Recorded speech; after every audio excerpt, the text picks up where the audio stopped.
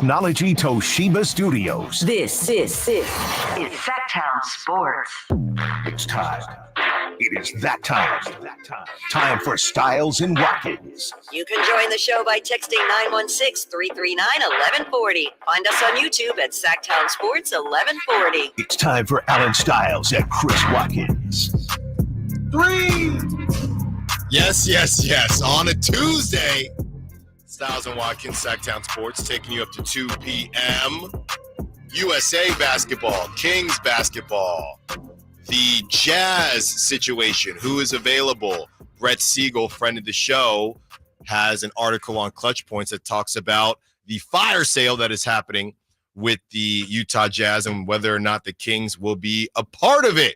Giants baseball, A's baseball. Who says that there's nothing going on right now? There is plenty. Chris Watkins, how you doing? Good, man. Yeah, excited to continue to get this week going. I know yesterday was a fun show. I think we're gonna keep it going today. So yeah, not much on the mind this morning. Nate behind the glass for us today, and we have our number 5 and number 4 quarterbacks coming up. Ooh. Right before crosstalk. That is going to be around 1:30. So you're not going to want to miss that. And speaking of fun, Chris, heard Dave talking about this a little bit, and I was a part of the conversation too. I inserted myself into the conversation because that's what I do. When Scott Moak, announcer extraordinaire for the Sacramento Kings, got called out by somebody on Twitter saying, "Stop the cheesy Keegan Murray chant." What? The Keegan Murray. It was cute with Yogi Ferrell because he was barely an NBA player. Keegan has a chance to be a major star. Doesn't need gimmicks. Just stop, please. So Scott Moak goes on to say, if you don't like it, talk to the 18,000 people that say the last name. I'd suggest you take it up with them one by one. So then I inserted myself into the conversation because I was at the State Fair on Sunday. Yep. Somebody had on a Keegan Murray jersey and was just walked by him, and I just yelled Keegan. And he responded, and he said Murray. You know what I mean? Yeah. And look, as a guy who maybe got off to the wrong foot when I asked that question all those years ago. By the way, I told you I have all knowing access to the text line. Yes. Now. Yes. So I can see stuff from past shows. Okay. So I'm seeing one thing, and I'm not going to read it because somebody's going to tune in right now and say Alan's talking about the beam again. But there is somebody talking about how the shine of the beam was a little bit different this season last season because of the quote unquote failures from the team. But I am not touching that one. Somebody else can, but it is not going to be Alan Stiles because it all goes into the category of fun. And I don't really know where that line is. I told you when I was in the Bay Area and I thought about all the games that I went to for the Warriors, they don't have anything for their players off the top of my head. They don't have a chant for threes or anything like that off the top of my head. And maybe I'm completely missing it, but it's called an experience. Just loony. That's the only thing is the loon. But yeah, it's not driven by basic, the PA. And you know what I mean? It's not driven. It's just call and response. Exactly. And then you have like the Warriors, but I'm pretty sure don't ever do nobody that. I can't have that. Nobody drives that. Yeah. It just happens. So I only bring that up. I know Nick on the text line is going to say he's talking about the Warriors again. But the only reason I bring that up is because that's really the only other team where I've been to so many games. Right. So when I got to Sacramento and we're, okay, there's literally something for every player. I thought it was cool. And obviously the Keegan Murray one, I know Chris said it's on NBA 2K. Yep. I think it's great. There's somebody who's always not going to like something, but the idea that you are too good, that would be the only way I would compare that is if De'Aaron Fox, who we would call a star, and Sabonis, who is I would call a star level player as well, if they didn't have anything and then Keegan and only kind of the secondary guys had something, then maybe I would understand where the tweeter was coming from, but everybody has something. So it would almost be weird if you didn't have something for Keegan because the whole starting lineup has something. Yeah. No, I mean, I don't even think that matters. Like, I think it's just a fun thing to do. Like, I mean, definitely whoever that texter is, don't go to a soccer game because that's kind of where we're getting all these like literally the Demonis Sabonis chant is Kevin De Bruyne. It's Kevin De Bruyne. Right, like right. It's what they do. And like, it's just meant to add to the environment. And I mean, clearly you're not, I don't know why you go to games if you're not trying to be a part of a crowd. I mean, that's what we're all there for, is to cheer together. And, you know, the Keegan Murray chant is something that's really unique. And I think, you know, if Keegan didn't like it, then sure, we can have a conversation about it. But Keegan loves it. The fans love it. And it's a really, really unique thing that makes Sacramento feel special. In the NBA, you know, everybody says, oh, you know, we have the best fans out there in the world. But you know, you, like you say, you go to every arena and it's pretty much the same watching experience. You root for your team. You cheer when your team does things. And that's really it. It's all standard and not really unique. In Sacramento, it's a unique viewing experience, and I think that's something that they can hang their hats on. And, you know, I think that it helps them stand out as truly a unique individual fan base to go. And when you go to a game, that's why it hits different in Sacramento, is because they care. There's passion. And, yeah, I mean, I can't understand why you would think that that's not something that's just awesome. I'm honestly surprised that it's not just universally viewed as an awesome thing. I get maybe if you say, oh, it's a little corny, and maybe you think it's a little cringe to do it every single time, but it's like you said, it's under the category of fun. So I'm sorry if you're just not trying to go to a basketball game and have some fun. I'm sorry. If I were to play devil's advocate, I would say this. It's the same thing that we talk about with social media accounts. A lot of times when teams are bad, they want to make sure that they're known for some reason, right? And they'll make jokes on their yes.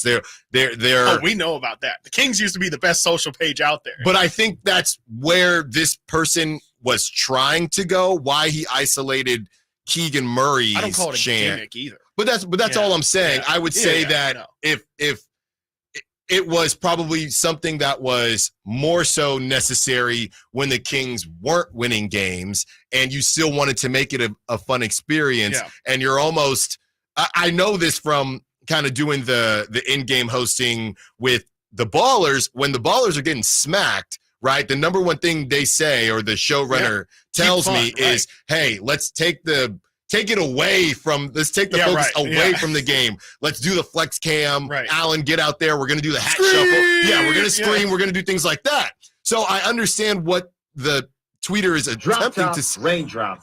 Is attempting to say, because now, I'm like, I got a lot of jobs here.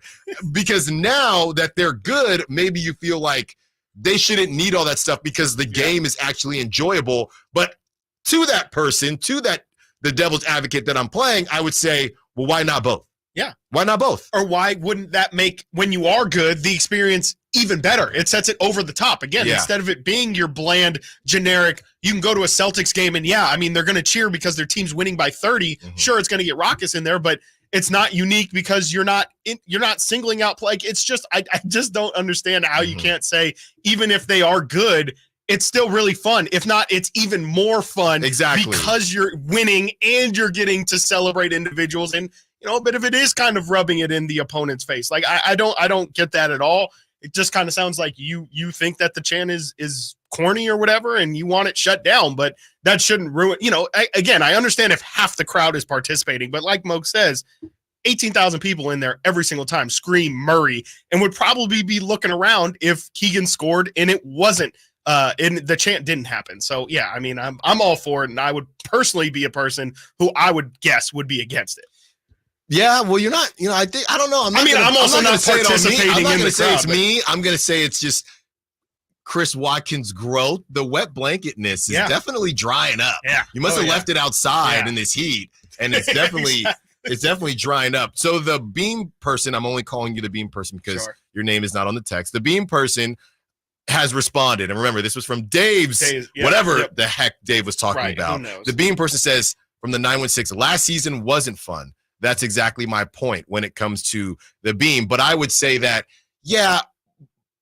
but that doesn't mean that you get rid of, I'm just not really understanding what getting rid of the Beam would do. Right. I mean, so now it's just sad it's just less fun. Yeah. Right. And it was a rough season. Yeah. And to be honest, there is somebody that I think we have really good. That at all. I'm sorry, real quick. I just think that if they lose more, wouldn't that make seeing the beam even more special? That's what I would think. Go ahead. That's what I would think. And I was just gonna say that you do have to keep things relative, right? And for every person that feels like that, there is a person that will remind us, and I think we have a really good listener base that always says, and at some point we can stop saying the 16 years thing, but I don't think that's yet, right? I think that you had 16 years of just garbage, right? You go to the playoffs, you get outed by one of the best shooters of all time, and the next season you had injuries, and maybe that's why it wasn't fun. Okay, it's not the Beam's fault that Luka flopped onto Malik's legs. Okay, that's not the Beam's fault. Come on now, 916-339-1140. We're getting the call started early this time. Yeah. Because now I'm fired up. And Nate's looking, saying, drop top, raindrop. Allen, don't stop. Let's get to JR. Wants to be a part of the conversation. What's up, JR? What you got? I'm really interested to see where you fall on this one, JR. Oh, okay. Well, first of all, I do agree the wet blanket is drying up in this heat. That's what I'm saying. Damn fun. It's starting to shrivel. Like, he couldn't play line anymore. He couldn't play for the Vikings anymore. He'd be too good. Hey, first of all, Keegan chant is so friggin' awesome. Scott Moak, great kid. I don't know about you, but I go to Starbucks. I always say Keegan, and I look around to see when they say Keegan. I look around and say Murray, and see if anyone else is in Starbucks. Answers with me. And you know what? Sacramento, quite a bit of times people say it. And I'm like, yeah, we all love that. Yeah. Lighting the beam. Did we win an award for like greatest marketing new idea 2 years ago? Yes. That'd be like the only trophy we've won in the last couple of years. So we'll not take that Summer League trophy. Come on. Oh, we did get that. We actually, we're pretty dominant in that whole era of Summer League. I see the Warriors are trying to win it now. They're so girly. I tell you, they're all trying to win those fake trophies down there in Golden State because they know their friggin' era's over. But Light the Beam is phenomenal. You got to do that stuff at a sporting event. You hit it right in the head. Soccer, if you go to soccer matches, maybe not, Republic level, or I went to the Columbia game. They played Brazil. There are the greatest chants ever. And I didn't understand half the stuff they were saying. And I'm sure there was cuss words. There definitely is.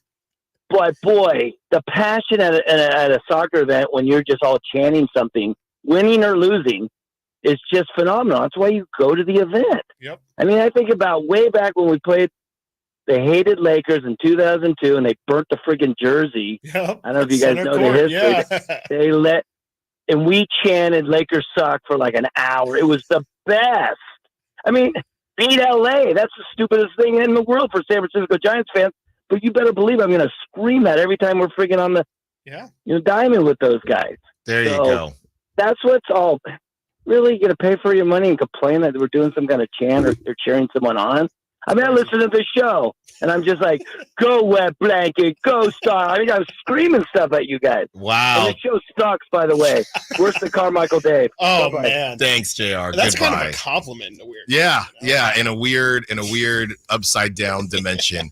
Coming up next, we get into the Team USA situation. Tim Legler says they need to play more like a team. You know what I think? Kevin Durant needs to sit. Still dealing with that calf injury, and it is no joke. Also, are we sleeping on the Los Angeles Lakers? Stiles Watkins, Sacktown Sports. Starting to shrivel. The NFL's leading rusher plays here. The handoff to McCaffrey, walks in the end zone. Handoff to McCaffrey, takes it right down to the goal line. He does his thing again. McCaffrey goes in motion right. Backwards pass led by Juszczyk. A block there. Hurdles a man. 10, 5, touchdown! CMC! You can hear all of Christian McCaffrey's touchdowns on your home for 49ers football. Sacktown Sports. This is the story of the one. As a maintenance engineer, he hears things differently. To the untrained ear, everything on his shop floor might sound fine, but he can hear gears grinding or a belt slipping.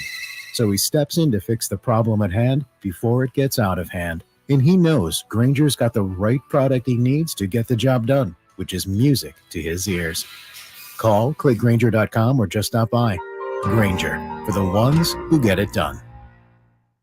The best things in life They come in twos. 2 scoops of ice cream, 2 tacos. And now for a limited time, get our best deal of the year. Buy any phone when you switch to Consumer Cellular and get 2 months of service free. That's right, the same fast, reliable nationwide coverage as Big Wireless, now with 2 months free. Proof the best things in life really do come in twos. Visit consumercellular.com or call 1-888-FREEDOM. Second and third month of monthly base service fee waived for new customers with the purchase of a phone and activation by July 31st, 2024. Taxes, fees, and third-party charges will apply. See website for additional details. Dealers.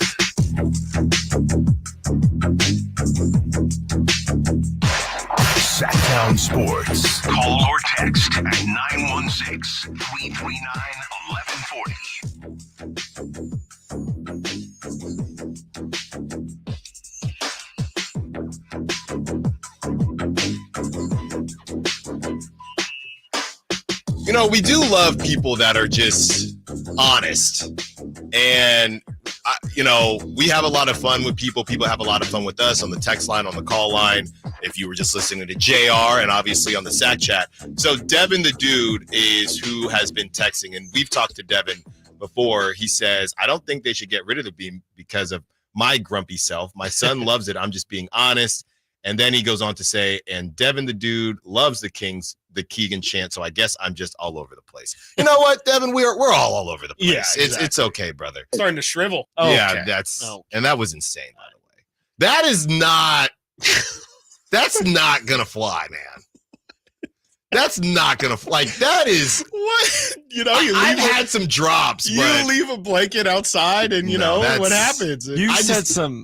There's one I've never used. For me? Yeah, that is about a certain soda that we were talking about a while ago. God. I don't know right. if I can. That's right. I might get in trouble. No, you're good. It's your life. You just got to find the right moment. Mm-hmm. You got to find it's your life. Yeah. When I'm ready to step out of here, I'll drop the soda drop. It's only 88 degrees right now, it says on my watch. Why are you changing that? What is this? I'm talking about shriveling. Peek behind the curtain. That's what Alan does in every conversation outside of radio. He just jumps into something completely different. That's not true. No, we were talking about heat and weather. Why are you making me Kevin Hart? Don't do that. We're talking about soda. Don't do that. Don't do that at all. All right. Nate, starting to shrivel. Oh, yeah. Nate, man. Tim Legler, let's get into this sound as he basically says, and I feel like we knew we were heading in this direction. The other teams, even though they're not as talented, they're playing as a team. Oh, yeah. And Team USA maybe has too much talent. Yeah. Cross that off your bingo card. This is what you have to say. About some guys that if their careers ended tomorrow, we know they're in the Hall of Fame. There's a bunch of other guys in this team that are probably going to end up there as well. And they're used to getting, on a bad night, 20 shots a game for the teams they play on. So I just think the way that we go about formulating these teams and just expect, because they've got more talent and these are household names, we can roll out a ball and they can just go. That's just not the case anymore. And I think basketball requires a rhythm and a sacrifice and a continuity that is very difficult to find in this amount of time. And that is why I think Team USA will be threatened on multiple nights in this tournament. It's not going to shock me to see them lose. We just mentioned some of the teams. Australia even could be a team because stylistically it's so different. Yeah. I like Shanae's point about Canada. There's no doubt that's the most talented team outside of Team USA. But the one thing that's interesting about that situation is they're going to play like it's an NBA game. And that also might make Team USA more comfortable. True. Because the style is going to be exactly what they see every night. Right. Some of these other international teams that have the top guys, right, the top of the food chain players, like a Victor Wembanyama, but then everybody else falling into a role, it looks more like what actual basketball looks like rather than a collection of all-stars. And that's why this is continuing to be a challenge for Team USA to just run through it. Great stuff there by Tim Legler. Yesterday we talked about the greatest teams that never won in case the Niners don't end up getting it done with this Kyle Shanahan regime. By the way, Tyson Campbell got paid from the Jaguars, and the Niners, stop me if you've heard this before, they're going to have contract conversations with their cornerbacks. But as far as Team USA is concerned, if they don't win it all, do they get put in that category or no, because of how good basketball is in other countries now compared to 10 years ago, 20 years ago, whatever it is? Would you, if Team USA gets silver or bronze, would you put them in the category of ultimate fumble based on the collection of talent they have, or no, simply because of how good the rest of the world is? Right. I would probably put them in the disappointing category, just because, I mean, even if everything Legler said is definitely true, but it shouldn't excuse the fact that you have the best talent. And I still think basketball at the end of the day is a game that's about talent. And if you have the better talent on the floor, you should win 8 out of 10 times, 9 out of 10 times. And I understand that, sometimes you run into that's crazy as this sounds. Sometimes you run into a South Sudan situation. Yeah. You run into a situation similar to the Germany game yesterday where, you might get a team that gets hot, or maybe you're cold for a given night. But more times than not, I mean, it shouldn't matter that these guys are used to getting 30 shots, because the shots they're getting are so much easier than the ones they're getting beforehand. And it shouldn't be a problem. I mean, I think that it's a convenient excuse to say that we have too many good players, and actually, we need to bring in more role players. I understand the logic of it completely, but I don't think that means that we should try and build this team more like an actual NBA basketball team. I still think the best route is to just honestly have a coach that and I'm not directly trying to blame Steve Kerr. It's not just been a Steve Kerr problem. These problems existed under Coach K as well, but you have to get these guys to buy into their roles. That's more the problem. Isn't that they are so talented, they are so good. It's that they walk into Team USA, and I love Anthony Edwards for having the mentality, but they all walk in and say, I'm the guy. And, they do. I think they are willing to sacrifice, but I do think that ego still lives within them, that this is me on Team USA and this is going to be my Olympic moment and things like that. Whereas other teams are seriously thinking about, I'm trying to win this for my country.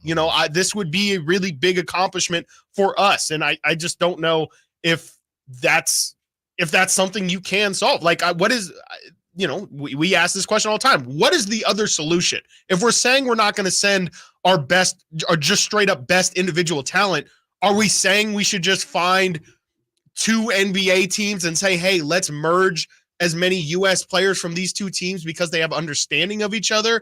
Are we saying that we just need to have, hey, there's obviously your club team, but if you're going to play for Team USA, you are a member of Team USA, and there is no, I don't want to play in the FIBA World Cup, I don't want to play in the Olympic It is, you are committed to U.S. basketball, and during your summers, you play for U.S. Is that the solution? Because I don't know how realistic that is. And then how do you have a consistent, do you just pick your guys and then De'Aaron Fox is a Team USA member until he's 35 years old? Or how does that work? How does it not eventually just become what we make it into? Or do we turn it back into, let's send our college kids out there because those guys, are still trying to prove something, and they will be easier to mold instead of these NBA guys who have an idea of who they are and are millionaires in their own right.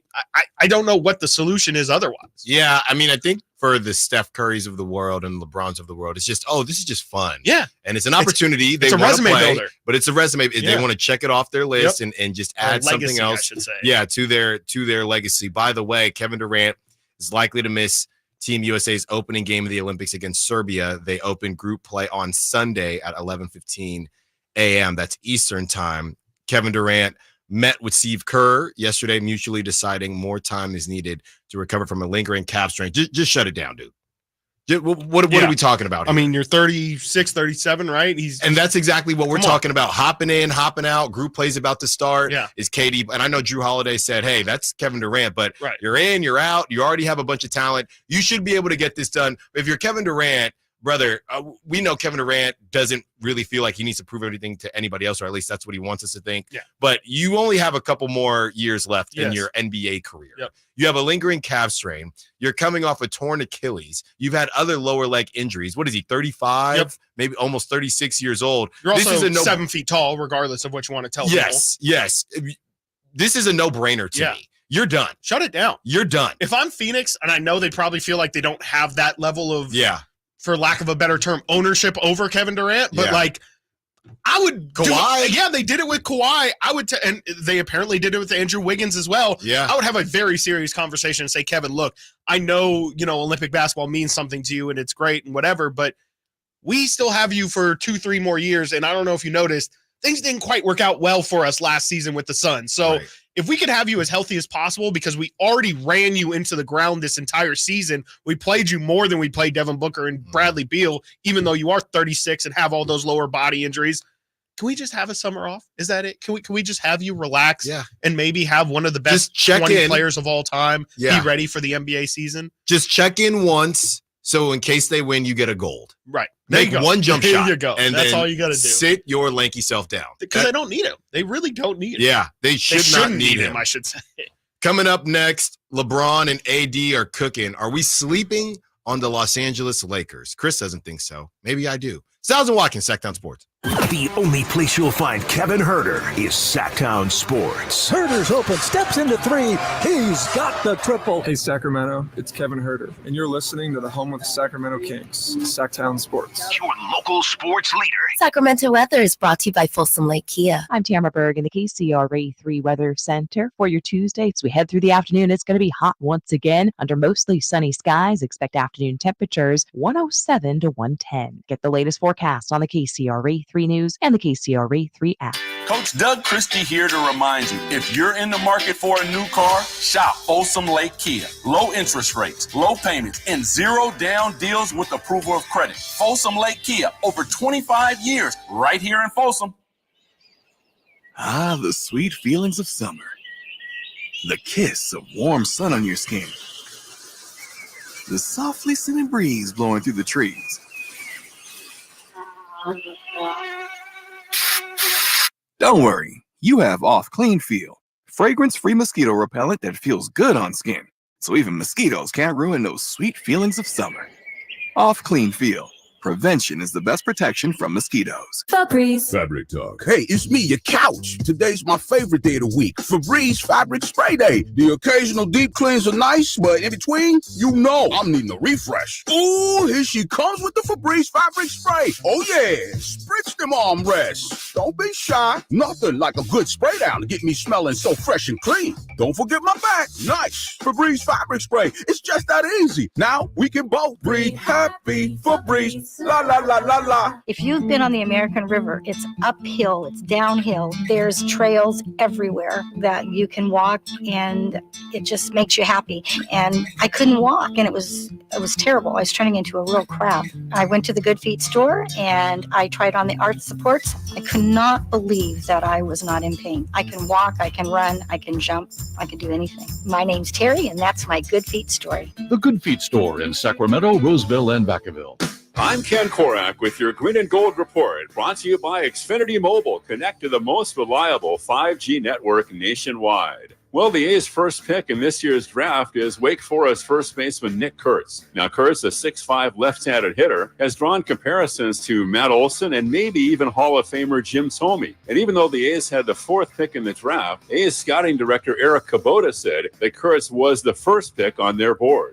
Want to save on some of the biggest names in streaming on the network made for streaming? Now through September 21st, get 150 megabit Xfinity internet for 12 months with a 1-year contract. And for just $15 a month, add the new Stream Saver. That includes Peacock, Apple TV Plus, and Netflix for just $35 a month. Switch at Xfinity.com today. Restrictions apply. Requires paperless billing and auto-pay with stored bank account. Equipment taxes and fees extra. After promo, regular internet rates apply. Currently $54 a month. Actual speeds vary. Stream Saver requires Xfinity internet or TV and price subject to change. Whitey here reminding you that not all gas grills are created equal. Bring out all the delicious flavors in your grilled meats with the amazing Napoleon Prestige and Prestige Pro line of outdoor cookers. My Napoleon Stainless Steel Pro Series gas grill has turned me into a grilling pro with features other grills cannot match. They're built different, built better, built to last. Made with premium stainless steel that boasts quality and a lifetime warranty. I may never want to cook indoors again. Napoleon grills and accessories are now available at your nearby Amy's, Ace Hardware in Sacramento, and now El Dorado. Imagine the most beautiful panoramic setting.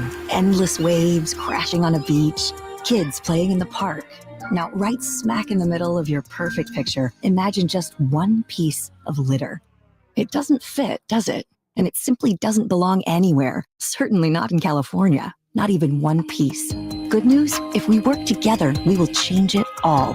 Clean California. Zero litter is the goal. CleanCA.com.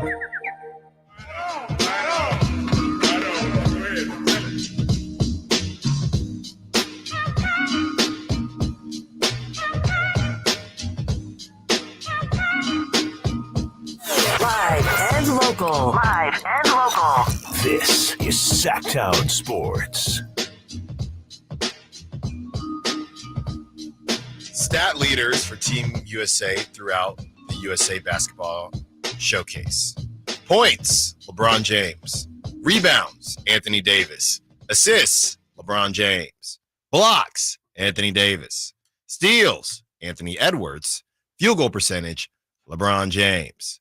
And then this person goes on to say best duo in the whole world. Chris, wow. So let me get this straight.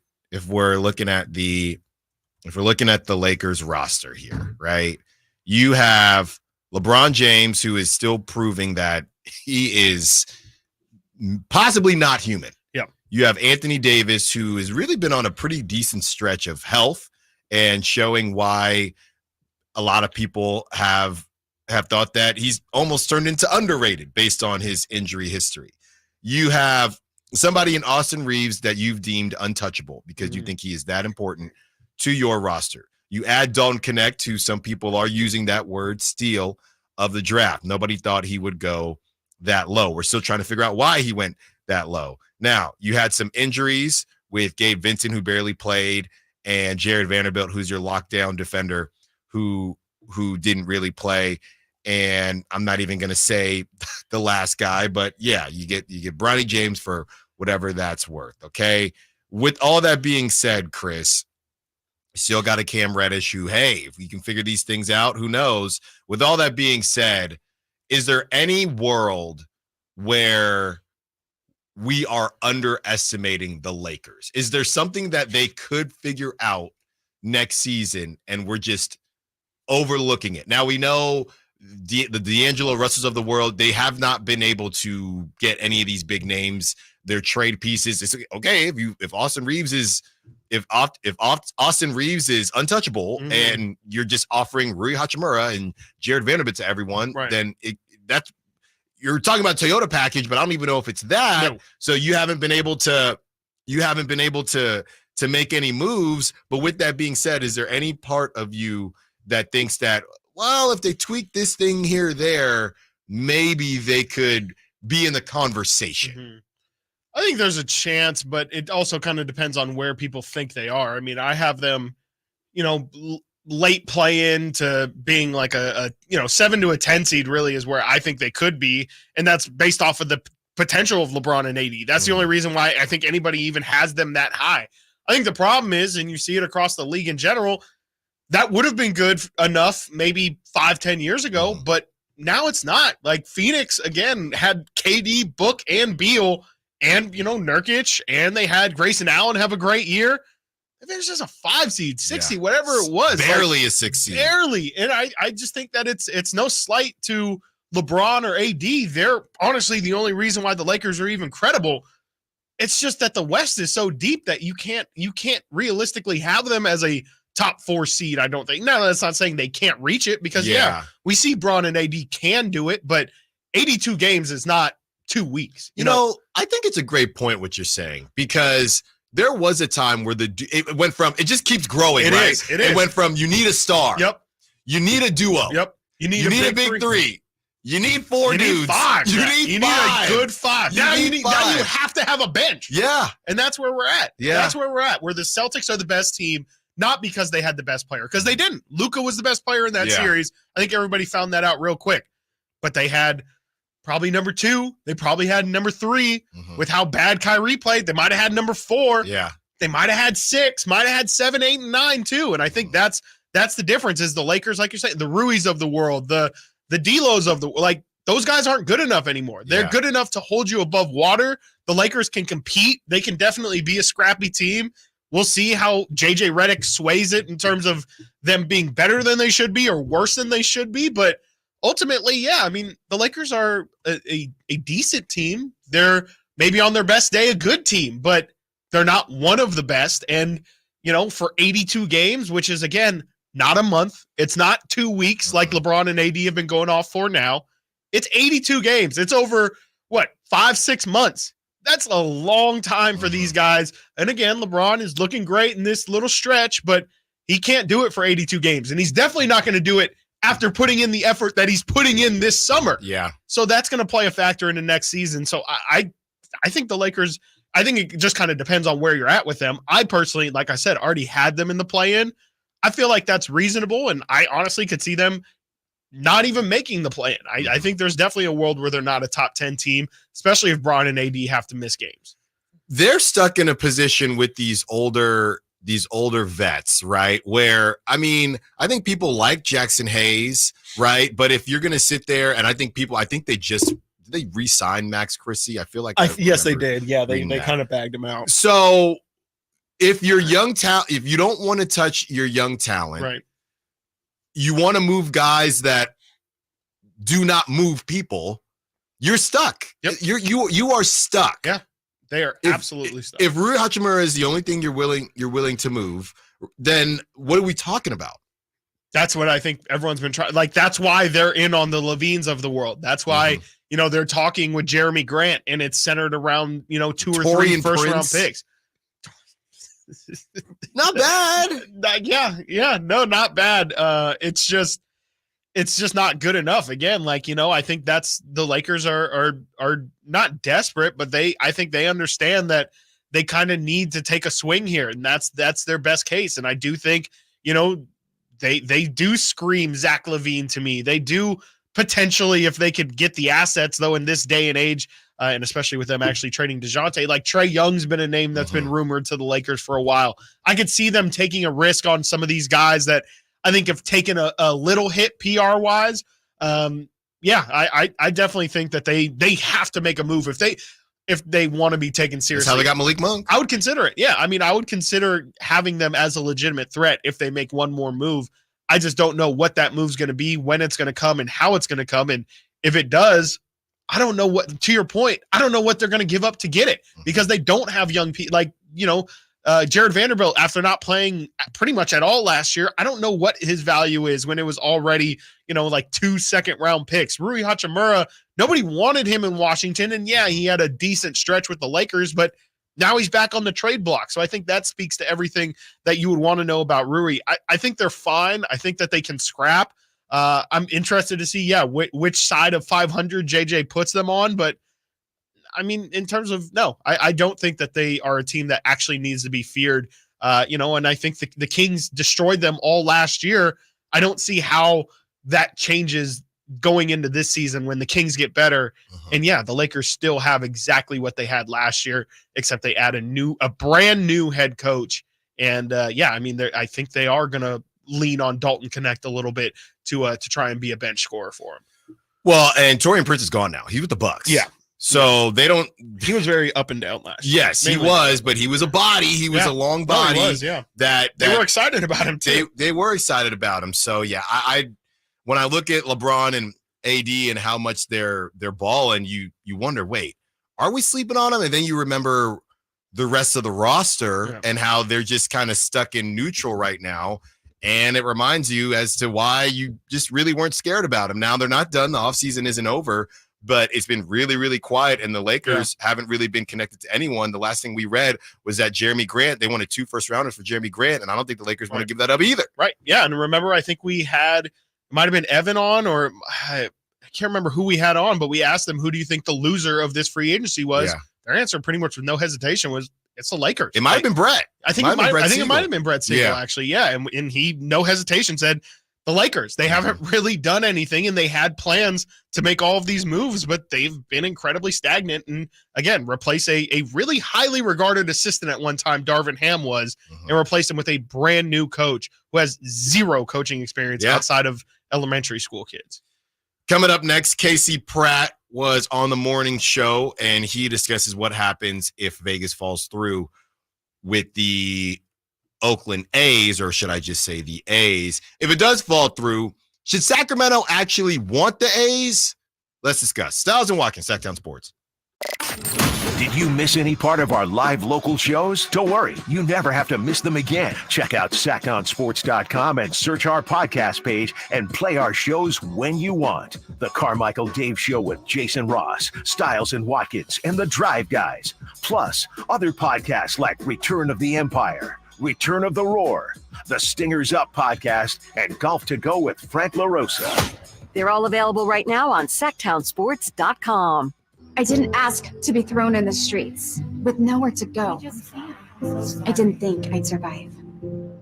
But I did ask for help, and Covenant House was there for me. 1 in 10 young adults will experience a form of homelessness this year. For these kids who didn't ask to be put in this unthinkable situation, Covenant House is there. Covenant House helped me break the cycle of homelessness in my family. They gave me the love that I needed. Over 2,000 young people will sleep safely in a Covenant House bed tonight. When youth who are experiencing homelessness have a hot meal, a safe place to sleep, medical care, and love, they can overcome heartbreaking challenges and have a brighter future. They just really genuinely just wanted to help me succeed, and I'm succeeding. I'm a speaker, I'm an author. Covenant House really helped me and really helped mold me into the woman I am today. If you or someone you love is asking for help, go to safeplacetosleep.org today. At Fisher Investments, we may seem like other money managers, but we're different. Are you really that different than the rest of us? We are. As a fiduciary, we always focus on what's best for our clients. What services do you offer besides investing? We have a team of specialists in financial planning, estate planning, and more. Your clients rely on you for all that? Yes, we ensure clients receive unparalleled service at every step of the relationship. Okay, but you still sell commission-based products, right? No, because we believe that's a conflict of interest. We prioritize service over sales goals. So then how do your fees work? We have a simple and transparent fee that's a percentage of our clients' portfolios. So we do better when our clients do better. Wow, we're more different than I thought. At Fisher Investments, we're clearly different. Learn more at FisherInvestments.com. Investing in securities involves the risk of loss. Summer is finally here, and so are all the best deals on DeWalt power tools at Fasteners Inc. Tool Outlet in Sacramento. Drills, impacts, circular saws, you name it, we have it for the best price in town, guaranteed. Whether you're a weekend warrior or a seasoned tradesman, we've got all the DeWalt products you need to crush your next project. So come on down to Fasteners Inc. Tool Outlet today on Power and Road for better tools and better prices. For more info, visit fastenersinc.net. There was always a crowd gathered around our dining table when I was growing up. Hi, I'm Frank LaRosa with a word about Naturewood Home Furnishings. Everyone was welcome at my mother's table, so holidays, birthdays, and celebrations always included family and friends. I used to think I was the most popular kid in the neighborhood until I realized that my friends were really there for my mother's incredible cooking. Years later, when I bought my own dining table from Naturewood, I made sure it was large enough to make friends feel welcome. And right now, during Naturewood Home Furnishings Dine in Style sale, you have an opportunity to find the perfect dining room furniture to help you create your own treasured memories. Choose from casual to formal or anything in between. Visit Naturewood Home Furnishings during the Dine in Style sale off Highway 50 at Hazel. Look for the water wheel. Hey, it's Carmichael Dave inviting you to make the switch to electric this spring and save big with American Energy. Stay ahead of those spiking energy bills this summer with up to $9,000 in rebates on a new ultra-high efficiency comfort system. American Energy is providing huge rebates from SMUD as well as spring specials by installing one of many incredibly efficient AC options available to you right now. Get rid of those fluctuating gas bills in the winter and switch to year-round all-electric with American Energy. Let them perform a free in-home energy efficiency analysis and see where they can help you save for the warmer months ahead. These guys are the best. Been serving the greater Sacramento area since 1981. A+ from the Better Business Bureau. Learn more by calling 916-520-9990. That's 916-520-9990. Call 916-520-9990 now.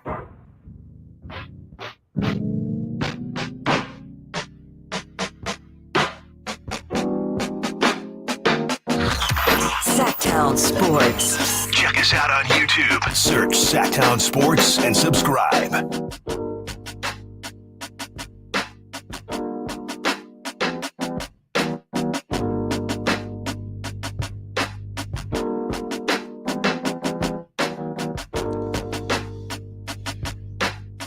Casey Pratt, formerly, I guess, of ABC 7.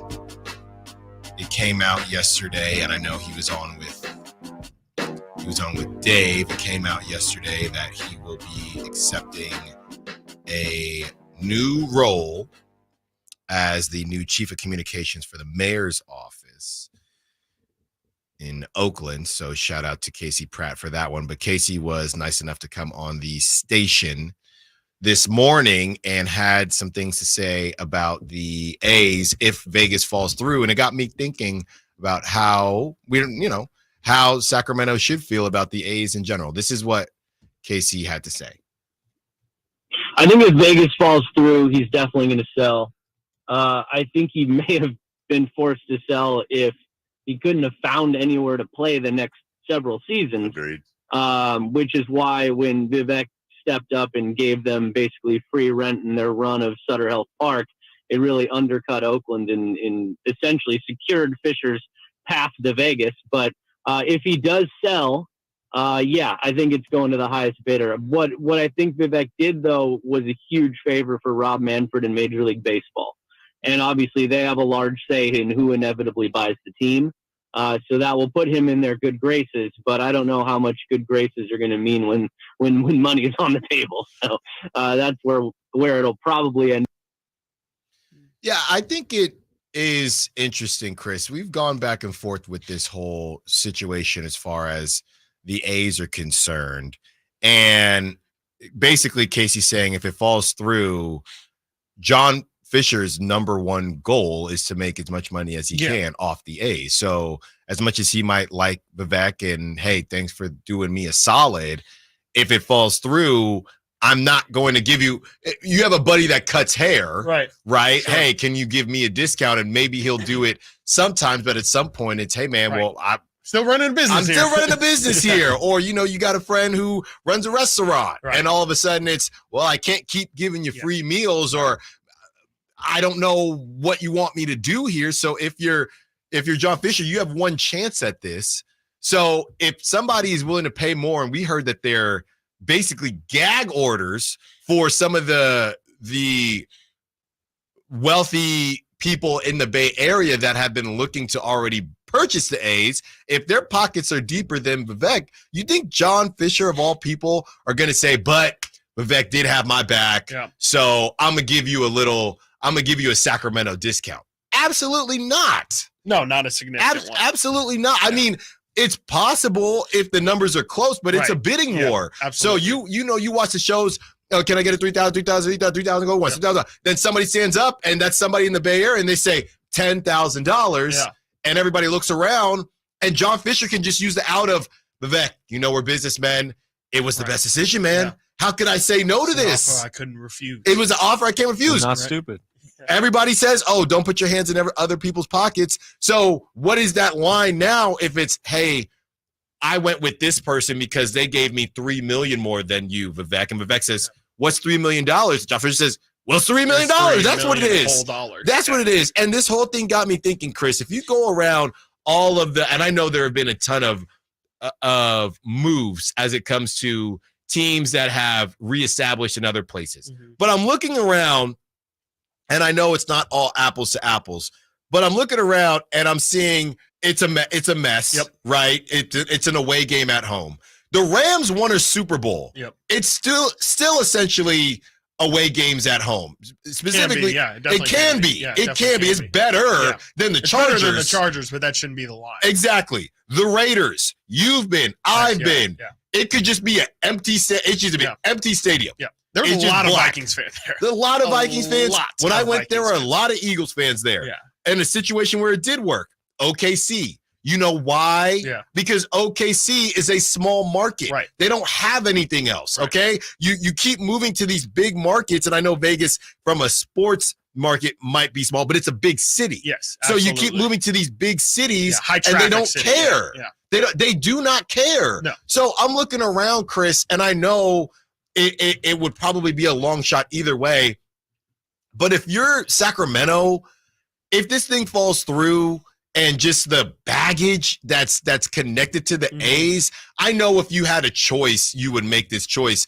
But if I'm Vivek, my whole thing is just give us a seat at the table or a correct seat at the table when it's time for expansion. Yeah. I don't even know if I want to deal with the baggage of the A's. Yeah. And, it was in Oakland and it was supposed to go to Vegas, then it went to Sacramento and Vegas fell through. Now it's in Sacramento. I just don't really know how much Sacramentans would identify. I mean, if you got the A's, I'm sure they would identify with it. But there's just so much baggage involved, man. Yeah. No, there's tons. I mean, I think I think ideally Sacramento would love an expansion franchise. I just think the problem is if you look at the writing on the wall, they're not getting one. And this is the best chance of them getting one. And frankly, you could probably say this is their only chance at getting one because, I mean, they're going to pick Nashville over Sacramento. They're probably going to I guess they could if Portland is the other option. I know Portland has been pretty vocal about their wanting of a baseball team, especially via expansion. They can get in the conversation, but I don't know if those pockets are deep enough. I mean, to the initial point, like to me, I definitely think that these Bay Area people, like you said, they're going to speak up. If they have the most money, John Fisher is going to give it to them. And I just, I'm not trying to pocket watch Vivek, but I just know that there's a lot more money out there in the Bay Area than there is motivated. here. And they're motivated. Yeah. Absolutely. The only thing that I think Sacramento has working for it is, and honestly, I can quickly shut it down, is they have facilities ready to go. The problem is, I think they're going to have to build a new stadium anyways, too. And if all things are created equal, I don't know really what Sacramento has working for it in its favor because, I mean, let's not forget, too, Vivek has already messed up his positioning with the league office when he unprompted announced that they are going to have or they want to expand to the West and to the East. Yeah, 2 teams, I think he said. That was the first time he had ever spoke on anything baseball related. Right. And he spills the tea on that. So I just don't think that they're going to give him the most fair shot at relocation because I don't think they forget things like that. And they usually kind of like to hold on to those kind of secrets to themselves. I think this is Sacramento's only shot of getting the team is if things do fall through and John Fisher has some sort of handshake deal. Besides that, I'm sorry. I just don't think the team is going to stay here long term, even if things fall through in Vegas. I think it's going to be the 3 to 4 year rental. And if they do get sold, it's either going to be to the Bay Area or I still think that Utah ownership group is the strongest one out there. And as you point out, what made OKC work, I don't see why a Salt Lake City-based baseball team wouldn't draw over there. They are fiending for sport. If you look at how Salt Lake, Ryan Smith, I think his name is, has been just trying to build an empire over there in Utah. They have the money. They have the fan base. To me, those are the 2 most likely situations. Sacramento is going to have fun when the A's are here, but I just don't think it's going to last very long. Yeah, and there is, I guess, an old saying or old term, and people will say you can't do a good deed expecting something in return. Yes. Right, and that kind of reminds me of what's happening here with Vivek and the A situation. He's doing essentially a good deed. What he thinks is a good deed. Yes. Yes. I was like, there's definitely people for who are John like, Fisher. That's not a good thing he's deed doing. for John Fisher. Yeah, he's helping a friend out in his mind. Exactly. And when you help a friend out, you scratch my back, I'll scratch. Exactly. But then the friend could say how many times, whether you're watching a movie, whether you're watching a show, they say, well, I didn't ask you to do that. Yeah. Yeah. Especially in billionaire world. Right. Right. I mean, we don't walk in those circles, but. And maybe John Fisher did ask him to do that. But again, this is dog eat dog, and you got to consider the source. 100%. And if John Fisher is looking at some of these, the Bay Area billionaires thinking, well, these are the numbers that we're playing with. Right. And then he said, hey, Vivek, I'll give you an opportunity to match. Yep. And that's Vivek, probably what's going to happen. Right. And Vivek said, well, I can't match that. And maybe he can, maybe he can't. I don't know, depending on what it is. I think what a lot of people thought when this initially happened was that nobody was going to want the A's. Yeah. And it's the complete opposite. Right. These billionaires all have a Robin Hood complex. There's only 30 teams. Exactly. That too. And they have a hero complex. Yeah. Oh, yeah. Somebody wants to save Oakland. Somebody wants to save the A's. Yep. That's why they're motivated. So the idea of, oh, well, the finders keepers, we're just going to hang out in Sacramento forever. Right. I just don't know, as this thing starts to reveal itself, and now this thing coming out with the gag order on who in the Bay Area is willing to purchase and want to be a part of this. I think the idea initially was nobody wants the A's, so we'll take them and they'll be our shiny object. Right. No, it's quite the opposite. A lot of people want the A's because they want to be the one that saves the A's. Right. Yeah, no, and you kind of just sparked something in me too, where, you know, if Vivek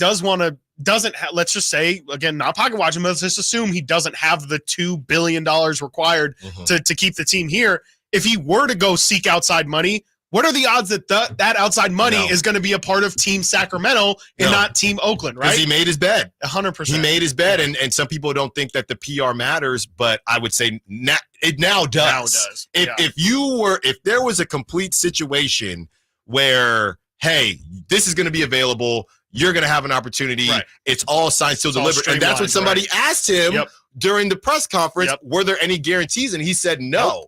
So you took this chance, and that's why I think deep down the A's thing was easier to kind of figure out, is there an ultimate plan? But honestly, I think it's more about I'm just praying that they consider us for expansion. Yeah, 100%. That's what I think it is. It's opening the door that wasn't open before. It was slammed shut before, and at least this cracks it open. Exactly. I think it's no more than that. And the guy that you helped along. So John Fisher could be out by the time it comes around, right? And I think, what is it, 5 years for Rob Manfred? I think it's 4.25, with a 5th-year option. Well, I'm saying Rob Manfred. Oh yes, 2029. So the deal that you did for your buddy who might sell, number one, and number two, for a commissioner who's out the door, who literally already has his exit date marked, who might be out the door. Coming up next, we continue the baseball conversation, but we go to the other side of the Bay with the Giants. Hayden Birdsong balling out, and tell him what they won, Johnny. He goes down to San Jose. What's up with that?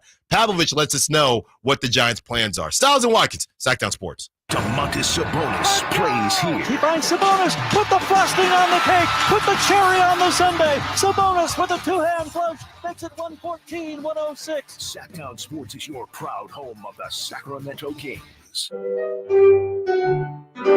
Timmy, everybody. Great job. Next up for our 5th grade class recital, we have Samantha. 10 times better performance can make a big difference. Castrol Edge Motor Oil gives your engine 10 times better high-stress performance. Castrol Edge, better oil for maximum performance.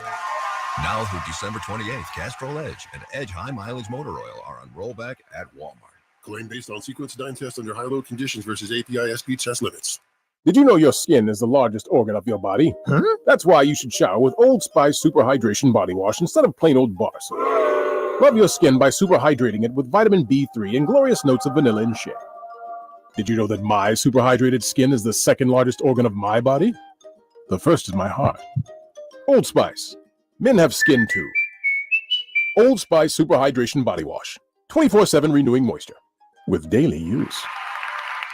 You never know what you might hear when listening to a Sacramento Kings game. Out of Keegan, going for another triple. Man, is he feeling it. Keegan, can he do it? Yes, there's number 11, Keegan Murray. Keegan steps back. He just knocked down his 12th three-pointer, a Kings franchise record. He's got 45 points. Never miss a moment of Sacramento Kings basketball with Sacktown Sports and the Sacktown Sports app. Michael Dave here for Capital Casino. Sacramento summertime heat is back. And, of course, Cap Casino, Sacramento's #1 poker room, wants to invite everyone to soak up some air conditioning, still with the most variety of table games in the region. And, as always, the best food, best service, and the best action, conveniently located in downtown Sacramento. Capital Casino, of course, reminding everyone to please make sure you gamble responsibly. 1-800-GAMBLER. Only one radio program captures the excitement of hunting and fishing as it happens. The award-winning California Sportsman with Sep Hendrickson. Only California Sportsman takes you where the action is. Live on the water, live in the blind, and live with the top pros and experts in outdoor sports. California Sportsman with Fishing Hall of Famer Sep Hendrickson is your premier destination for all things outdoors. Sep's Saturday Morning Outdoors. Ultimate Bass and California Sportsman, 5 a.m. to 8 a.m. Saturdays on Sacktown Sports 1140. Unleash your backyard's potential with Premier Pools and Spas. As the region's top pool builder, no challenge is too difficult for us. Let us create the perfect pool for your home and your budget. Call or search Premier Pools and Spas and get started today. CSLB number 589234. I'm a very active person that likes to move around and go. The pain I was in was really excruciating. It was actually debilitating. I was basically heading towards a sedentary lifestyle. I had really tried everything, but I quickly lost hope with all of the things that we had tried. And that's what led me to the Good Feet store. And when I found the Good Feet system, it really just changed everything. It brought me back to life. I have my active lifestyle back. The Good Feet store in Sacramento, Roseville, and Vacaville. Hey, what's up, everybody? It's Kyle Draper from Mercedes-Benz of Stockton, and they have a special deal going right now just for you. Receive your first month's payment up to $1,500 on them on select new 2024 GLE vehicles or the all-new E-Class now at Mercedes-Benz of Stockton. Rates begin at 1.99% APR on select certified pre-owned Mercedes-Benz. Plus, you can always check out their other deals at mbofstockton.com or head on down I-5 to Mercedes-Benz of Stockton. Increase leads and get more customers. We create tailored digital marketing strategies that deliver results. On your next campaign, aim higher. Go to aimyourdigital.com and get started today. aimyourdigital.com. KHTKAM Sacramento, KYMX HD2 Sacramento. Take it on the local level. Live and local, 6 a.m. to 6 p.m. Monday through Friday. From the Power Business Technology Toshiba Studios. Sacktown Sports. Sacktown Sports. Call or text at 916-339-1140. I don't know if this qualifies as breaking news, but it's a bit of surprising news, if you will. Brandon Ayuk is reporting for camp, but the word, I believe, or the term that is being used is a hold in. So he is going, but he won't participate. He's just going to be in the building, essentially. It's a power move, man. Yeah. So he doesn't want to get fined. I'm just here so I won't get fined. And Emil Fergoso, our Sacktown Sports 49ers insider, had a few thoughts that he shared on social media. He says he wants to get Ayuk, wants to get a deal done with the Niners. He likely feels it's best to be around the facility in order to get something done ASAP. Those fines would be steep. This doesn't mean he will be out at practice tomorrow. So I guess the idea is, literally, I mean, you just hang out, get some treatment. Yeah. Just chill. It's so awkward. Yeah. Yeah. So this thing continues to be, would you call it messy? It's not clean. That's for sure. It's definitely not clean. It's just a weird situation. Yeah. I mean, I feel like I've heard the term hold in before, and I feel like we've dealt with this, but it's just such a strange situation. I mean, it's because, again, this is almost contradictory to what he's been saying about, I know he said he wants to be on the Niners, but with requesting the trade and everything, I mean, I wonder how much of this is, like you just read in that statement, is this him trying to make the contract process easier to get done, or he's been trying to position himself to get traded. And I don't know if this makes it easier for that, if it makes it more difficult. I don't know if he's really trying to stay or not. I much like probably every Niner fan out there, I just want this to be resolved. I don't really care. I mean, I could say this because I'm not specifically a Niner fan, but I don't really care at this point which side it ends up going to. I don't care if he stays. I don't care if he goes. I'm just kind of sick and tired of dealing with the back and forth. And I hope that they find some sort of common ground, whatever it may be, because this has been exhausting. And I can't imagine that they're enjoying this process either. No. And I know people will say, oh, it's business. We're all used to it. That's what the team will say. But I'm sure. And that's the thing, man. You know what's so crazy? And I'm not going to say I'm in the same circles as far as the Chiefs are concerned. Obviously, we talk Niners. We're the Niners Sacramento flagship. We are much more in tune with the Niners and the Chiefs. But if you're going to do with all this drama, at least have some hardware to show for it. I mean, the Chiefs, I think we heard about it was a pass rusher last season or something Chris like Jones, that. yeah. But there's just always something with the Niners. You have nothing to show for it. You have nothing to show for it. At least the Chiefs can say, yeah, we're dealing with this because this is what happens when you win. Yeah. Right? Teams that the Celtics are just hanging out in the second apron. Yeah, this is what happens when you win. Right. The Niners got to deal with all this. They have nothing to show for it. Well, and how much of it do you think is because they have nothing to show for it? You know, how much of this is, well, I wouldn't cause a noise if we won, but we keep getting so close and not getting it done that why am I going to take a discount for a team that doesn't get it done? And, you know, I think sometimes it can be that. I don't think it is, but I wonder how much of it is, you know, if you do end up getting it done, if the Niners do win the Super Bowl, how much does Ayuk actually care that he wasn't getting the rock in that final game? How much of it is just, hey, you know, I partied my ass off the next week, and you know, all of a sudden the 3 targets didn't bother me the same that it did before. Yeah, it didn't. Winning cures all, right? Yeah, it didn't hurt the same way. I saw Mike Silver say that Ayuk probably took notice, not to compare, but Ayuk probably did take notice that Christian McCaffrey wanted more money, and he got more money. And I know Christian McCaffrey and Brandon Ayuk, not the same type of impact player, but at the same time, it's very clear that the Niners do not feel like they need to value him. Not that they don't. Right. They don't need to value you because we got franchise tags. We got options. Yeah. And you do not. No, yeah. And I wonder if Ayuk's starting to realize that, if maybe that's what part of this sit-in or hold-in is that he's starting to maybe see, like, I tried literally everything under the sun to try and get you guys to wiggle, and there has not been a single flinch at all. I gave you guys 5 teams, and you said, oh, yeah, they did the Jimmy Butler, crumple up the paper, throw it over their shoulder. They said, thanks for the teams. That's fantastic. Good job. We'll see you next week. And, I mean, we've talked about it all summer. Ayuk doesn't hold any leverage in any of this. And, I think one of our callers has pointed out before, that they can just franchise tag him the next 2 years. Or I think it's next. I think it's 2 years in a row you can franchise tag somebody. And there's nothing Ayuk can do about it, unfortunately, except for continue to build a stink, and he'll make less money than what he did if he would just accept this $26 million. So man's got no legs to stand on. To be completely honest, we're at the point now where if you're going to do something, then do it, Ayuk. Then do it. Yeah. Right. I mean, enough with these, the Gen Z subliminal TikToks and things like that.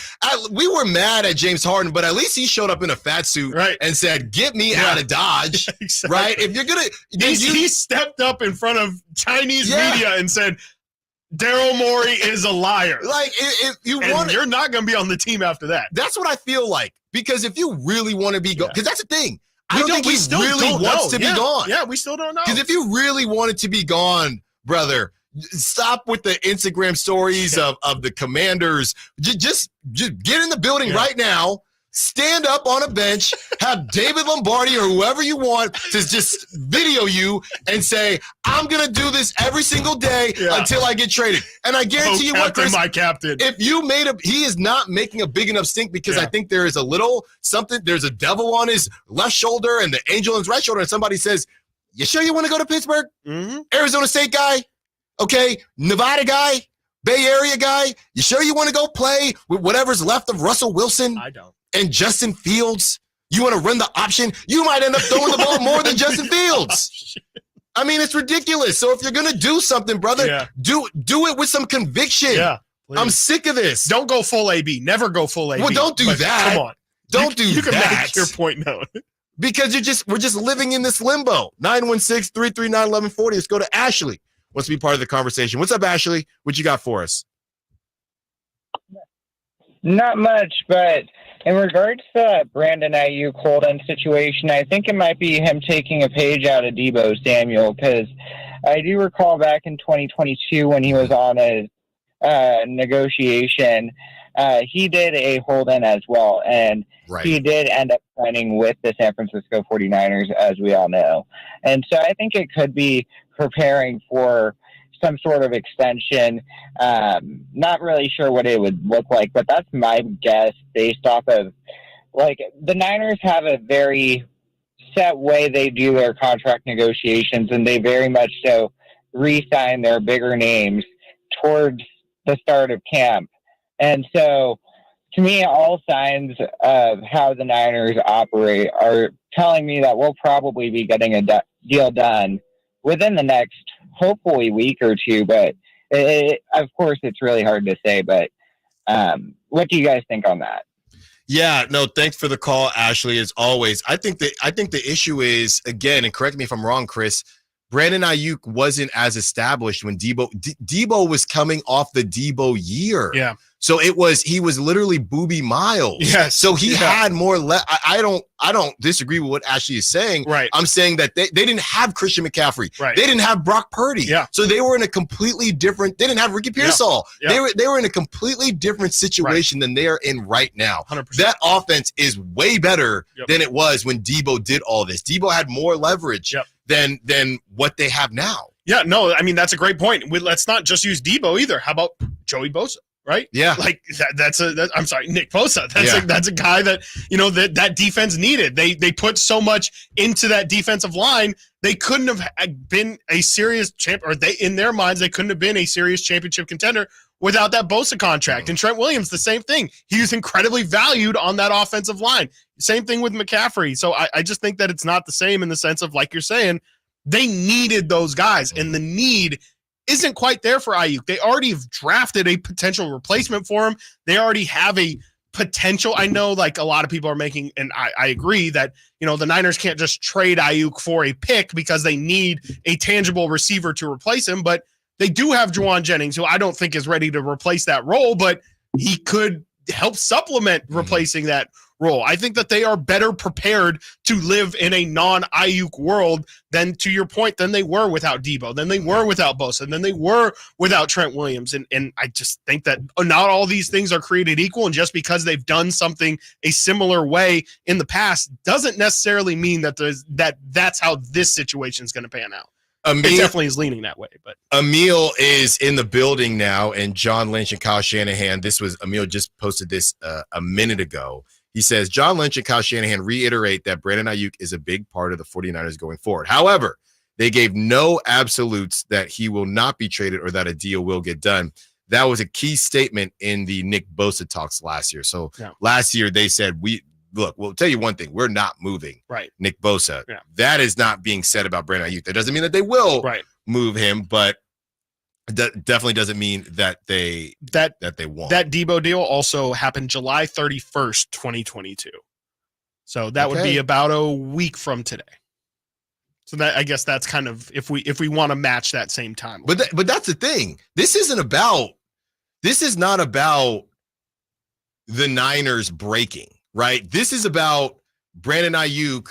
Fine, I'll just take what you initially got me, and walking back with his tail between his legs to a lot of money. Don't get me wrong, but this isn't what he wants, right? The 916 from Nick says this is great news for the Niners organization. Ayuk being at training camp shows that he's starting to break. He will eventually sign what the Niners are offering him. Yeah, so that's what I'm saying. It's not a matter of, oh man, well the Niners, well fine, we'll just do this. It's just going to be Brandon Ayuk saying, do you actually want to get paid more money and kick it in Pittsburgh? Or I think he did too much with the Commanders thing, because if you're making a stink for me, I'm not going to help you out. I don't owe you anything. Yeah. So I don't think the Commanders thing is going to happen unless they come off a Scary Terry, and I don't know why they would particularly do that. So we'll continue to follow this.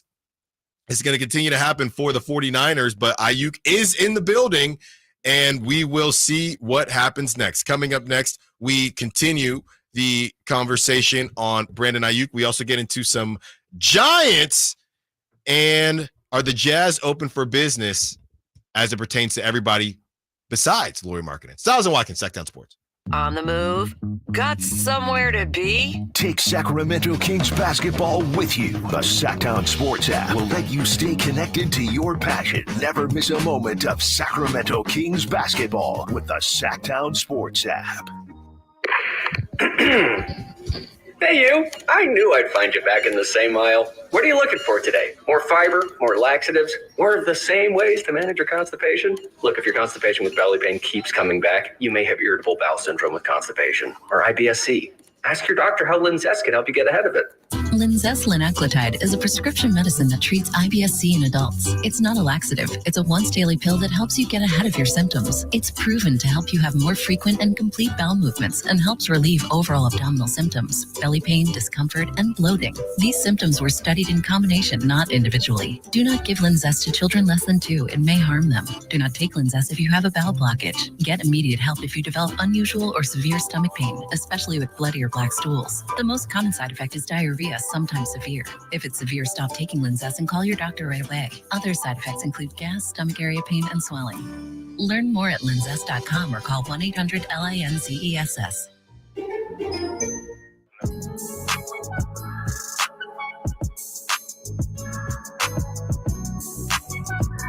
Live and local. Live and local. This is Sacktown Sports. That was the actual quote when John Lynch and Kyle Shanahan were asked whether or not Brandon Ayuk would or would not be traded. And Lynch said, no absolutes there. That's what he said. No absolutes there. If that's not the most GM answer I've ever heard in my life. Yeah. No absolutes there. On either side. On either side. Just not that's quite literally saying I'm not going to say anything. There's yes and no. How about that? How's that for an answer? Will Brandon Ayuk be a Niner? Yeah, no, yeah. Mm-hmm. Maybe. Yeah. No. Stay tuned next time for the next episode of Dragon Ball 49ers. Jeez. Adam Schefter is reporting, guys, we finally have an official injury for Ricky Pearsall. 49ers first-round pick Ricky Pearsall injured his hamstring and will open training camp on the PUP list. Those hamstrings, they can get dicey. So that is why he's not playing and or out there right now. And maybe Brandon Ayuk feels that this could help a little bit. I just don't think it will. Yeah, I mean, I just don't think it will. Yeah, I think it's definitely unfortunate that we can't see Slick Rick out there, and I think he missed a good portion of the rookies being the only ones at camp last week. But I think I think that Ricky Pearsall is going to be in the Niners' plans this year. I mean, I know we talk a lot about Juwan Jennings and stuff, but I do think I can't imagine you take a guy 31st in the draft and not have some plans if he looks as good as what we hear, especially running his routes, that he's not going to get some sort of PT. But how much of that is going to be helpful to them will still yet to be seen. So yesterday we talked to Giants, Chris, but we buried the lead a little bit with Hayden Birdsong, who really balled out for the Giants. That was on Sunday. He struck out 12 Rockies players. Okay. He had 12 strikeouts in Coors Field or at Coors Field, where one mistake and they're taking you the long ball and the long way. And this is from Michael Wagaman on NBC Sports Bay Area. As part of the Giant rotation that includes a 2-time Cy Young winner and a young promising MLB all-star who already established himself as one of the top pitchers in baseball. Hayden Birdsong is emerging as maybe the best of them all, at least right now he is. Making only the 5th start of his young career on Sunday, the 22-year-old phenom didn't flinch once while pitching in the hitter-friendly confines at Coors Field, relying a lot on his breaking stuff. Birdsong set a career high with 12 strikeouts while mesmerizing the Rockies lineup for 6 strong innings, and the Giants got that W. So right after that, he got sent to San Jose, and people lost their mind because people thought, why are you doing this? He's a young guy. The Giants need pitching. Why would you do this at this point in time? And Alex Pavlovich kind of hopped in and explained more of it, Chris, because essentially they have a doubleheader coming up this weekend, and he's going to be up, and that's why he's in San Jose and not Sacramento. But yeah, it's really good to see somebody kind of balling out for the Giants. They did lose last night to the Dodgers. They took the lead and then quickly lost the lead. So yeah, just another guy that, and I know we did the conversation about Logan Webb, and like I said, I do not want to move off of Logan Webb. He's 27 years old. He's entering his prime, but you have some options, and I'm really interested to see what the Giants do here. Yeah, I mean, I think I saw yesterday or this morning that somebody essentially kind of came out as the opposite in what we were talking about yesterday and saying, you can't be this close and this close to a wild card spot after all the work that you did this offseason to push you into a position. I mean, ideally, I think all the moves they made this offseason were to get them firmly in the wild card, but even still 3 games out, that's a series sweep and you're right on the doorstep there. I do think that they're probably, I think you said it yesterday, or might have been Whitey, that they're probably going to fall somewhere in between. But I do wonder if they are going to make a significant move because, like we said yesterday, Farhan is kind of got his back to the wall here. And it doesn't really make sense for them to sell because not only a Farhan situation, but also, they spent all this money in the offseason presumably to make a move into postseason contention. You might as well follow through on it. And, like we said yesterday, you got Robbie Ray coming back. You have an easy schedule or an easier schedule in the back half of the season.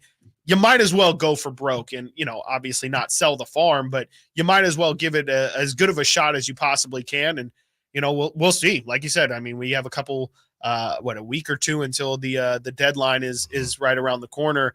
And we'll see. We'll see which way they end up leaning. The teams ahead of the Giants, as far as the current wild card teams, the Braves, who they're not coming off of that. The only reason they're in the wild card is because the Phillies are playing out of their mind. The Cardinals, you never know with them. Maybe they fall off a little bit, and then you have the Mets, who are hot and cold.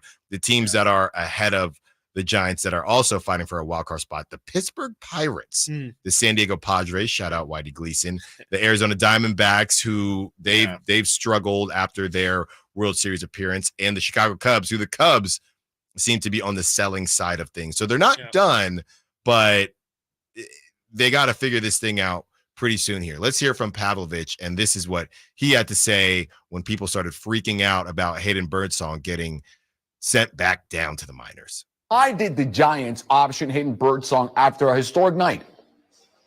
Yeah, it's one of those that looks really weird on paper, but you think about it a little bit, you do a little digging, you get some explanations, and it actually makes a lot of sense.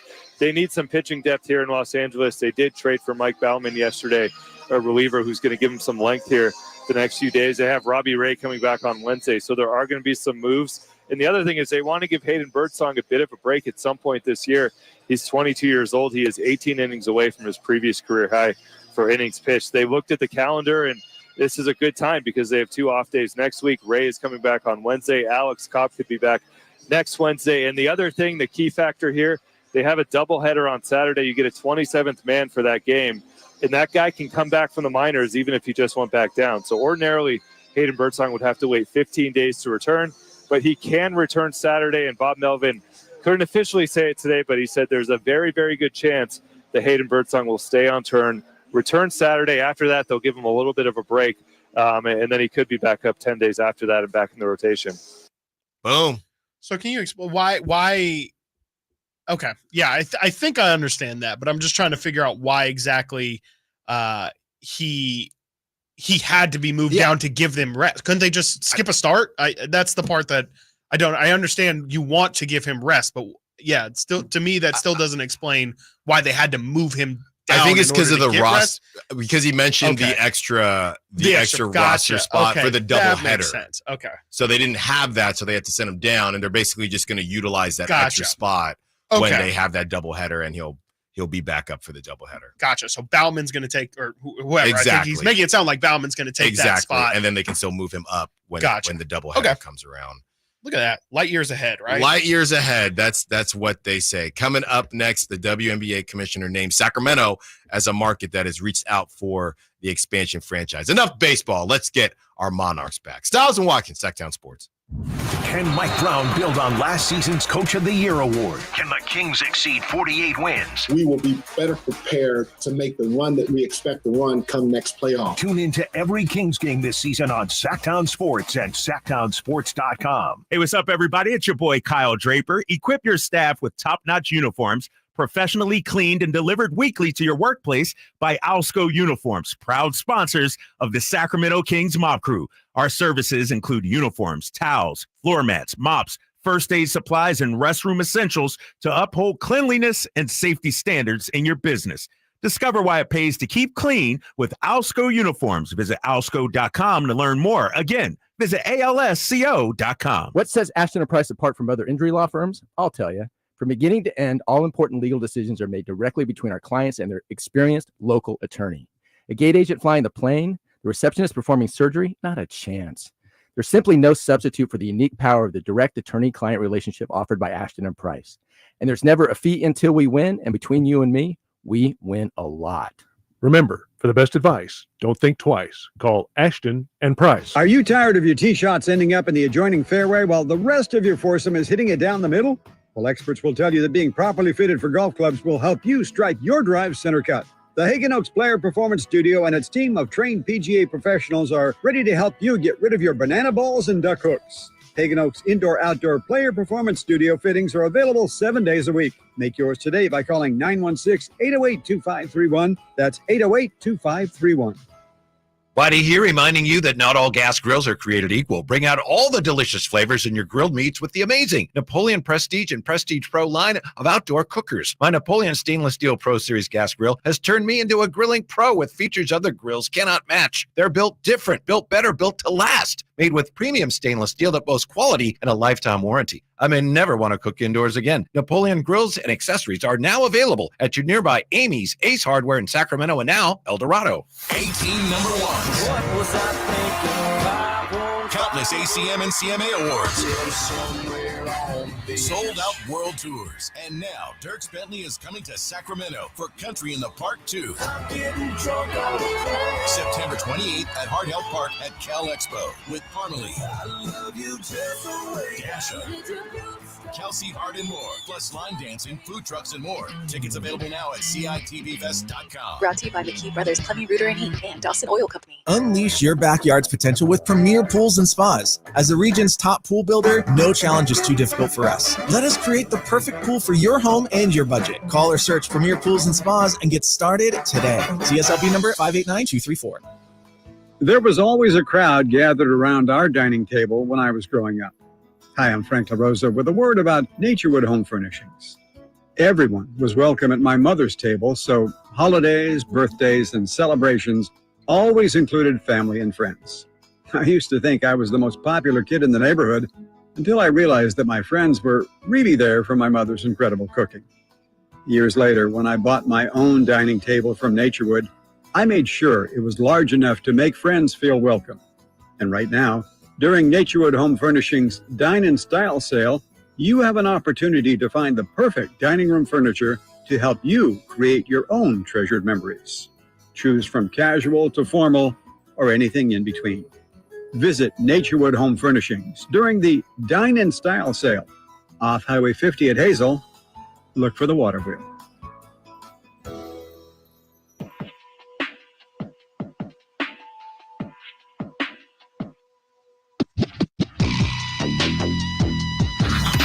Sacktown Sports. Check us out on YouTube. Search Sacktown Sports and subscribe.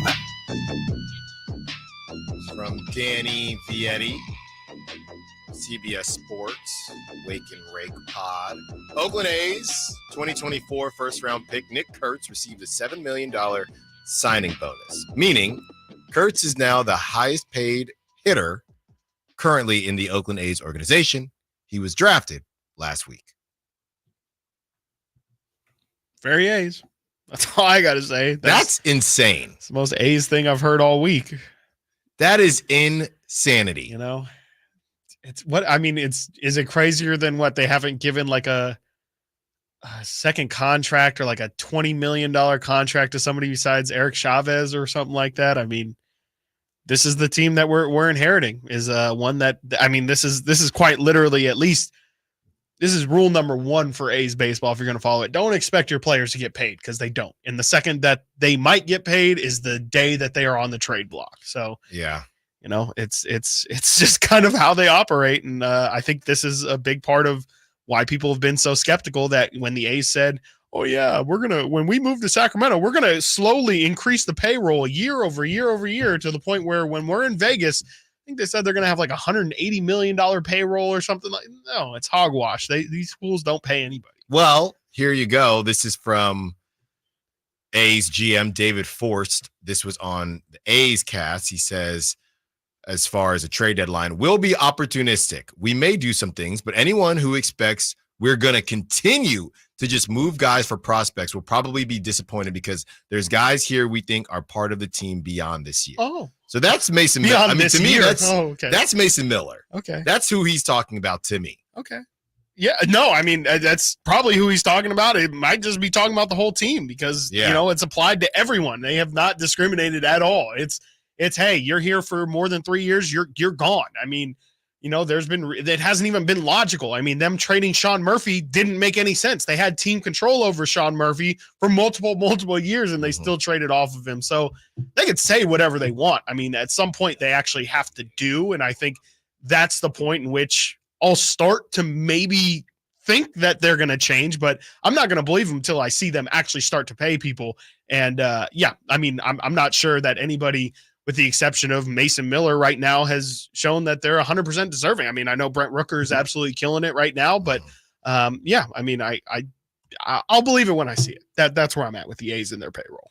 Yeah. And they're saying the right things. And I was going to say Jacob Wilson, unfortunately, he's placed on the injured list right after another hamstring, right after he got his first major league hit. So he's going to be out for a bit, but that's a guy that would be in a different situation because he is basically still a prospect. So it's not prospect for prospects. It's the Mason Millers of the world. And like you said, Brent Rooker and some of these guys that could help some teams that are in the playoff push, but they're saying that they're not going to move anybody. Okay. All right. You might be torn on the A's situation, but I don't think anybody is torn on the Sacramento Monarchs and what they meant to Sacramento and whether or not you'd want them back. The WNBA commissioner, Kathy Engelbert, says that some of these old squads are making a push for a comeback, and she includes the Sacramento squad. What WNBA franchise should we bring back in a non-commissioner way? Pick a city that you've liked. It's hard for me to comment on that because then there'll be a rumor that we have the 15th or 16th team in that city. But obviously, I'll just tell you the ones that have been making a play. Obviously, the Monarchs in Sacramento, the Cleveland Rockers, the Detroit Shock, the Charlotte Sting, and Houston Comets. So they're all I think that all those cities the fans would love to bring a W team back. That's a great answer. She said Sacramento first. She sure did. I definitely heard that too. Sacramento first. That is a very obviously Sacramento. Obviously. Yeah. No, I mean, I'm surprised she said obviously because it has not been obvious that they have been trying to make this push. People have been, everyone, I'm sure people are already typing it, but when Vivek had his big, it was Vivek and Kevin Johnson, when they had their big, the Kings are staying, and they were making their speeches to try and rile everybody up, they hinted and very obviously hinted that this isn't just about the Kings. We're going to try and bring the Monarchs back too. And there's been radio silence on that front. So much so that, as we know, the Bay Area already got a team before the Monarchs have even been rumored to come back. And, I'm not saying that this is any sort of indication that the Monarchs are going to come back because I frankly have questions on whether the W can have those markets be so close together without expanding to other places first.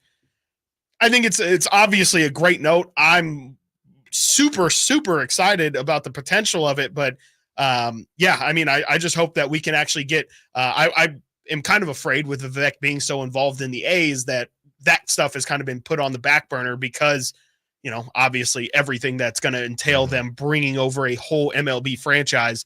I really do hope it happens though. I think Sacramento would be even better than the Bay Area as a market. I mean, I think people are going to definitely go to those Valkyrie games, but the passion's not going to be there the same way that it is here in Sacramento. It would just feel like our team. And to me, I definitely have sensed some excitement from the Bay Area about the Valkyrie, but it hasn't felt like they are just chomping at the bits for those games to start. No, and I think it's all still connected to Steph Curry and the Warriors, man. I think definitely. I think this basketball thing in the Bay Area is they are riding the Steph Curry, and I can't even say Klay Thompson anymore, but that whole era, 100%. right? And once that era ends, if the Warriors struggle, I guess if the Valkyrie, if they're really good, right, maybe there's an appetite, but they're not. If they're not good, yeah, they're not going to be like it was in Oakland. We're going to go. We're going to support our team. It's just not going to be like that. Right. Yeah. Totally. Because now you're moving on to okay. Well, now we're just all Niners fans or whatever it is. Yeah. I think it's all connected That's a great to point. Yeah. the Warriors and how good the Warriors are these last couple years. 100%. I mean, I think that's a fantastic point because, like you said, if they aren't good, I think there's going to be people who show up, but I don't think it's going to be sold out crowds. I don't think it's going to be, besides when the big team, when the Aces come through, when the Liberty come through, of course, when Caitlin comes through, it's going to be packed. But, I think if you put a team in Sacramento, that thing's getting sold out every single game. It doesn't matter if they're playing the Minnesota Lynx or if they're playing the Washington Mystics. People are going to show up every single game for multiple years. I mean, this city loves basketball, I think, more than it loves any other sport. I know Dave and everybody says this is a baseball town, and it is, but I think basketball has just become fundamentally a part of this city and something to have to go during the summer to Golden One Center. I think it'd be great. I think people would embrace it, and I do wonder like you said, if the Valkyrie don't work out, I wonder if Sacramento is the contingency plan. I wonder if there is like an A's kind of situation where, 5 years down the line, if the Valkyrie never really pop, same colors, same everything, just move them over to Sacramento and it's an easy fix. And I'm sure, we would gladly take that end of the bargain. I 100% think that Sacramento would love a WNBA franchise. It's just a matter of if they want us, because I think that they're trying to expand to as many corners as possible right now. And that's kind of what I think is the number one thing working against Sacramento right now. Yeah. You look at the Charlotte, some of the other cities, Charlotte, Detroit, Cleveland, Houston. If you're the W, are you more focused on the biggest bringing back the biggest markets, or is it, hey, we want everybody to eat a little bit? Because if you want everybody to eat a little bit, actually either way kind of ices Sacramento out. Because if you want everybody to eat a little bit, then you're not going to go with Sacramento because you have the Valkyrie now. And if it's about the biggest market, I mean, on that list, who is it, Chris, between Charlotte, Detroit, Cleveland, Sacramento, and Houston? Is it Houston? That's the biggest? Probably Houston. Yeah. That's what I would guess. And I'm looking at a map. I'd argue Cleveland or Detroit. Cleveland and Detroit are both. Cleveland, Detroit, and Houston are probably 3 markets bigger than Sacramento.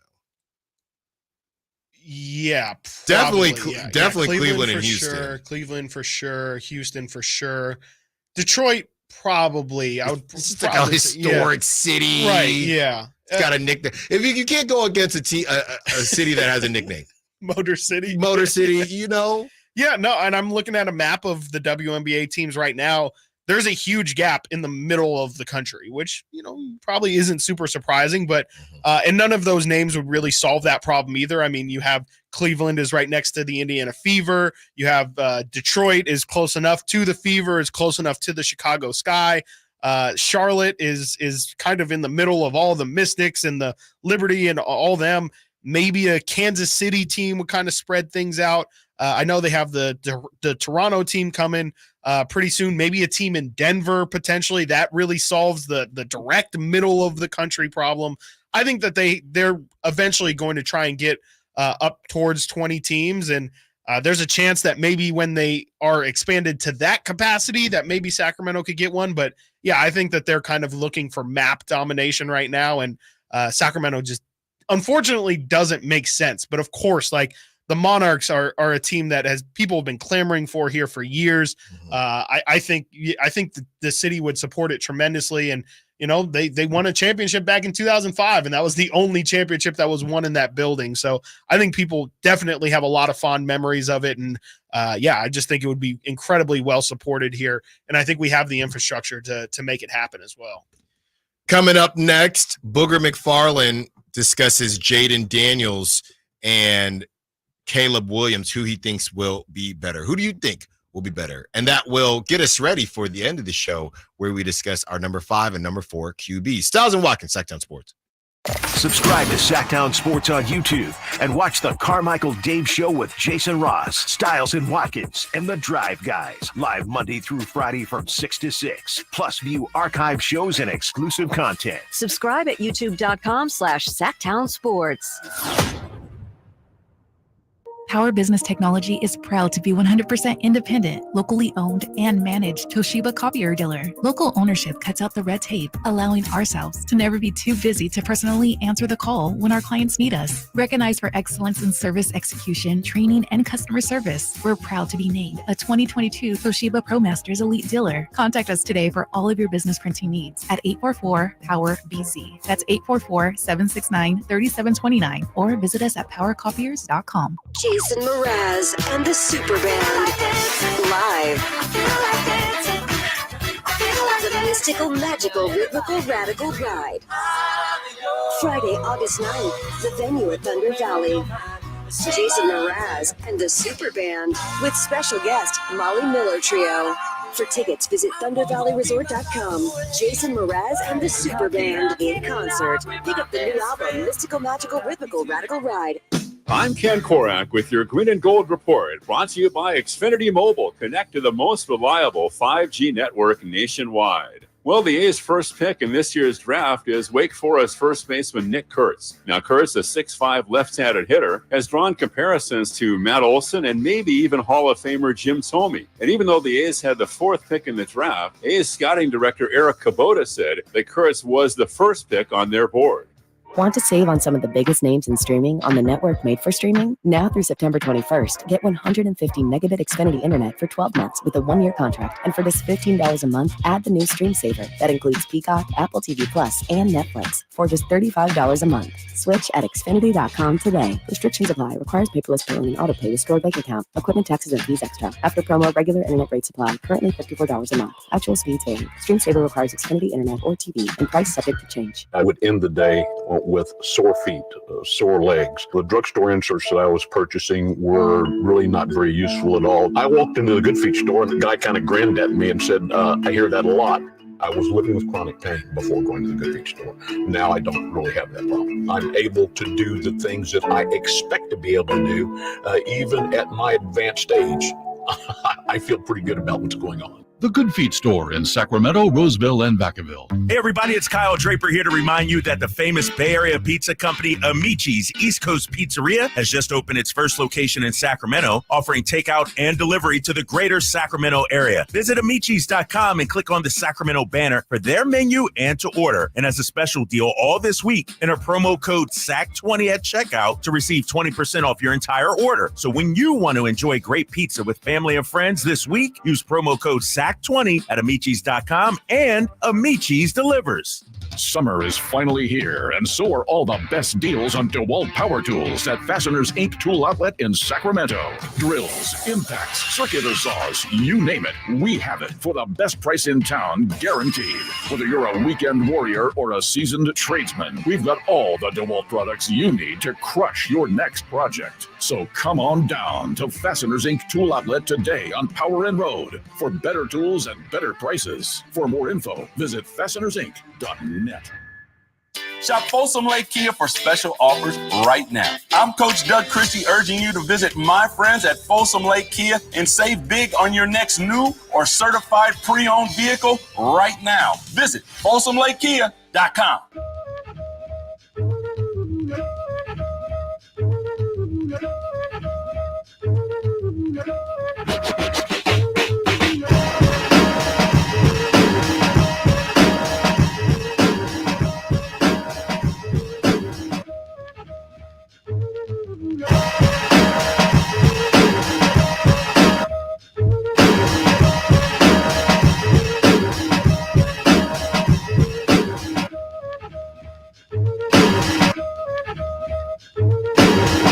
Sacktown Sports. Call at 916-339-1140. Back into some football talk. We will get back into Kings, of course, in the 12:30 round, 12:30, 1 o'clock. But first, Booger McFarland is higher on Jaden Daniels than Caleb Williams. This is what he had to say. Guys, there's some validity to what both Dans are saying, but don't be surprised if midway through the season, we're having a conversation very similar to what we had last year, meaning the number 2 pick, Jaden Daniels, looks better than the number 1 pick, Caleb Williams. Just like we had last year with C.J. Stroud and Bryce Young, because there are a lot of people out of Washington telling me that this young man, Jaden Daniels, not only does he look the part, his teammates know he looked the part. And I think Caleb Williams is going to struggle, and I think Jaden Daniels is going to come out the gate flying. And we're going to have this conversation, Greeny. Mark it down. July the 16th, whatever it is, it's 100 degrees. Did the Chicago Bears make the right pick? We're going to have this conversation again. I just want to start here, okay? Booger is just basically saying it's a feeling. He's not really giving Didn't say anything. tangible reason. Do you guys know the bias behind this? Yes. Yeah, Booger, LSU, Jaden Daniels, LSU. Sure. Yeah. So keep that in mind. He's got a giant LSU helmet right behind him in the video. And what are we doing with that whole thing anyway? I mean, Jaden Daniels went to ASU. Is it just you just want to claim anybody? I know people were Ohio State was trying to claim Joe Burrow at one point because he was at this whole transfer portal thing. Booger, I mean, yes, he went to LSU. You know what I mean? It's not as if, I was there for 4 years. And he won the Heisman. He did. And look, maybe he's right. I would say the difference between CJ Stroud and Bryce Young of last year was that there were question marks on Bryce Young. Bryce Young was almost we don't know who to pick, and he was the best player on the best team. So we have no choice but to pick him. But when he looked like a little kid at the combine, when he wouldn't participate, and he had his backpack on, and there were question marks about how big. That's the thing. You have Kyler Murray, who's undersized, but the kid has close to Olympic speed, right? What is it that I don't think anybody ever knew what Bryce Young did well besides won games? Yeah, I mean, I think people were sold on like him throwing the ball over the middle of the field and his time. Like he was kind of like all the Brock stuff. And he's not done. He's not done. Yeah. No, but I mean, the things that entice people, I think, are all the things that people see in Brock that the timing and not having, the pocket poise and all that stuff and just being able to deliver a good ball, I think is what people initially saw in him. But I think they just overlooked his size and how big of an issue it was going to be when they literally had to check in Andy Dalton to do quarterback sneaks because they were afraid of him getting hurt. So, I mean, and they needed like an extra foot on top of that lean. So, yeah, I mean, I don't understand I'm not even saying I 100% disagree with Booger that Jaden Daniels, is going to be a good player, or he might even be better than Caleb, especially out the gate. But what is his as a talking head, you got to give us something, man. You got to give us a reason why, or else, people are naturally going to point to where Nate went and say you clearly have a bias. I mean, if he gave a reason, I would love to know what it is, but I think everything that I've heard from Caleb, and as a Vikings fan, I'm not going to be here championing any of the NFC North, but I've heard great things about Caleb and his leadership and how things have gone over there. So I don't know really what Booger's going off of besides hearing good things about Jaden Daniels. I don't see why this is, again, another situation where when you're propping somebody up, why does it have to be at the expense of putting down Caleb Williams? Why can't you just say, hey, man, I know we're really excited about Caleb Williams, and he was no doubt the number 1 pick, but I'm telling y'all right now, Jaden Daniels could be a guy. People forget he won the Heisman. He had all these numbers that compare only to, Lamar Jackson in terms of combined rushing and passing numbers. Like, it's just, he could have said what he wanted to say without putting it in the way of, actually, Jaden's going to be up here, and Caleb, he's going to be mid. No need to worry about Caleb. It's just the hot take. Everything is pointed to Caleb being just as good, if not better. Yeah, it's just the hot take kind of situation. But let's just ask it between the three of us, right? Who do you have, or who do you think will be better between the two? I mean, you look at they've made some moves, the Bears have, and definitely that offense is supposed to be better. Obviously, the Commanders have some weapons as well. Right. So who do you think, who's your guess that is going to be better? I think it's going to be Caleb. And I just think Caleb's on another level. I think, they get Keenan Allen. They have DJ Moore, who I'm not huge on, but Rome. Yeah, you got Rome Odunze as well. I keep forgetting about Rome Odunze as well. I mean, he's got talent, and I think the Bears played really well in the second half of last year with Justin Fields, who can't throw, and I can't even remember who was that dude that checked in. I can't even remember what his name is. He won like 2 games for him. He was an undrafted. Yeah, was he a Sacramento guy? No, I hope not. I mean, because I really was not a fan of him, and if he was from Sacramento, then I'm going to have to at least root a little bit for him. But he was terrible. He was absolutely terrible, and they still ended up having a pretty decent end of their season. So I think with Caleb, they're just going to be a problem. I mean, I'm not really afraid that Tyson Bagent. Yes. Yeah, Oh my god. Definitely not a Sacramento guy. He's from West Virginia. There we go. I knew he went to like D2 school or something. Might have even been D3 or something crazy like that. But I mean, they were playing well with those guys at the helm. I think Caleb is going to light it up from day one. I really think Caleb's a special talent. And I think he's going to hit the ground running. So it's not, again, has nothing to do with Jaden Daniels. I think Jaden Daniels is also in a good situation. I think that, with our guy that we keep trying to trade into the Niners, how can I not think of Terry McLaurin? Yeah. He's got Terry McLaurin. He's got some weapons out there. He's got Austin Eckler as his running back nowadays.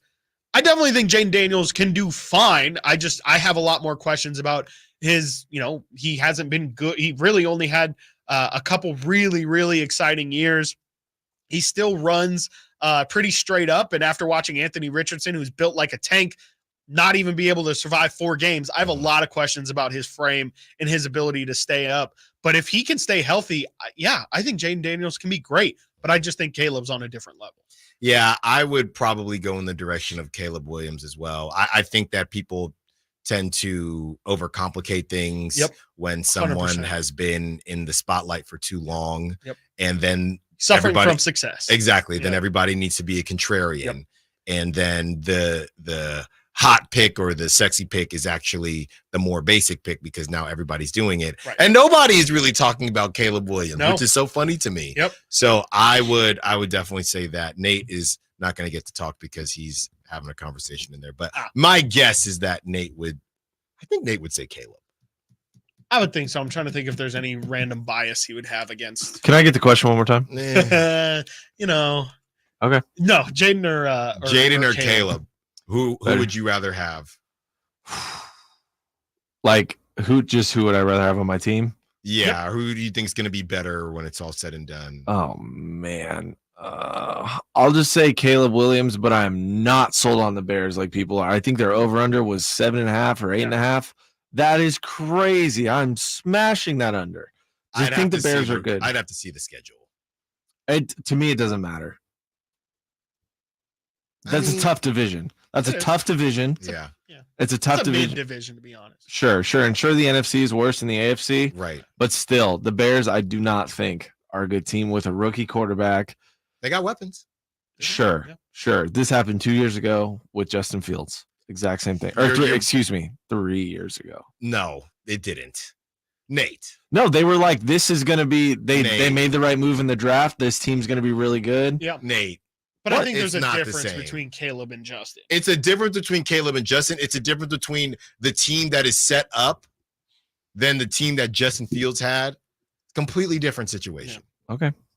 Also, let me just make this point right now. Apology, my football knowledge bad. I said Jarrett Stidham was on the Patriots yesterday. He's not. He's on the Broncos. They have Jacoby Brissett in New England. I wanted you to look at every single backup quarterback. And Jacoby Brissett. We need you to be better. We need you to be better. This is Jacoby Brissett is the guy, Chris, to where when we had the conversation, the bridge QB. Yeah. That's literally Jacoby Brissett. So that's a way better scenario for Drake May. Yes. Than Stidham. So that was like my whole conversation is invalid. Yes. That is a completely different situation than some of these other guys, right? And Caleb Williams, you probably weren't going to sit him anyway. No. But Caleb Williams, Jaden Daniels, Drake May, I guess a little bit more question marks, even though he looked really good when he got interviewed by the Giants. By the way, Shanahan essentially during the press conference alluded to the fact that they would never do it probably was never going to happen anyway, but Hard Knocks, the way they're doing things and all the draft conversation, Kyle Shanahan said, there's no way. Well, you have to miss the playoffs too, the previous year. Yeah.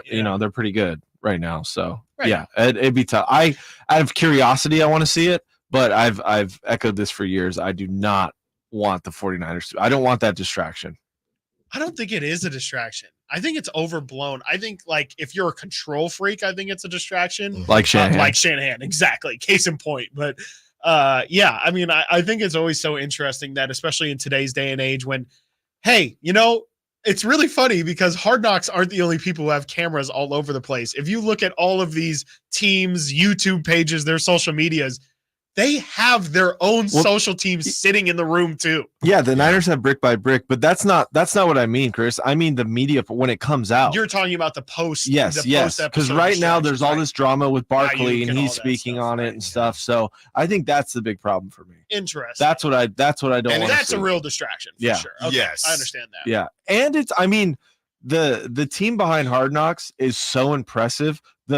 The quickness they turn around episodes. It's insane. I remember the last year the Raiders were in Oakland. I went to a preseason game because I'd never been to the Coliseum. I'm like, I want to see him there. I go, and then 5 days later, that game and that episode was just up. And I'm like, oh, we were just there. Let's watch, it was Gruden. It might have been Gruden's second year in there, but regardless, it was they're crazy over there, the way they do things. Yeah, Really, the bottom line is you just don't need to introduce any new issues. And like we said, Giants came out and said they almost tried to get Jaden Daniels themselves. Right. So now they got to go back and say, hey, Daniel Jones, we love you. Yeah, you're our guy. Some things just don't. Look, maybe for the viewers, great, but some things, if you're a team, you just don't need to divulge. And that's ultimately where we are. The text line is saying, why do we care what somebody with a name Booger has to say? Great point. That's fair. It's a valid That question. is extremely fair. Coming up next, someone on the Sack Chat is trying to get us going here, and it worked. Stiles and Watkins, Sacktown Sports.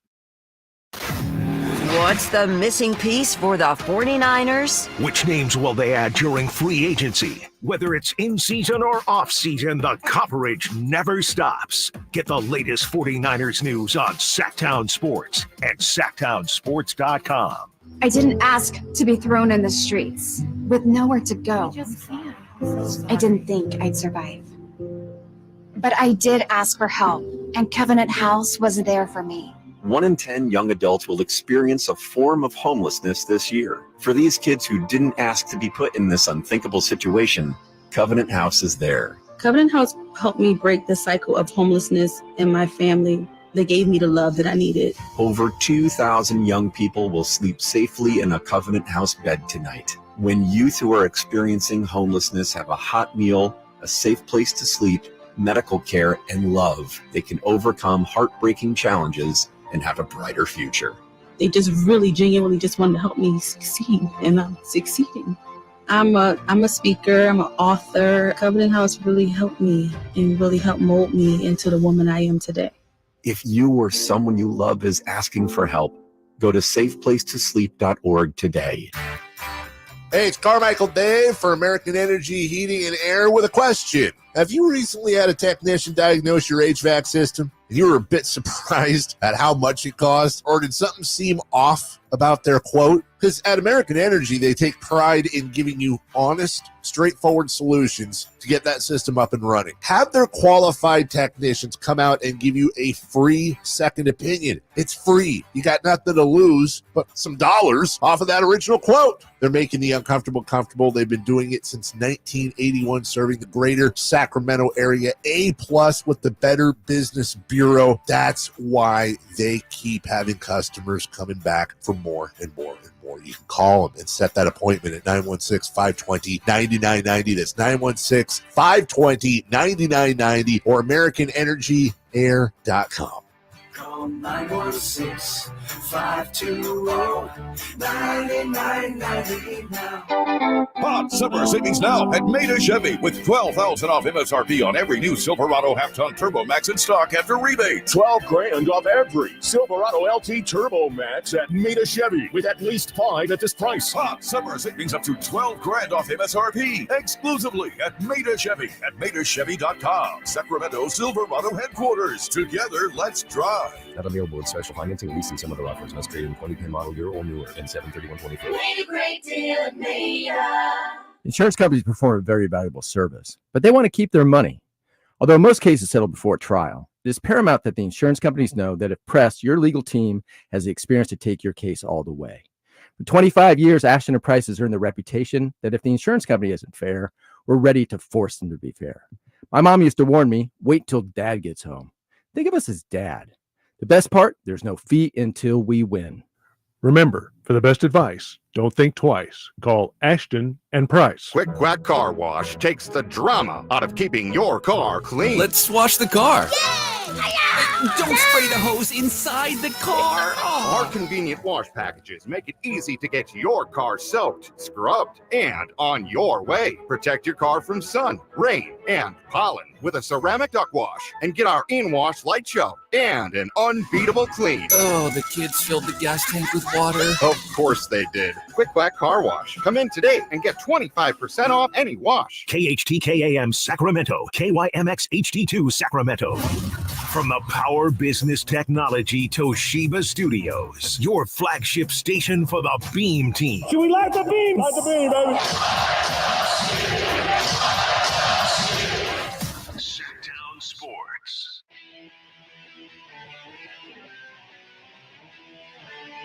Live and local.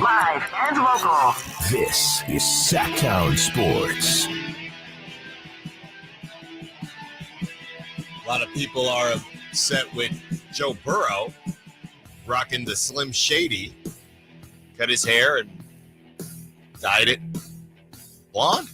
Bleached it. He bleached it. Nate, you bleached your hair back in the day? Never have, but That's I wanted not to. true. I wanted to recently. Frosted tips. I wanted maybe? a frosted tip recently just to be an absolute monster. There's no way you never bleached your hair. Okay, I don't know how to prove that, so I guess you're right Chris?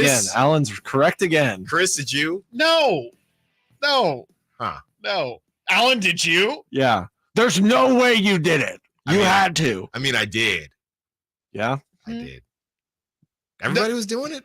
No, Had you to do it. That's not a My mom. Picture. The problem was, I think know we your got the wrong color. Does your mom listen? I don't know if does. she's listening today, but we got the wrong color. So, or I don't know. For some reason, we went with more of an orange instead of the straight bleach. What? So I had an orange fro. I think that was 6th or 7th grade. How orange are we talking? Are we? We're not Auburn. Talking, so we're not talking like a full carrot top here. Okay. No. Yeah, and that's not bleaching your hair. Yeah, well, You dyed it. Yeah, okay. Orange. Miss Stiles, can you send that picture, please? Yeah, I can't imagine know where got it is. It got very colored because you have black hair, and in order to change the color of black Yeah. hair, you have to bleach it first That's right. and then turn it to the color. Well, that you want. yeah. I mean, it was easier to see in the sun, but it was Right, orange. exactly. Yeah. and then when Music Festival, Alan I'm definitely trying to had put it on your head right now. Music Festival. Alan had some orange hair. Brave I will Alan. find those Wow. for you. Yeah, we have to. I will find I those. can't for believe you. this is how we find out. That's about it. right. Thank you, Joe Burrow. Thank you, Joe My Burrow. God. Yeah, wow. No aura. Can't wait to No see you on my aura, list Joe. later, Joe Burrow. Maybe you will, maybe you won't. All right, guys. I don't know. From the 916, Alan Cisco Styles. All right, I do have another Alan story. Cisco is. I do have incredible. another story for that one. So when it comes to Cisco, it was crazy hair day at school. Okay. Okay. And I don't know if my mom at this point in time, because I was too young, because whenever that song came out, what was it? Fifth? I mean, you were probably I was in too young. pre-K, Yeah. but I think I was in either between 3rd and 5th. Yeah. What year was that? Let's see here. Nope, that's not correct. Let's see here. Mm-hmm. Came out in. Oh my goodness, I keep getting everybody's date except for the date that song came out. Thong song came out. 99. in I already 99. There we 99. go. So 99, I'm 9 years old. So yeah, this was 3rd grade, 4th grade. So I guess I don't know. 4. I don't know if we couldn't find silver hairspray or whatever it was, hair dye. So I wanted to look like Cisco. Sure. So did many, by the way. So this is what we cooked up. Okay. We put Vaseline in my hair and then topped it with baby powder. Okay. And it stayed It in looked there? pretty good. It I didn't, know like, that's what I clump? wanted. It I looked want to pretty know good. the quality of it because it looked makes pretty sense. good. It makes stuck. all the sense. It's stuck in there. Vaseline in your hair probably isn't recommended, though. That probably Vaseline's good for you. Not that much. Probably not that much Vaseline. And like, are we talking like a full? We just poured it on, or are we like LeBron? Like, sprinkling it on top? Just like a salt shaker. Yeah, like it's clumping up. I would imagine it clumps like flour. It was a nightmare to get out. Vaseline. It was a nightmare. I probably still have some in it. Yeah, probably. Yeah, almost guaranteed. Wow, so that's funny. Thanks for taking us there. 3 different occasions you have changed the color of your hair. At least 3. Learned. Wow. At least How 3. is this not, I've never done that. Apparently, we should have done a icebreaker segment the first day. Of course, I had the cornrows in 7th grade and dreads. Yeah, for sure. Short dreads, Yeah. not long. Did you ever get to that text that irked you? Because I'm curious what that was. I'm getting to it now. And okay. this was from the Sack Chat from great name, different spelling, but great name from Alan Diamond. Kings have no help for Domas. This is where we're at in the offseason, by the way. Kings have no help for Domas in the paint. He goes on to say, HB was our most athletic player, so we are even smaller now. Alan, why are you doing this to us? HB was our most athletic player. He was not. Why? It's like 6 or 7. Then he says, I'm trying to think the he's list. talking about Chemezi Metu is at least something Vivek can't afford. What? Alan, just hold on, brother. We're almost there. What is the list of let's do Kings athletes here. Let's do Sure. the Kings athlete power ranking here. Malik 1, yeah. Malik 1. And just in terms of like, I would probably say De'Aaron 2. He just doesn't show it often. De'Aaron's definitely. You don't maybe think even argue Fox 1. Yeah, I was thinking Fox 1. I think it's just Malik displays it more often. Yeah, I think De'Aaron obviously. with the De'Aaron can't speed, jump like Malik. He might be able to. He just doesn't show it. Again, like He used to dunk. he used to have like crazy. windmills. He just doesn't show it. 1 or 2. Whatever, One it or doesn't 2 matter. from It's Malik. not Harrison Barnes. I'm Yeah. not. It's Yeah. not Harrison Barnes. So 1 1 or or 2. 2 that, and then next Sure. you have Maybe this is where we could start to filter in HB into the Keon conversation. Ellis. Are we counting DeMar DeRozan? If Yeah. we are, then Yeah. sure, yeah.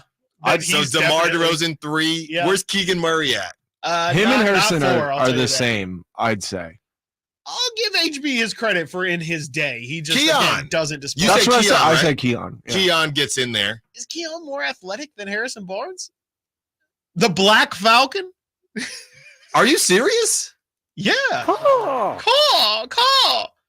HB in the dunk contest, like, again, just because you don't display it all the time doesn't mean you don't have it. I'm taking Keon Ellis right now. I'm saying Yeah. right. He's saying no, right even now. Still, I think. I mean, HB's 30. I think HB still. So HB you're saying hammered it 4th. down. So you're saying 4th. What about Trey Lyles? Where's Trey Lyles at? No. Where's he at though? Behind Keegan? Probably. Yeah. Yeah, I mean they're about the same. Also, like athleticism is kind of like, are we talking jumping ability? Are we talking speed? Are we talking It's the whole package. Sneaky athleticism. Yeah. You never know. It's the whole package. Yeah, I would say HB's probably.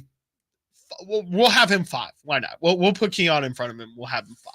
Farmer is saying, what about, are we counting Devin Carter yet? Oh, well, yeah. If you're counting Devin Carter, then for sure. If you're counting Well, DeRozan, you got to count Devin He's Carter. in a sling right now, so it's not very Hey, athletic. man, he can still leap. Where's That's Herder? true. Herder above Trey Lyles? Yes. Yes. Let's not, let's not have the white guy not be an athlete here.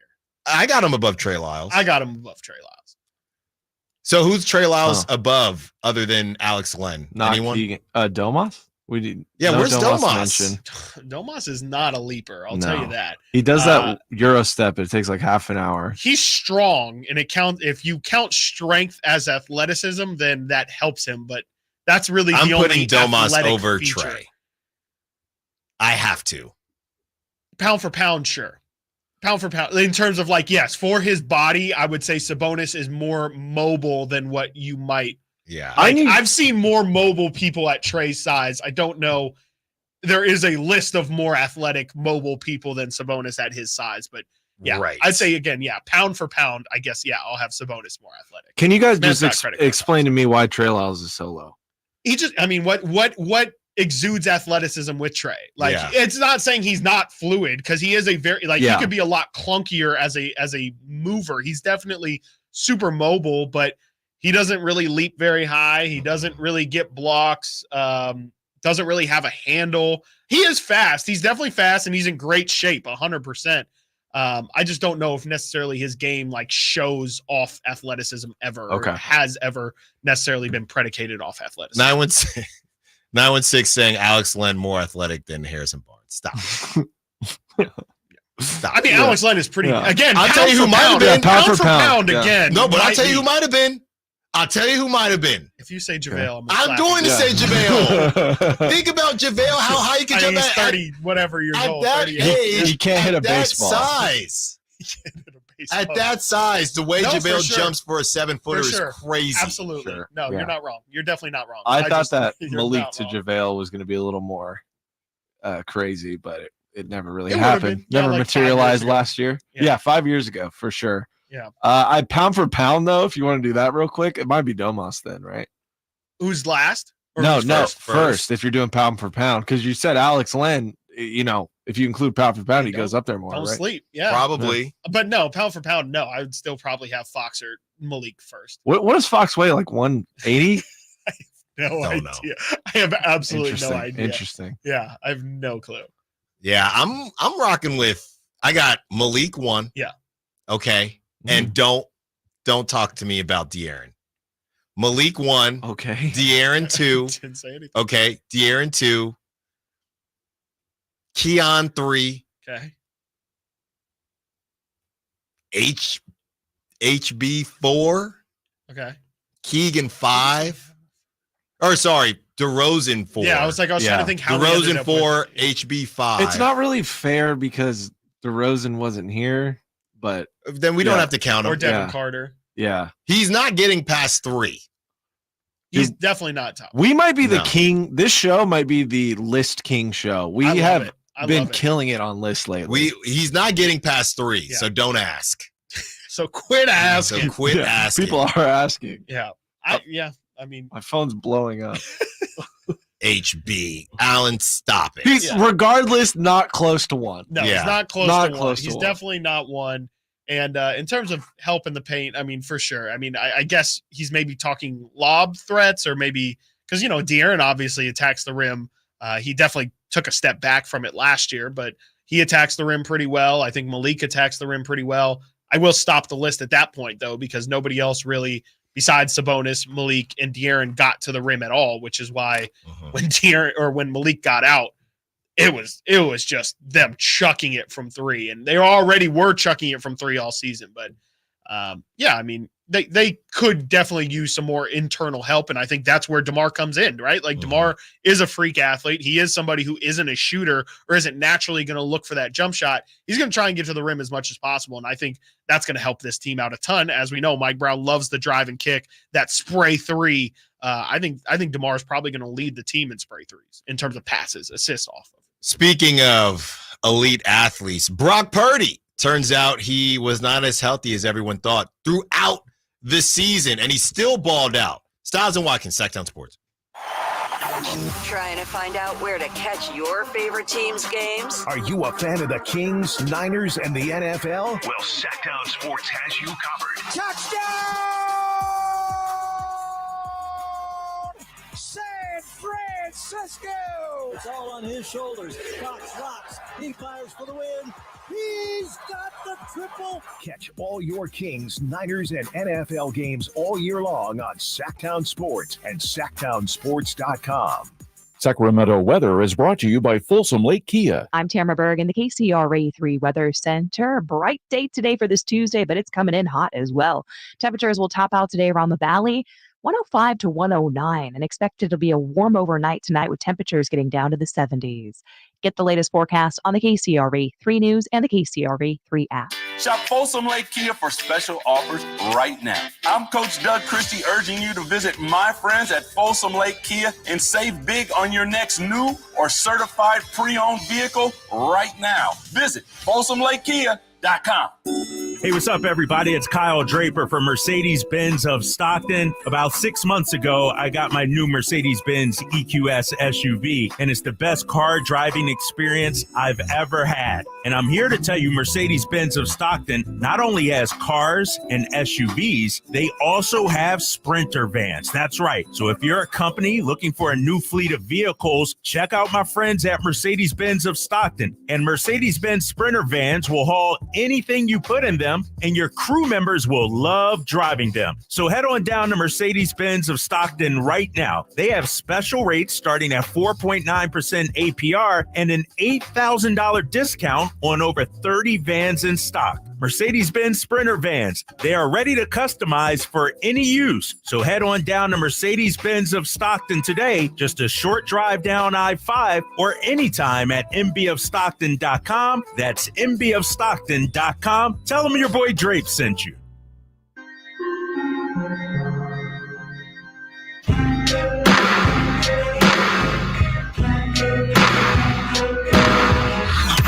Sacktown Sports.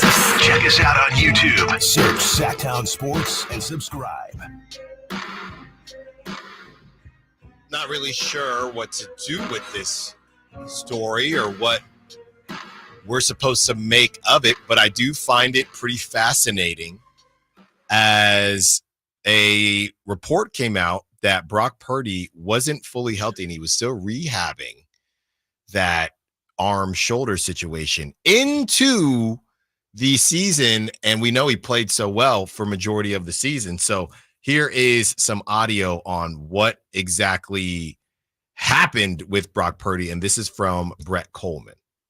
And it was a popular narrative that Brock should have been, right up there at the top of the MVP voting. If you're looking at the season that he had, he crushed like every advanced metric you could possibly crush, right? On the way to the Super Bowl. But when I say the more I learn about Brock, the more impressed I am with him, it was this information that we got in the offseason that he was actually rehabbing through November. He was not healthy to start the year. He wasn't even healthy halfway through the year. He wasn't done with rehab until basically Thanksgiving. And he was still playing at a really, really, really high level. And then, of course, down the home stretch in the back, 6 weeks of the season through the playoffs, he just completely took off. When I am confused because we were told that Brock was healthy. Is this considered lying? What is this considered? I mean, yeah, it's impressive. Don't get me wrong. Yeah, I'm not definitely coming down Brock's road, but from the Niners standpoint, didn't somebody just get in trouble for something similar on Hard Knocks? Yeah, or it was on the receiver show. The receiver show for Yeah. not disclosing an injury. Right. He's still rehabbing, Chris. Right. What do you make of this? I mean, I guess it's that he was healthy enough to play, but maybe not all the way to 100% would be my guess. I mean, obviously they wouldn't have him roll out. I'm looking at it now. He said through Thanksgiving he was pretty much dealing with rehab. That's 11 weeks. That means for a majority of the season he was dealing with this. So, I mean, I would guess that, it is just meant to show how impressive it was that Brock had the season he had. He didn't necessarily take off in those last, what is it? Like I he guess said that he would be did, yeah. 6 games. Yeah, I mean, he definitely continued to play well, and he still had the Ravens game post him being 100%. I would say, the first half of the season was equally as impressive, if not just as, if not more impressive than the second half. I mean, I don't really read much from it except for if you liked what you saw from Brock last year, you're probably going to be more impressed this year because he's going to be 100% healthy, I guess. I mean, it's just that's what he was able to do when he wasn't 100%. What will he do when he actually has 100% of his throwing arm available? That's what I'm reading from it. I don't know what else, we're really supposed to get. Yeah, and I know there were a lot of people that, he can't throw in the rain or with bad weather. So he's got whittle hands. Maybe, that's what I'm trying to say. Maybe that's not an issue this coming season because he is healthier. But besides that, the idea of, he had a lack of arm strength. But let us not forget, I mean, he was the last pick in the draft. It's not as if he had a cannon coming into the league and then all of a sudden post you know what I mean? It's not as if we don't really know unless you watched a bunch of Iowa State games, right? What we were missing. But the idea was never that he did have a cannon to begin with. So he might not have been healthy. Maybe he could have got a little bit more zip, but I'm not really sure how much. The question ultimately is, okay, how are you trying to say he's going to be X amount better than last season? What are we trying to gather from this? I would guess just that, that he's anticipated to be even better next season. And I kind of pointed at it all last season that we weren't really talking enough about. Brock didn't have an off season last year. Like, he was still rehabbing. He didn't get to do all of the just straight up improvement stuff that everyone does over summer to get better. And I think that's going to be a big part of Brock's development. This is his actual first off season of being the starter and knowing he's going to be the starter and getting to prepare for that leading into the season.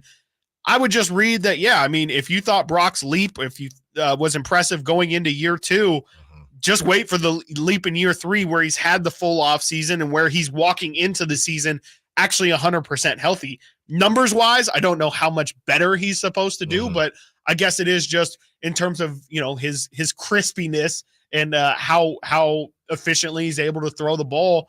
I guess it's just meant to read that if you weren't impressed, or if you were impressed, I guess the best is still yet to come. He hasn't even really been able to fully show us what he's got. So that's what I'm reading from it. But at the same time, again, I don't know how much better he's necessarily supposed to be. He was fantastic at the start of last season. So I will have to see how much better it really can get. Right. And I don't think you're alone. I think a lot of people are curious about how much better it can be. And it's funny because each year with the Niners, it's all right, this has got to be the year they get it done. Right. But if you want to put that as part of the conversation to say, hey, last season, even though last season was supposed to be the year that they got it done, Brock was coming back from injury and didn't get an off season. Everything is running off. I mean, assuming they keep Brandon Ayuk, everything is moving at full speed this season. This is the season where Brock is a year removed from his injury. This is the season now where they have to get it done. And we're just going to keep saying that until they do. Right. And contract wise, this does have to be it. Yeah. Because you're not going, I don't see a world where you have Debo and Ayuk going into next season. There are going to be other guys. We know that we were discussing the cornerbacks, right? They're going to be free agents soon too. So this has to be it. Do you think that there's more pressure on Brock this season or last season? Because going into last season, in terms of, not necessarily, I guess in terms of him being successful, but last season it was, hey, you mess up and there might be a door opening for people to have questions about you. Yeah. Feels like, to what you kind of just pointed at, this season, the pressure is, look, man, you're supposed to be better. Like, we just had the year of you kind of getting up to speed and, getting acclimated with everything. Now we kind of need you to be a little bit more of a guy, not just a part of the system. Right. We need to have you elevate things more than maybe what you have in the past. But that's what they've been selling. Yeah. Right. No, absolutely. They've been selling that he is one of those guys. Yes, they have. So Yep. They're writing checks for Brock that he's going to have to catch. Going to have to, yeah. So I think that it's just last season was that a Jeremy Lin run? Right. Can you be our guy? Yes, you can. This season are you as elite as people are saying that you are, or are you just a functioning quarterback or a functional quarterback? No, and to that point too, like, how important do you think, for exactly what you just laid out, how important is this year for Brock and just kind of cementing a legacy too? Because you know how these things work. If Brock has a bad season, how much work is he going to have to do in seasons after this in order to get that rep back? Yeah. And if he does well this season, how hard is it going to be for us to return back to the conversation in which we were having before Brock kind of popped? So yeah, that's where my mind's at with Brock this season. Yeah, you at the end of the day, you have to strike while the iron's hot. And this could easily, what's crazy is that this could easily be the best roster that Brock ever plays with these last couple of seasons. Yeah. It could. Oh, yeah. It Flat could. out. Yeah. Just, yeah. He's going to get paid. He's got to get paid. Probably will be. Some guys are going to walk. A lot of different things are going to happen. So that literally, could be it as far as this complete of a team. Yeah, 100%.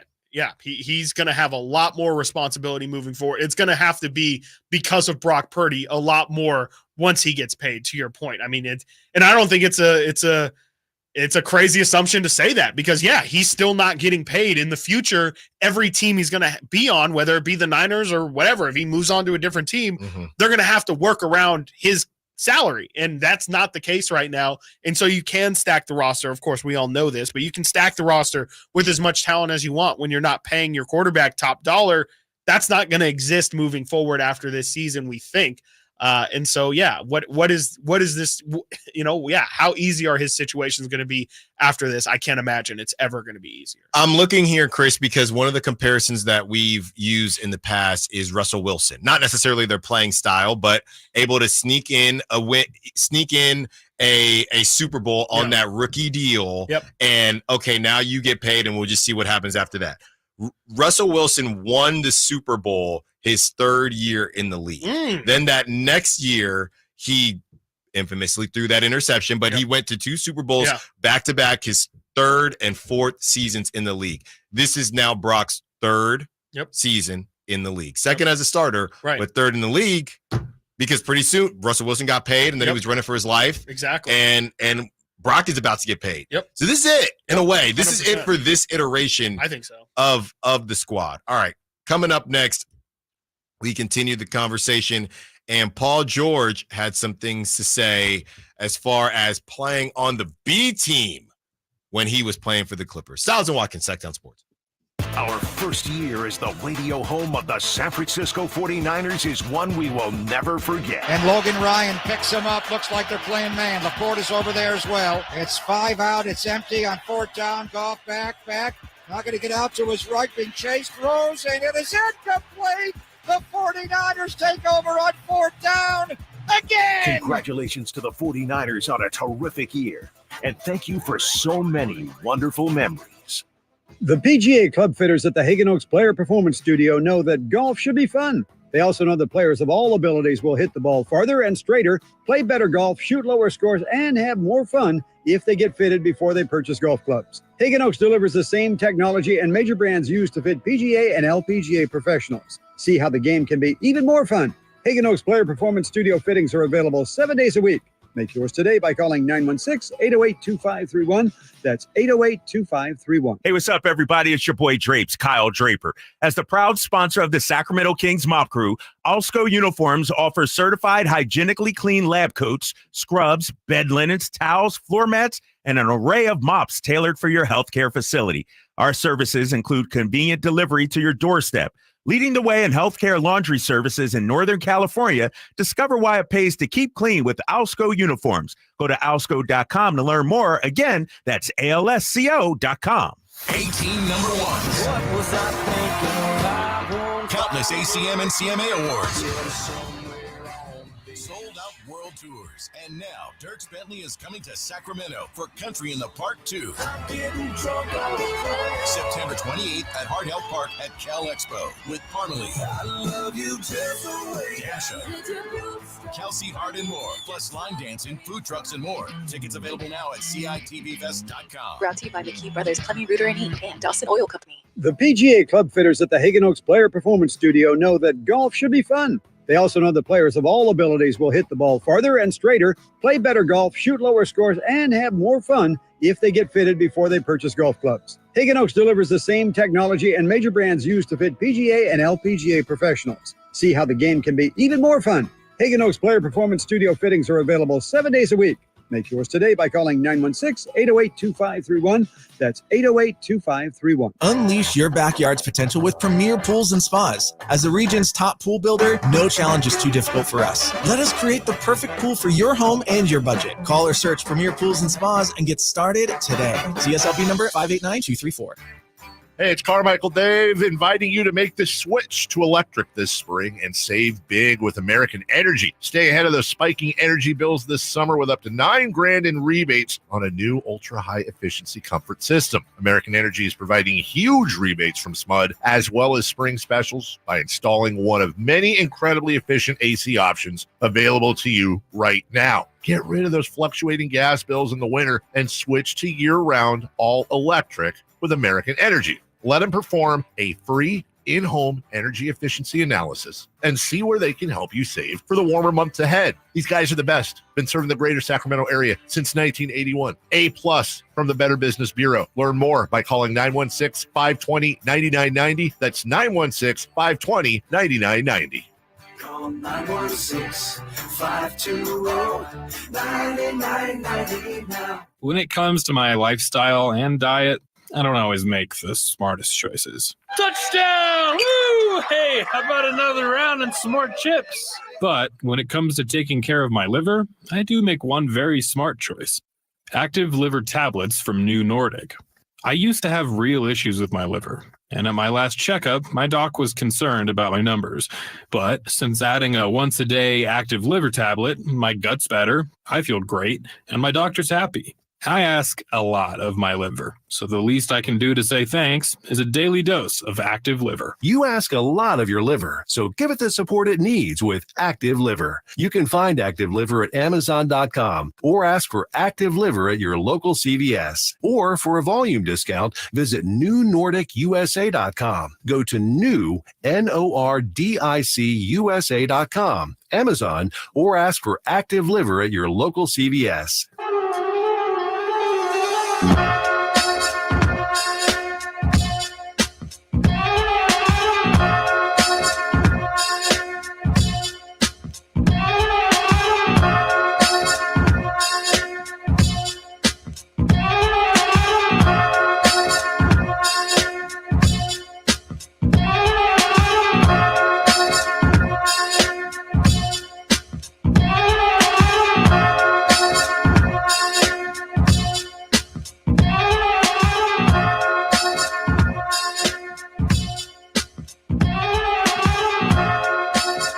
Paul George says he felt he was on the B team when he was on the Clippers. Chris, fair or foul? This was it. I saw the video on your computer. There was 8 people, it looked like, in the room. It was in Vegas. It was just a party podcast.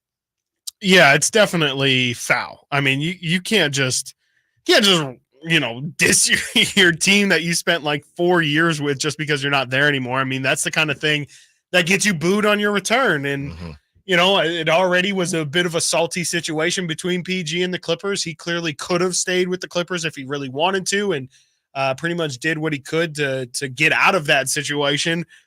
Maybe he just really doesn't care. I mean, I know he's from LA. Maybe he grew up a Laker fan and really never felt anything towards the Clippers. That would be my explanation, but this is not how you curry favor with a fan base. I'll tell you that, because if I could only imagine if somebody said that about the Kings, if they were like, yeah, I was in the second biggest team in Northern California. I never really felt like we had attention on us. I could imagine that Sacramento would probably hate that guy for the rest of eternity.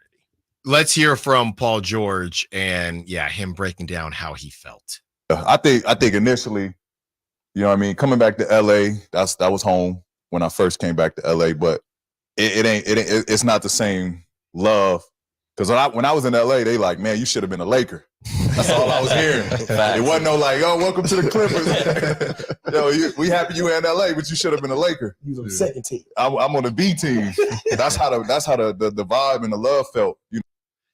They're opening this new arena, right? Do you think obviously they'll never be the Lakers. Yeah. But you had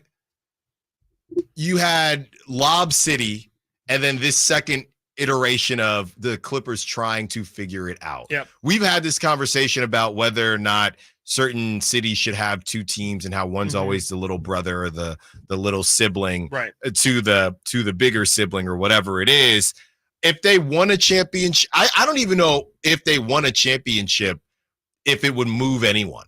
I mean, I think it would, but to the point where we joke about bandwagoners who maybe you were Kings fans, then the Warriors got good, and all of a sudden you're Warriors fans and Lakers and that three-team rotation. I don't know what it would take for a Laker fan to bandwagon to the Clippers. That's what I was going to say is like, I don't even think this is like a normal situation, right? Because like the Laker brand is so like the only comparable thing is maybe Mets and Yankees, but even then, like the Mets always kind of had their niche, right? Like they always had who their fans are. And I guess maybe New York in general, like there definitely are Jets fans. I think a majority of them are Giants fans, but yeah, like the Lakers, there's no shaking that. I mean, the Lakers have such a crazy history in LA, obviously, especially with like Kobe being the figure that he is. I don't think anybody's moving off of that. And I can't imagine even a title in their own unique building in a completely different city. Even, you know, you're in Inglewood now, and then the Lakers play in LA.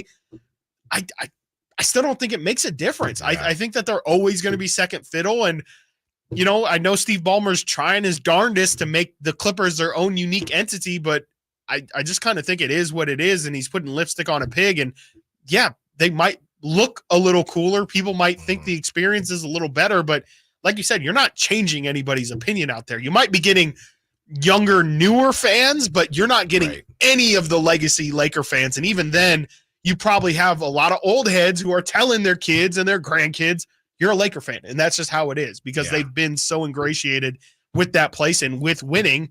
I don't think one title is going to shift anything for the Clippers. Laker fans will probably just say, that's cute, you won one. They could have went on a run when they had Kawhi. If they had taken care of business, and we know they had the Donald Sterling situation, but if they won one back then with CP3 and Lob City, there's a possible. chance. Yeah. It's possible. And then you follow it. If you got one there, and then you get one with PG and Kawhi, now it's, hey, we're respectable now.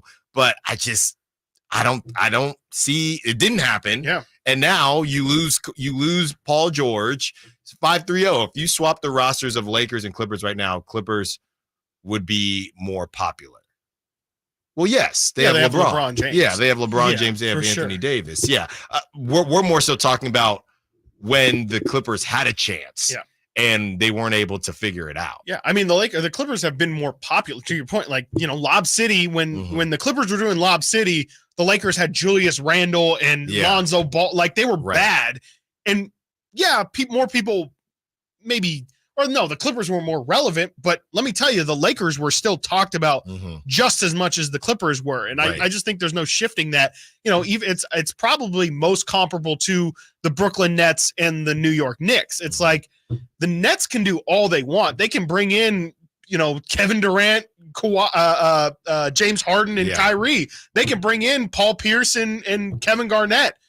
I don't think there's any shaking that Knicks fandom. Like they can again create their own little niche market, but it's never going to reach the levels that the established team there is because it's just too big of a brand. We're not talking about two teams that are fairly similar or a team that maybe like they're popular because they're in a big city, but they don't really have a ravenous fan base. Like if another team popped up in Florida that's close to Miami, I don't think the Miami Heat fans would have a monopoly on it. I'm sure you could make some imprint there. I'm more just saying the Lakers are such a big brand. It's not like you're going against your general, 5 to 30 NBA team. We're talking about one of the biggest legacy brands that there is in sports.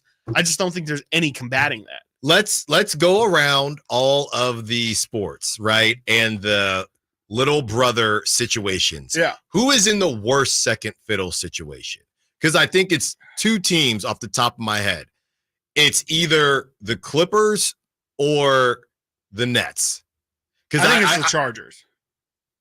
I think it's the Chargers. Chargers have no fans. No, but the Chargers, the Chargers aren't missing fans because of the Rams. The Chargers are missing fans because it's just a mess. I think you know what I mean? I think if the Chargers got rolling here, you could find some bandwagoners because I don't trust the Rams fan base very much. I don't think so because I think that the Rams have previous fans from when they were in LA before, and then those who aren't Rams fans are freaking Raider fans. And you've upset everyone in San Diego from leaving San Diego, so you're getting none of that market, and the LA market never cared about you in the first place. You think the Chargers are in a worse position than the Nets? I do. Yeah. Because they don't even have their own building. Like, at least the Nets have Barclays to hang their hat on. Like, Barclays is a great arena. You know, people did show up still for the KD Nets and things like that. It's just, I mean, that's my opinion. It's definitely not concrete. I just think it's the Chargers. Yeah, I think the Chargers, I just think they're so fickle in LA. I think that I hear what you're saying with the Rams in that background, but it's nothing like the Lakers. It's nothing like the Lakers. No, not even close. Yeah, it's nothing like the Lakers. I think the Mets, they have a niche. Yeah. I think Mets and Jets, they kind of all hang out together. There's got to be somebody so bad we're not even thinking about them too. I gotta look it up. Off the top of my head, it's Nets for me. The Clippers are in a tough spot too. Clippers are really screwed. I don't think anybody they're just the most obvious. They should move. That's how bad in Los. Obviously, they're not now that the Intuit Dome's there. Yeah, Matthew Henson said they should change their name to the Inglewood Clippers. It probably should. Yeah, just be your own identity completely. It didn't really work for the Los. Maybe actually, there's the answer. Angels. Nobody cares about the Angels. It might be the Angels. I think it's the Angels. Because again, it's a team that's so bad, we literally didn't think about that. The Dodgers, we talk about strong brands. Right. There might be I think it's still the Lakers, but the Dodgers might have just as a strong brand as the Lakers. It might be in a stranglehold. And this is if we're saying, hey, same area and different name, because I see somebody saying, what about the A's? And that would be San Francisco versus Oakland, which I think makes it a little bit stickier to compare than LA to LA. Yeah. And this isn't necessarily LA to LA. But the Angels had two of the best players of our generation. Yep. Nobody cared. Not a single soul. And it's in SoCal. I mean, it's in SoCal. It's right next to Disneyland, for God's sake. You can make a whole weekend. You can make a week of it, actually. Nobody cared. Garrett Young is saying this is a good one. Good call by Garrett Young, the White Sox. Oh, yeah. I mean, for sure. White Sox worse than the Nets, though? No. Not to me. I don't know how many White Sox fans there are. That'd be my own. Because they're so bad. They've been so bad. I mean, I know they maybe won. What was it, 2000s. Yeah, 05 they won. Mid-2000s, they were decent for sure. But, they've just been so bad for so long. But they have their whole thing, the South Side. South Side, yeah. Yeah. And I've also never been to that area, so I can't speak to how the locals feel about that, because that's really what matters. They had Tim Anderson. Before he got punched. They never had Maglio, did they? Maglio Ordonez, was that them, or was that the Tigers? I always get those. Pretty sure that's them. The mid 2000s. Those two. I always. Well, that's the problem. You're confusing them with other teams. Well, I still know that they haven't been relevant in a while. 279 says San Diego was a Raider town too. Raiders always have the most home games every year, thanks to wherever the Chargers are playing. No, there was that game in Carson City, right, when they played at the soccer stadium that was just full of Raider fans. Yeah. Well, the problem is now Raider fans can't. Now, that's funny.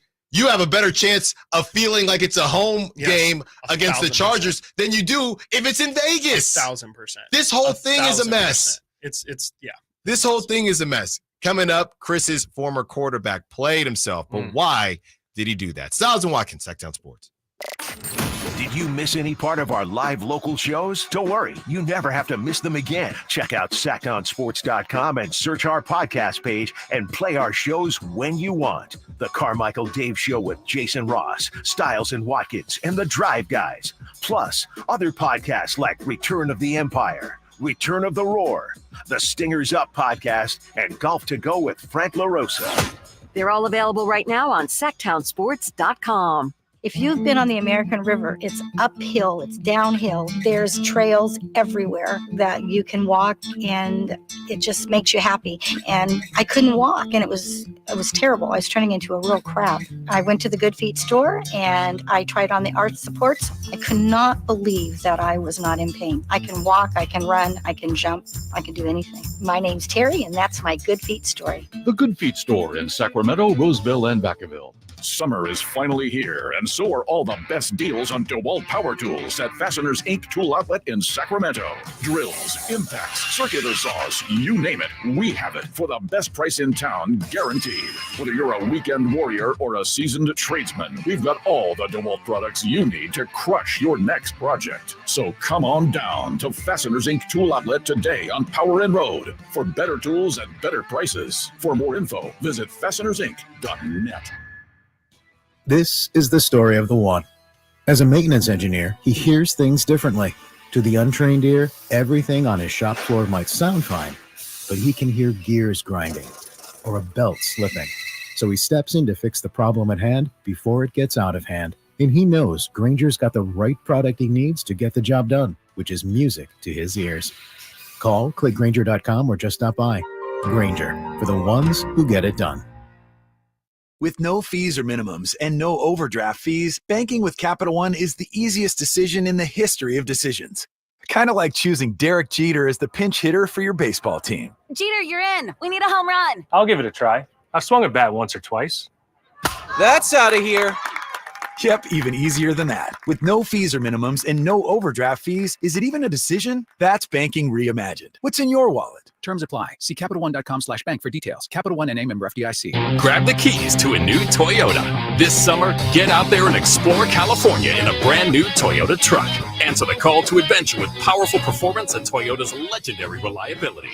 Don't miss a low lease on the fully redesigned 2024 Tacoma or low 1.99% APR on 2024 Tundra and Tundra Hybrid. It's time to make this summer one to remember.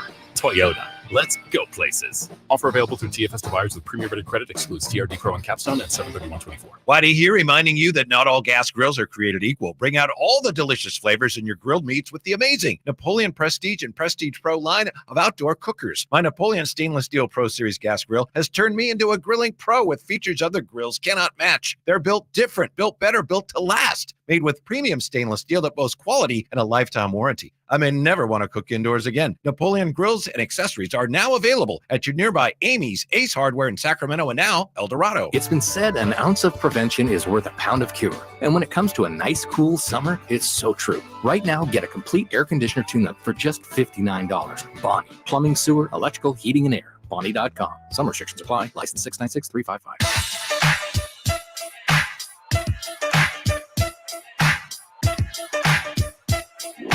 Sacktown Sports. Call or text at 916-339-1140. 530 has looks like a post that they are sending to us via text. Anaheim, the Angels' home attendance has passed 3 million for the 14th consecutive season, the club announced on Friday. The Angels' streak of drawing at least 3 million fans is the second longest in baseball, behind only the Yankees, who have done so for 18 straight. They go on to say, outside of Anaheim, no one cares about the Angels, but my father-in-law lives in Anaheim, and that's all you see there. Wow. Okay, take them off the list. Every day's a school day. There you go. The Disneyland effect. You go ride the Matterhorn, go watch the Angels. Straight Space Mountain, you just fly out of Space Mountain, you just land right. Straight in Real there. quick, it's summer. Okay. Favorite Disneyland ride? That's Space a tough Mountain. one. Are we talking Disneyland proper or Count just the both of them. whole? Count both of them. I really like Toy Story Mania, honestly. It's really fun. Yeah, Did they get always Midway a long Madness? wait? Always Midway a long Madness. wait. Yeah, I like the Matterhorn. I like Splash Mountain. I'm probably going to go with Space Mountain. Oh, it's either Space Mountain or Indiana Jones. Okay, yeah, Splash Mountain's gone now though too. Yeah, it's It is. Tiana's, They're turning it to Tiana's Wild Ride. I think it's out. I think it's. Did they get rid of? I think it was California Adventure. Did they get rid of the Tower of Terror, the hotel? Yeah, that's my rethemed favorite. it, Yeah, it's Guardians of the Galaxy. That's my favorite ride. Good music. It's Good so music on fun. it, yeah. They rethemed it. Yes. Yeah. It's crazy now. Yeah. I liked it scary. It's different. It's definitely different. It was a great theme before. Yeah, the Tower of Terror was awesome, but yeah, they did a good job with the Guardians thing. It's pretty cool. They have, like I said, good soundtrack. It's still, all intents and purposes, it's the same ride. The California Screamin' too. They themed it now in Incredibles. It's called the Incredicoaster. I haven't been on it since they rethemed it. It's pretty good. It's pretty good. It's been a couple of years. Fast. I used to go to Disneyland like every year. It's I been do. probably like 6 or 7 years. I have a major crush on Mrs. Incredible too, so it's a nice ride. I also haven't been since they built the Star Wars land. So. Oh, I have. I hear it's great. It is. I hear it's incredible. It is a good time. 279 says Tiger fans are non-existent. No one in Detroit cares about baseball. Well, but there's no other Miggy team there. When they had Miguel Cabrera. Yeah, absolutely. Prince Fielder. That's rough. Verlander. It's just rough in Detroit right now. Yeah. You got the Pistons. Not just you got right the now. Tigers. Yeah. You got the Lions. At least you got the Lions. That's how you know it's bad. When the Lions are your saving grace, that's how you know now. you're down bad. That's great that they're good, but the fact that the Lions are the good team is telling you how long they've been waiting. Yeah. They waited so long that the Lions finally got good, not the Pistons, who actually have like a history of winning, or any of the other teams there. The Tigers got their back-to-back years, right? Or something like that. Couldn't get it done, and it's the freaking Lions that you're putting all your faith in. Miguel Cabrera, Triple Crown winner. I mean, that was a guy who balled out, but same idea, just wasn't marketed that well. Not at all. Yeah, and then you blinked and, his run is done now. Yep, completely. Coming up at 1:15, we're going to have some fun as we continue these hypotheticals. You can add any player to the Kings, okay? This is where we're at now in the summer. You can add any player to the Kings, but they have to win a championship. If they lose, the Kings will leave Sacramento. Golden One Center is just removed. Just from removed. the earth. This is straight up Space Jam. Yeah. You can pick anybody you want to add to the roster. We don't care about any type of costs or anything like that. The price tag, you can add anybody, but if you lose your Sacramento Kings. That's at 1:15. Okay, Chris. Or excuse me, that's at 1 o'clock. Okay, Chris. Your boy Kirk Cousins, he left somewhere. He left Minnesota thinking that Atlanta wouldn't do exactly what they did. So essentially, he played himself. I know you got this breakdown. Yeah, I saw this the other day. This was Kevin Seifert, who's one of the best football writers out there. He writes for the Vikings for ESPN.com. The story wasn't initially about Kirk Cousins. It's really about just how the Vikings went from Kirk Cousins to eventually J.J. McCarthy, and how it was really a 2-year plan in which they had laid out, so much so that they told Kirk, like they let Kirk know what the plan was so that he could be on board with it. The plan was still for Kirk to start this coming season for the Vikings, but they obviously had a contingency plan that Kirk Cousins was not on board with and found a different situation. The key passage from that article from Kevin Seifert was Coach Kevin O'Connell leveled with Cousins after the season. The Vikings' 3-6 record after his injury had exposed the dangers of not looking beyond a 36-year-old quarterback. With their draft position, number 11, being their highest in a decade, the team decided to tap into a deep 2024 quarterback class and find its next starter. But no one, not ownership, not Kwesi Adolfo-Mensah, and not Kevin O'Connell wanted the rookie to play right away. Cousins would have been their starter in 2024 and possibly even longer. And I can't confirm that because right now they're talking about Sam Darnold starting in Minnesota. So they always had the intention of drafting a rookie. I think at first it was definitely Drake May. I think the hype got too much around him, and he obviously goes 3. They're more than okay with J.J. McCarthy, but they always knew that he wasn't going to start year 1. And the fact that Kirk Cousins leaves to the Falcons thinking, okay, I'm going to go to a situation where they don't have a quarterback, and I can at least ride out the rest of my career there because there's no intention of going that rookie route. He ends up being in the same situation he would have been in Minnesota. A lot of the reports say the Vikings were going to offer him, or even did offer him, a similar contract to what he eventually took in Atlanta. So it's quite literally like the dude just switched teams and kept the same situation. And I just wonder, as somebody who, I obviously have a bit of an interest in this, but should Kirk have just stayed in Minnesota and ridden it out with a defined plan instead of going over to Atlanta? And of course, I don't think there's any way he could have seen that the Falcons were going to take Michael Penix at number 8, but he ends up in the similar situation. I wonder if he's sitting there today saying, dang, I should have just stayed comfortable. I could have gotten the money. I still have Justin Jefferson. Now I'm in this Atlanta situation where I think in Minnesota, they would have given him a little bit of a leash, a little bit of some breathing room. Now he's with what he's getting paid by the Falcons. It's Kirk. You better produce in the first 6 games, or else we're going to look at Michael Penix, who, let's not forget, is already an older rookie and somebody who you have to maximize his rookie scale contract as much as possible right now. I feel like Kirk completely ruined for someone who's been incredibly savvy about every single free agency decision he's made. This seems like a really big miscalculation from him, and something that seriously could damage like the last year or 2 of his career, where I think he would have had a spot in Minnesota. I think there's almost a guarantee he's not going to be the Falcons quarterback in 2 years. I can almost guarantee that. Unless something has gone terribly wrong with Michael Penix. You know, funny enough, Chris, on that Bleacher Report power rankings list, they have the Vikings at 23 and the Falcons at 22. So team-wise, they're basically saying it's the same thing. But that's with Kirk.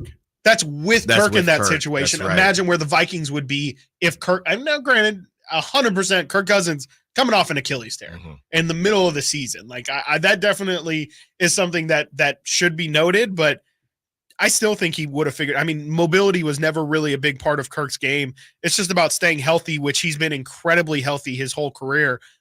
I mean, you know, I'm pretty glad that Kirk Cousins, I don't have to think about him as my starting quarterback for the next 3 years, but I just feel like undoubtedly the Vikings would have been a better situation for him for the familiarity and the weapons around him. You know, the Vikings, again, I'm going to say it all year. They got Aaron Jones. They got Jordan Addison, who might get suspended to start the season, as he rightfully should.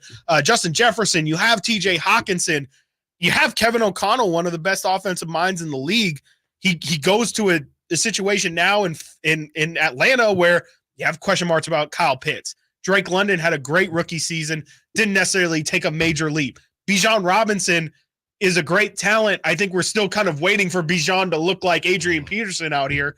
And now they have Raheem Morris, who is definitely well-liked, well-respected, but he's also a defensive coach, not something that's necessarily going to be helpful for Kirk Cousins.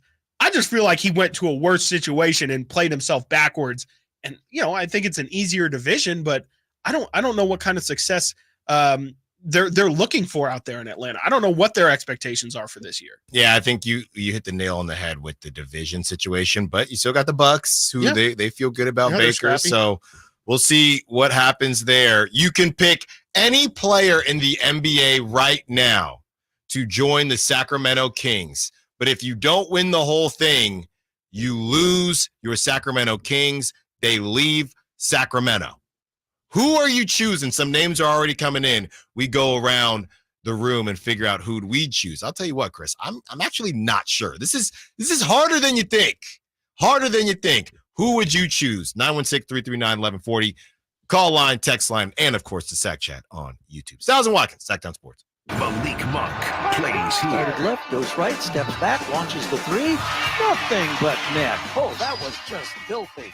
Oh, my, that was sweet. Sacktown Sports is your proud home of the Sacramento Kings. I didn't ask to be thrown in the streets with nowhere to go. I didn't think I'd survive.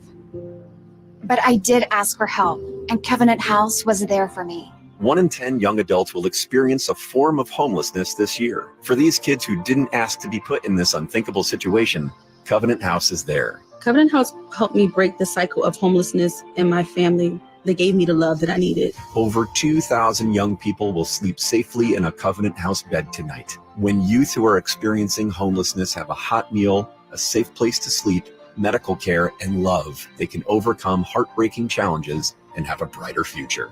They just really genuinely just wanted to help me succeed, and I'm succeeding. I'm a speaker, I'm an author. Covenant House really helped me and really helped mold me into the woman I am today. If you or someone you love is asking for help, go to safeplacetosleep.org today. I'm Ken Korak with your Green and Gold Report, brought to you by Xfinity Mobile. Connect to the most reliable 5G network nationwide. Well, the A's first pick in this year's draft is Wake Forest first baseman Nick Kurtz. Now, Kurtz, a 6'5" left-handed hitter, has drawn comparisons to Matt Olson and maybe even Hall of Famer Jim Thome. And even though the A's had the fourth pick in the draft, A's scouting director Eric Kubota said that Kurtz was the first pick on their board. Want to save on some of the biggest names in streaming on the network made for streaming? Now through September 21st, get 150 megabit Xfinity internet for 12 months with a 1-year contract. And for just $15 a month, add the new Stream Saver that includes Peacock, Apple TV Plus, and Netflix for just $35 a month. Switch at Xfinity.com today. Restrictions apply. Requires paperless billing and auto pay to store bank account. Equipment, taxes, and fees extra. After promo, regular internet rates apply. Currently $54 a month. Actual speeds vary. Stream Saver requires Xfinity internet or TV and price subject to change. Bonneville International Radio Station contests are open to participants at least 18 years of age and older that are residents of California and who reside in one of the 6 counties that make up the Sacramento metro area, unless otherwise specified. Employees or agents of the station, Bonneville International Corporation, other area radio stations, or any entity associated with the contest are not eligible to win, unless the station otherwise specifies in its own discretion. Persons who have won in the last 30 days from a station contest or event may not be eligible. For a copy of the general contest rules, visit khtk.com. Jason Mraz and the Super Band. Live. The mystical, magical, rhythmical, radical ride. Friday, August 9th, the venue at Thunder Valley. Jason Mraz and the Super Band with special guest Molly Miller Trio.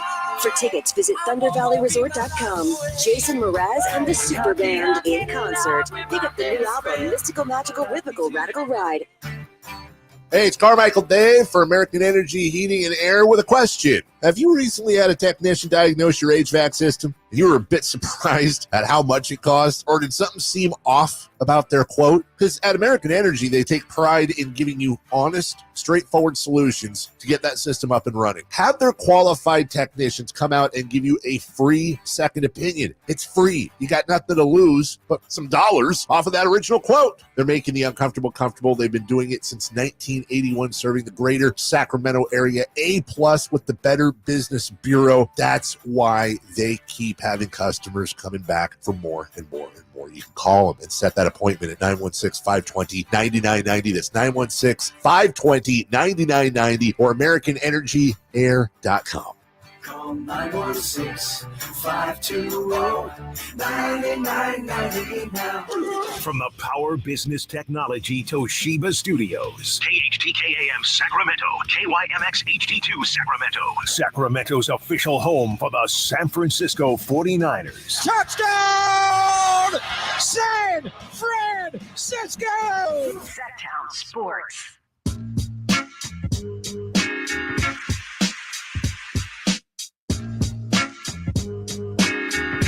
Live and local. Live and local. This is Sacktown Sports.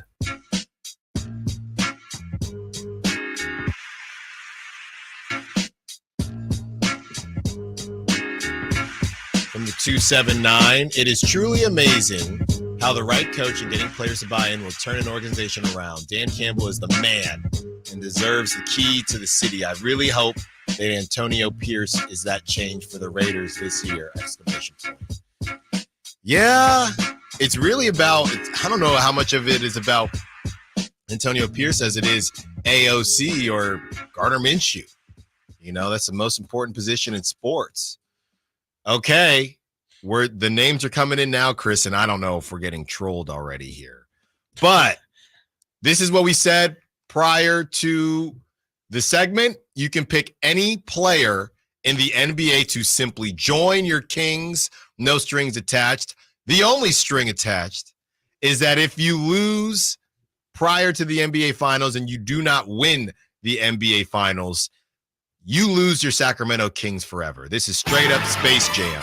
Ooh. Okay, hey, you get one team. You get one chance to win your championship. You can pick one player. But if you lose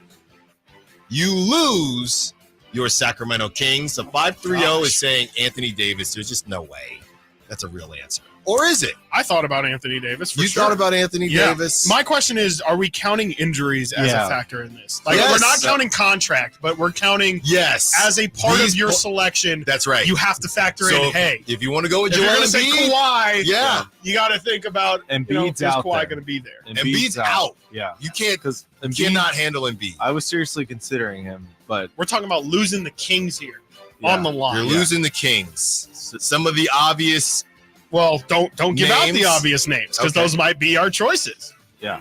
Well, I thought we could workshop this. I thought So should we workshop pick one? I don't know what I'm gonna do. So okay. Well, then Alan, you know? Yes, we'll do this like we're ordering food, and Alan will just go last. Yeah. Yes. He's still looking at the menu. Yes, he's still looking at the menu. Quite This is like a Big Bear Diner menu. That's here. right. Like this Yeah. is multiple pages, Cheesecake front and back. Factory. Yeah, Cheesecake Factory. Yeah. Yeah, Which absolutely. cheesecake you're gonna get? Yeah, I think I'm just gonna go with Jason Tatum. thought about him. That's what I'm thinking. I thought about it. I think just Jason Tatum, like Tatum, kind of fits in. you're gonna lose the Kings. Let him explain. Okay.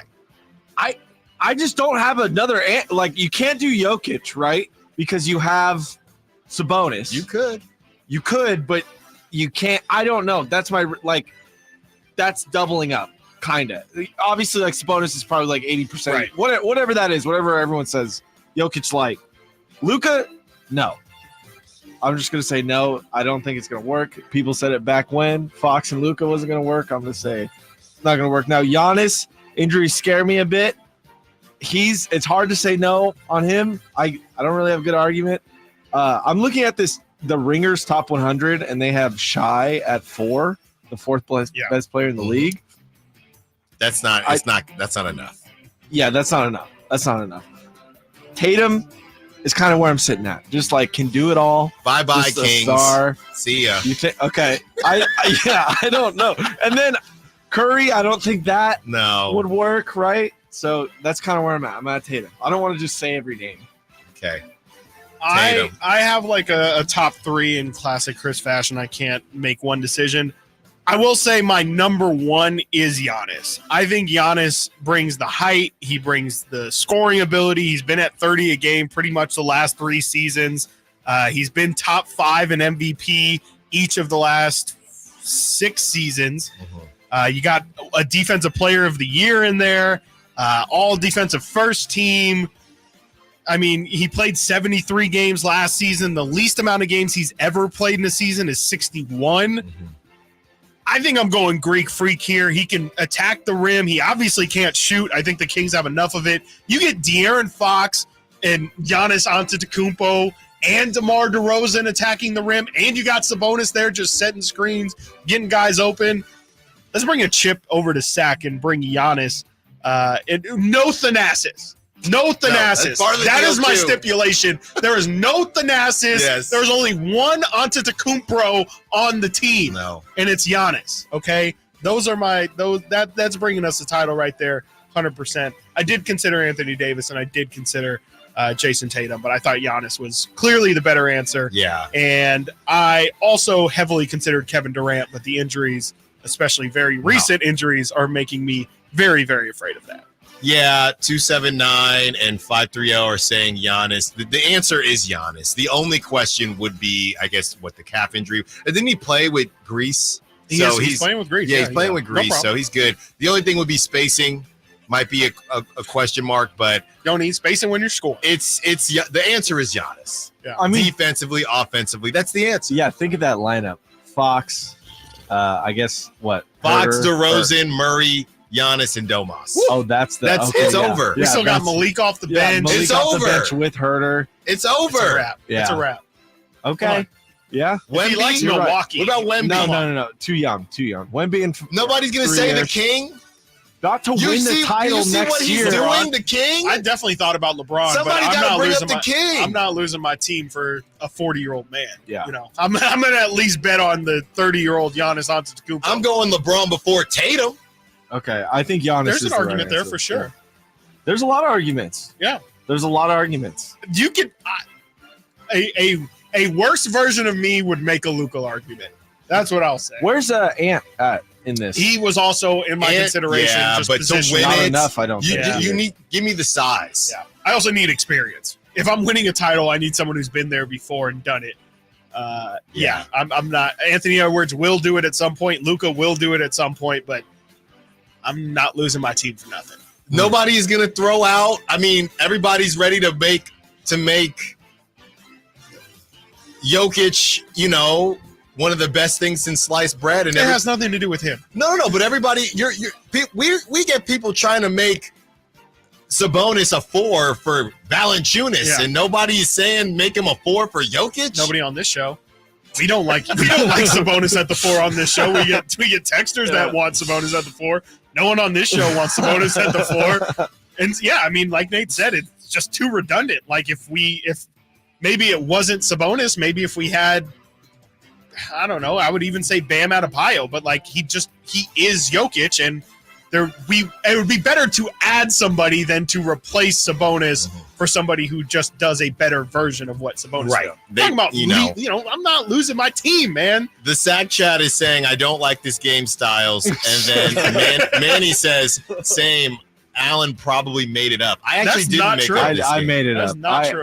Yeah. But I think I added or you lose the team. Yeah, I did not say that. We were joking this morning because then I said, I think Chris said, or what happens? And then I went, the whole world explodes or something crazy. And there does have to be stakes, or else, you can make a Luka argument. You can make an Anthony Edwards argument. But we're trying to get an actual answer here. Yeah. Joel Embiid, Paul George. Not banking on those knees. Get out of here. Get out of here. Fate of the universe on the line? No. If health wasn't a factor, I really am thinking about Embiid. No. Are you taking Sabonis out of the team? Or no, so that's the problem then. He's at the 4. The problem. And that's why Embiid's at the 4. No one's going to mess with this. No one's going to mess with the best shooter of all time. It's hard just because there's already a point guard involved heavily. Yeah, I'm not doing Cat. No. Oh, I thought you meant Steph. I meant Steph. Oh, I thought you were making a joke. I thought you were making a joke of the situation. Okay. Steph could work, but again, he's we're hearing that a lot. Yeah, it's just again, older guy. I just don't want to put the fate of the Sacramento Kings on anybody who's over the age of 35. It's just not happening. Yeah, besides that, it's really just a couple people that you would feel Devin Booker safe. Shouts. I think that's interesting. I go Jaylen Brown before Devin Booker. I thought about Jaylen Brown too. Yeah. I think I go Wemby before chemistry Booker. Is really important too. Like who would be the quickest fit into the team, and just Giannis. Jimmy. You can't go Jimmy. Not to win a title. Maybe to make it funner, but more fun. But not. I think funner's a word now. No. Kyrie, Dame, Lauri Markkanen, not good enough. Paolo. We're talking about those are almost like real potential people. Yeah. We gotta go to fantasy land here. Yeah, Wemby is definitely a good shout for sure because you could play Wemby at the 4. In the second year, though, fate of the franchise. If you listen to Kevin O'Connor, he'll tell you Wemby's going to be an MVP at the end of this season. So, So final answer, Nate. I mean, I said Tatum, but it's Giannis. It's Giannis. It's Giannis, and that's thinking back, maybe I shouldn't have even asked this question, you guys, this morning because it's just Giannis. I think it's a fair question. It's a good thought exercise, though. It's not something I didn't have an answer to it until about like a defined answer until about 15 minutes ago. I think it's not something that you often, obviously, because of the salary cap limitations, you don't think about it often. Yeah, Giannis. The thing with Giannis is just the current injury. I guess maybe he's playing now. I guess the next question is also maybe to your Jokic point: is Giannis the answer for everybody? Every team. Every team. Probably. I would think there's maybe a couple teams that say Jokic. Yeah, I was gonna say, does Denver just take on Giannis? Oh yeah, like if we're playing this game as Denver, yeah. If I'm Denver, Okay. I mean, you might go Luka. If you're Denver, like Dallas would take Jokic. Giannis. They would probably take Jokic. Really? I would think so, but I'm also putting a lot of stock into the Jokic Luka relationship off the floor. It might be. It definitely might be Giannis. I just, well, I guess with how homeboy played last year, Derek Lively. I guess it probably would be Giannis for them. Dang, this is crazy. Yeah. This is crazy. And what does that say about where Giannis is? Is Giannis actually the best player in the world right now? I think Jokic is definitely the most skilled player in the world, but Giannis is if Giannis is clearly the Monstar answer, fate of the universe on the line, who do you want to be the Michael Jordan of Earth right now? But that's adding a super. What is that sentence? What the Michael Jordan of Earth. But that's adding a super. But that's which is funny because. But that's just Michael Jordan.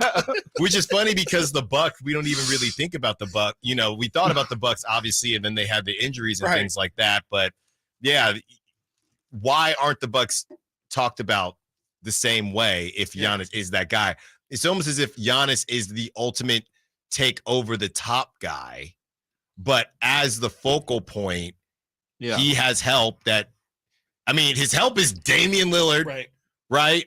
And whatever's left of Chris Middleton. Not his ankles. And Bobby Portis. It's not a bad cast. No, it's just last year was injuries. Yeah. That's what it was. Yep. And that's but his limitations, that's what it's not even about his limitations, it's about the Celtics. It's the same conversation we had this morning about the Lakers, though. It's just one person isn't good enough anymore. Like Giannis would have been good enough. He was good enough a couple years ago, and he definitely had some help, Drew Holiday and Middleton, but you need two, you need three. I mean, we saw they had to go out there and get Dame. You need a third probably if they realistically wanted to compete with the Celtics. I think they thought their third was Middleton. I think so. But he can't stay upright. I mean, he had surgery on both ankles this offseason. And funny enough, that's not going positive. Funny enough, he was the only one playing with Giannis and Dame out. Right. Yep. 100%. Okay, last one for me then. If we're playing this game as the Bucks, the ad is Jokic.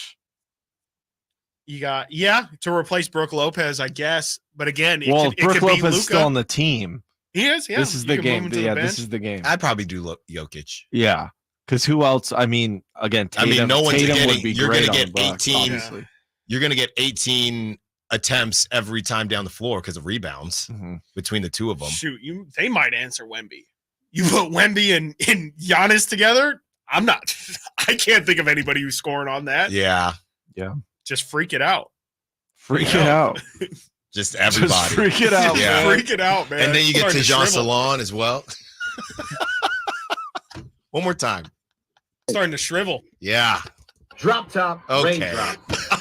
Okay. Hey, relax. We're professionals here. Okay, please. The first one made sense. The second one didn't make sense. No Zion shout. Yeah. No. I thought about it for about 2 seconds. No, make Team USA first, buddy. Yeah. You can't do Zion. No. Yeah. I'd probably do Derek White before He'll Zion. eat the table. That was all set up, Alan. You walked right into it.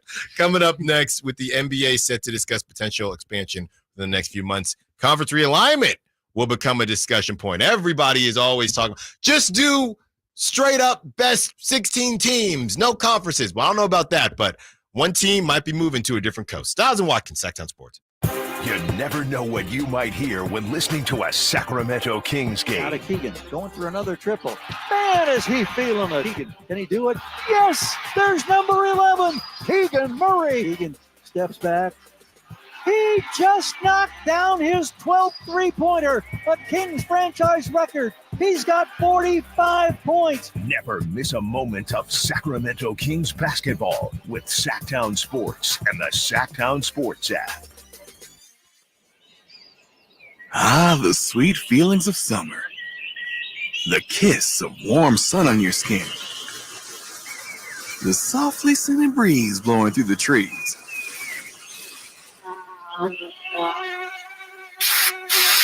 Don't worry, you have Off Clean Feel, fragrance-free mosquito repellent that feels good on skin, so even mosquitoes can't ruin those sweet feelings of summer. Off Clean Feel, prevention is the best protection from mosquitoes. You go into your shower feeling, but as soon as you reach for the Irish Spring, your day immediately gets better. That crisp, fresh, unmistakable Irish Spring scent zings your brain and awakens your senses. So when you finally emerge from the shower, 37 minutes later, because you pay the water bill so you can stay in there as long as you want, you're ready to take on the day and smell great doing it. Irish Spring Body Wash and Bar Soap. Fresh, green, Irish. Shop now at Walmart.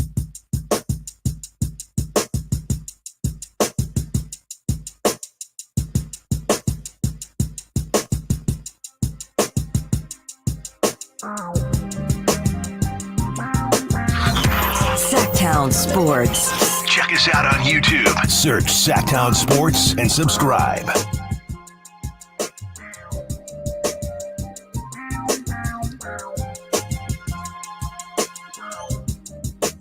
Okay, Chris, some expansion conversation. A lot of expansion talk today with WNBA and obviously Major League Baseball with the A's coming to Sacramento. And now the NBA, a couple cities that are on the map. Chris, what you got for us? Yeah, we've got hold on just a second here. We've got expansion talk in the NBA with all of these media rights deals and everything. The next thing on the docket for the NBA is expansion, something that's been talked about. As long as really it feels like since they moved the team out of Seattle, they've talked about how they're eventually going to get the expansion team. And the reports are now from Front Office Sports that Las Vegas and Seattle, which have been the two cities talked most about for NBA expansion, are definitely the heavy favorites, which means one of the current teams that is currently in the Western Conference is going to have to move over to the East. The most likely candidates are the Memphis Grizzlies, the New Orleans Pelicans, and the Minnesota Timberwolves, seeming to be the most realistic options for expansion. And a lot of people have felt like this is just a matter of when, not if, the NBA is going to expand. And I think it does make sense. I mean, we've talked about it twice now already. The league is just so full of talent. They can afford to add 2 more extra teams and have the talent still be incredibly high all throughout the entire league. I'm for it. Obviously, I think it does kind of dilute the product a little bit, but I think, once we started to get into this big 3 era and you see these super teams starting to get built, kind of felt like this was the writing was on the wall that they were going to thin this thing out and try and make as much money as they possibly can, because there's a lot of talk that, these guys are going to probably pay $2 to $3 billion for these expansion franchises. And the thing about the expansion, the reason why all owners are always in favor of it, is because essentially how it works is there is that expansion fee, which we've talked about with the A's, and how that ends up getting split is it's quite literally a 30-way split between all of the owners, and they just get a check for however much money it is to accept expansion. And so that's why every single owner is going to be on the side of this. And again, it's just kind of a formality at this point. But yeah, Vegas and Seattle could be coming to a Western Conference near you. Based on the map, Chris, I literally have the map up. Good. Yes. Yeah. Based on the map, Tennessee is the most eastern. Okay. Out of Tennessee, Minnesota, and New Orleans. Yeah, because I guess Minnesota is a little bit in. Yeah. Yeah. So Tennessee. That makes the most sense. And they were initially Vancouver as well, which is very West Coast. And they moved to Memphis. Technically, it should be the Grizzlies. And the Grizzlies would cook in the East. Yeah. Well, we know they ain't afraid of the West, right? They ain't afraid of nobody in the West. So go ahead and go over to the East. I mean, actually, any of them. Can we? By the way, I would like to volunteer as tribute to go to the Eastern Conference. Any of these 3 teams can get the heck out of here. Please. Yeah. Especially now. The Pelicans can go. Pelicans can go. Y'all can go. I will pack your bags, take you to the airport, give you all the Zion beignets you want. Yeah, Pelicans can go, Timberwolves can go, and the Grizzlies can go. Bye. Any of them. All of them can absolutely kick rocks out of here. I mean, from a Kings perspective, you're not sad to see any of these teams go. They've all been fairly decent. Obviously, the Pelicans not really finding their footing, but they've all been problems for the Kings in the past, and I won't be sad to see any of them go, and especially getting 2 new expansion franchises in the Western Conference. Those sound like easy dubs to me. So I definitely, at least during this current Kings iteration, for the next 2-3 years after, we can just whoop on them, and then after that it might be some serious problems, especially in Seattle. A lot of teams or a lot of players are out here talking like, if a Seattle gets a team, I'm going, because they're from Seattle. Obviously, Doug probably feels very similar ways to that. As much as he loves it here in Sacramento, I'm sure Doug definitely wants to put some sort of imprint on being a part of Seattle basketball if it does come back. I heard Jamal Crawford say similar things. Isaiah Thomas, who's always looking for a job, I'm sure he's going to try and do something with the expansion franchise. Maybe he'll like Andre Ingram it, and he'll be on their G League team for 7 years.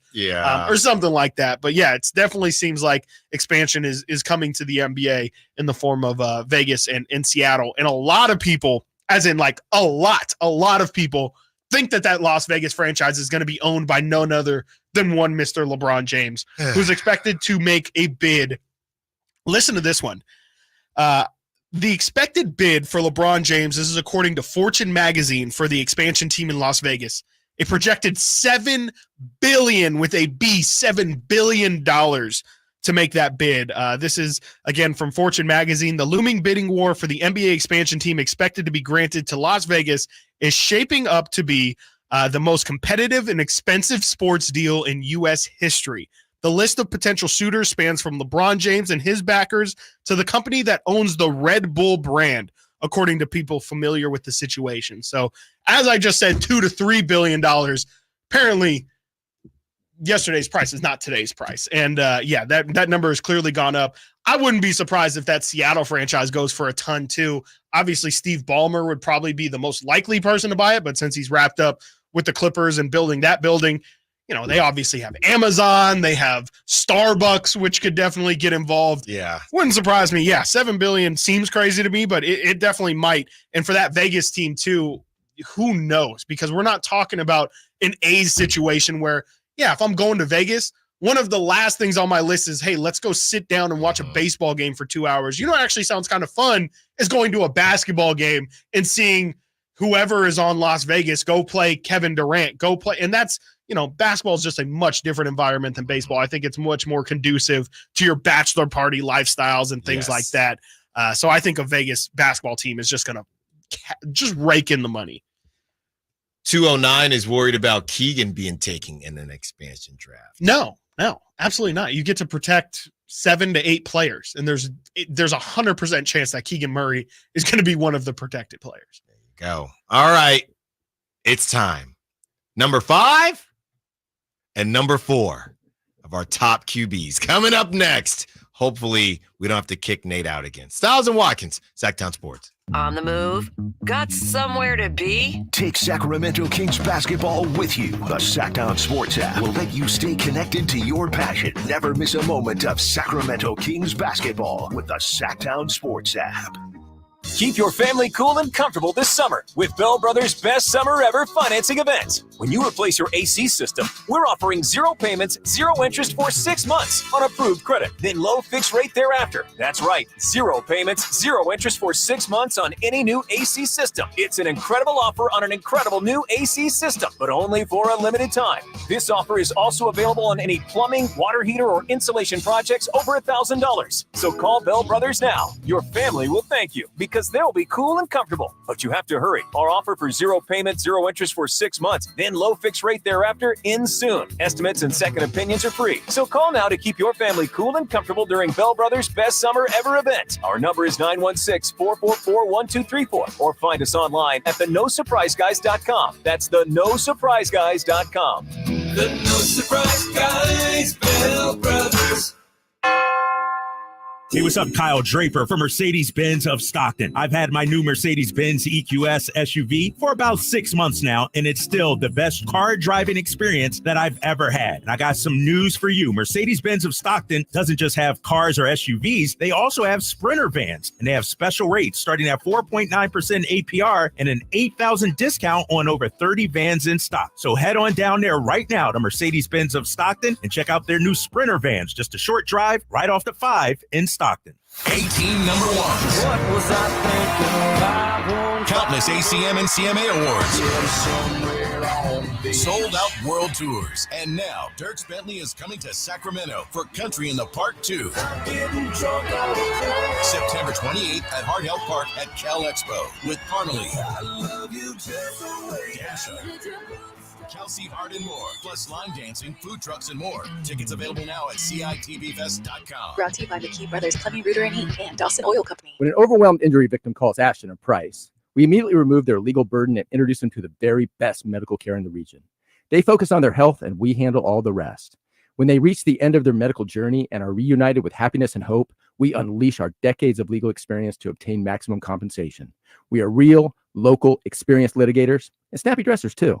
Consultation's free, and there's never a fee until we win. Remember, for the best advice, don't think twice. Call Ashton and Price. I'm a very active person that likes to move around and go. The pain I was in was really excruciating. It was actually debilitating. I was basically heading towards a sedentary lifestyle. I had really tried everything, but I quickly lost hope with all of the things that we had tried, and that's what led me to the Good Feet store. And when I found the Good Feet system, it really just changed everything. It brought me back to life. I have my active lifestyle back.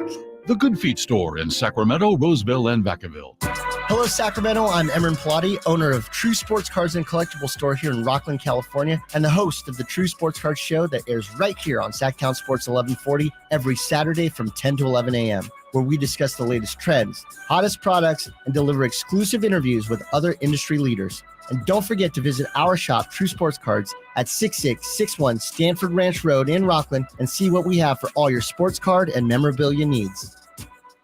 Unleash your backyard's potential with Premier Pools and Spas. As the region's top pool builder, no challenge is too difficult for us. Let us create the perfect pool for your home and your budget. Call or search Premier Pools and Spas and get started today. CSLB number 589234.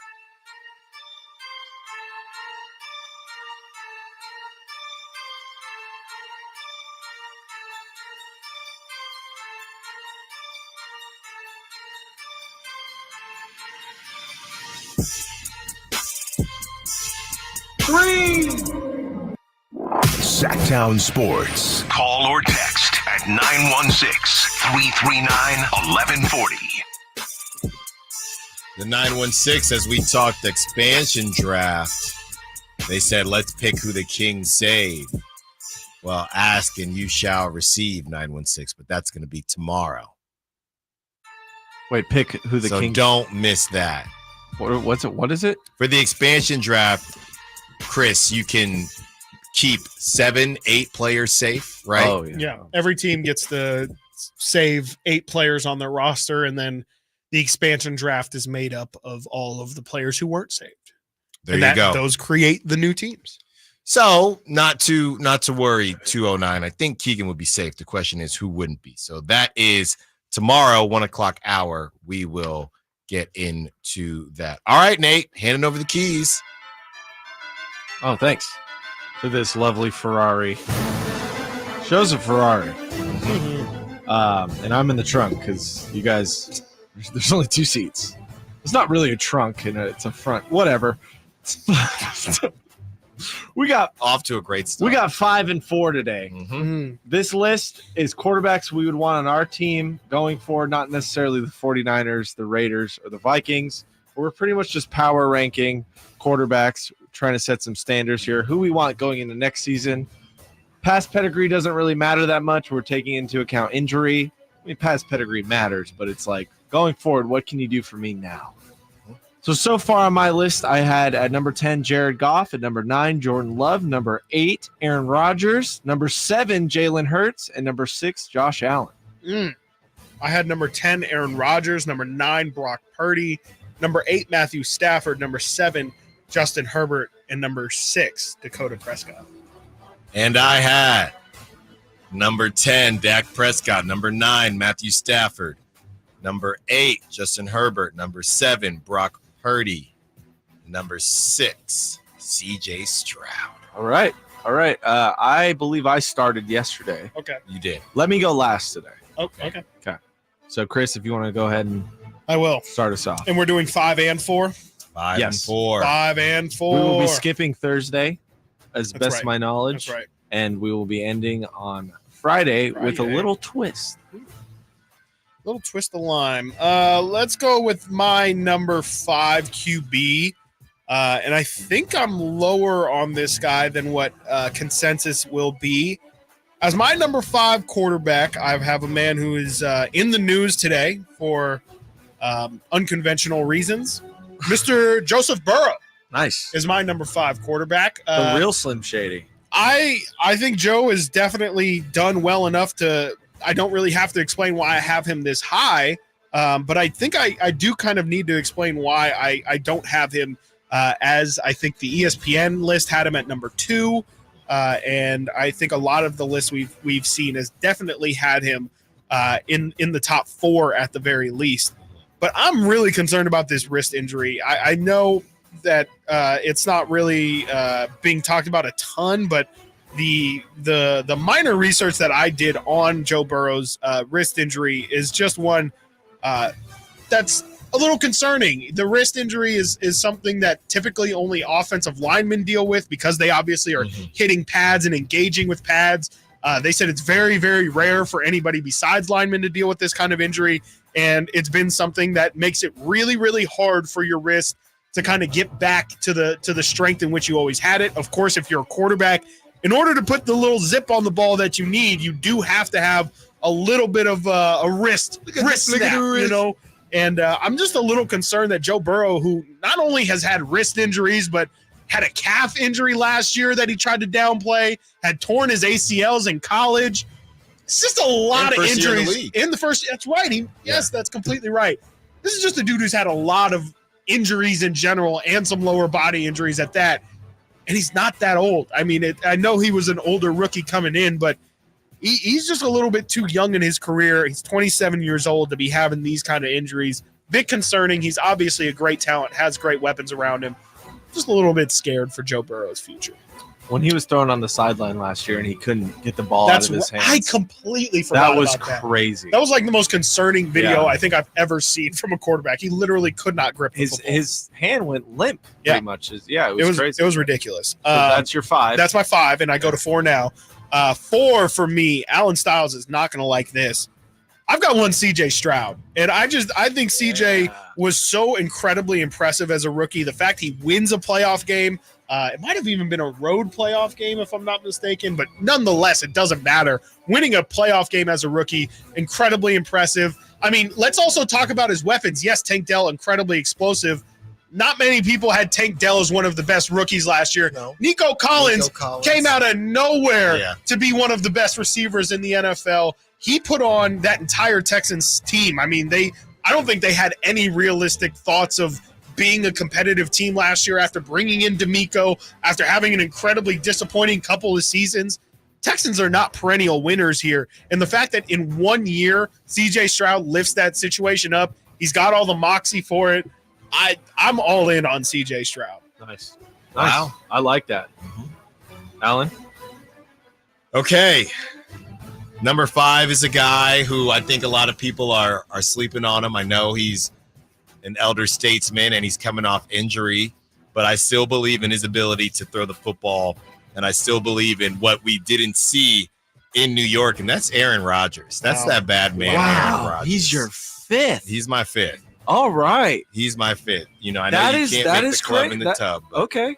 So I got Aaron Rodgers at number 5, and I just think that people are a little bit low on him. I mean, this guy can throw the football. Okay. And I think he's going to make some noise. We'll see what they do against the Niners. So that he is my number 5, and Joe Burrow is my number 4. Okay. Joe Burrow. So we still, up to this point, no one's had the same.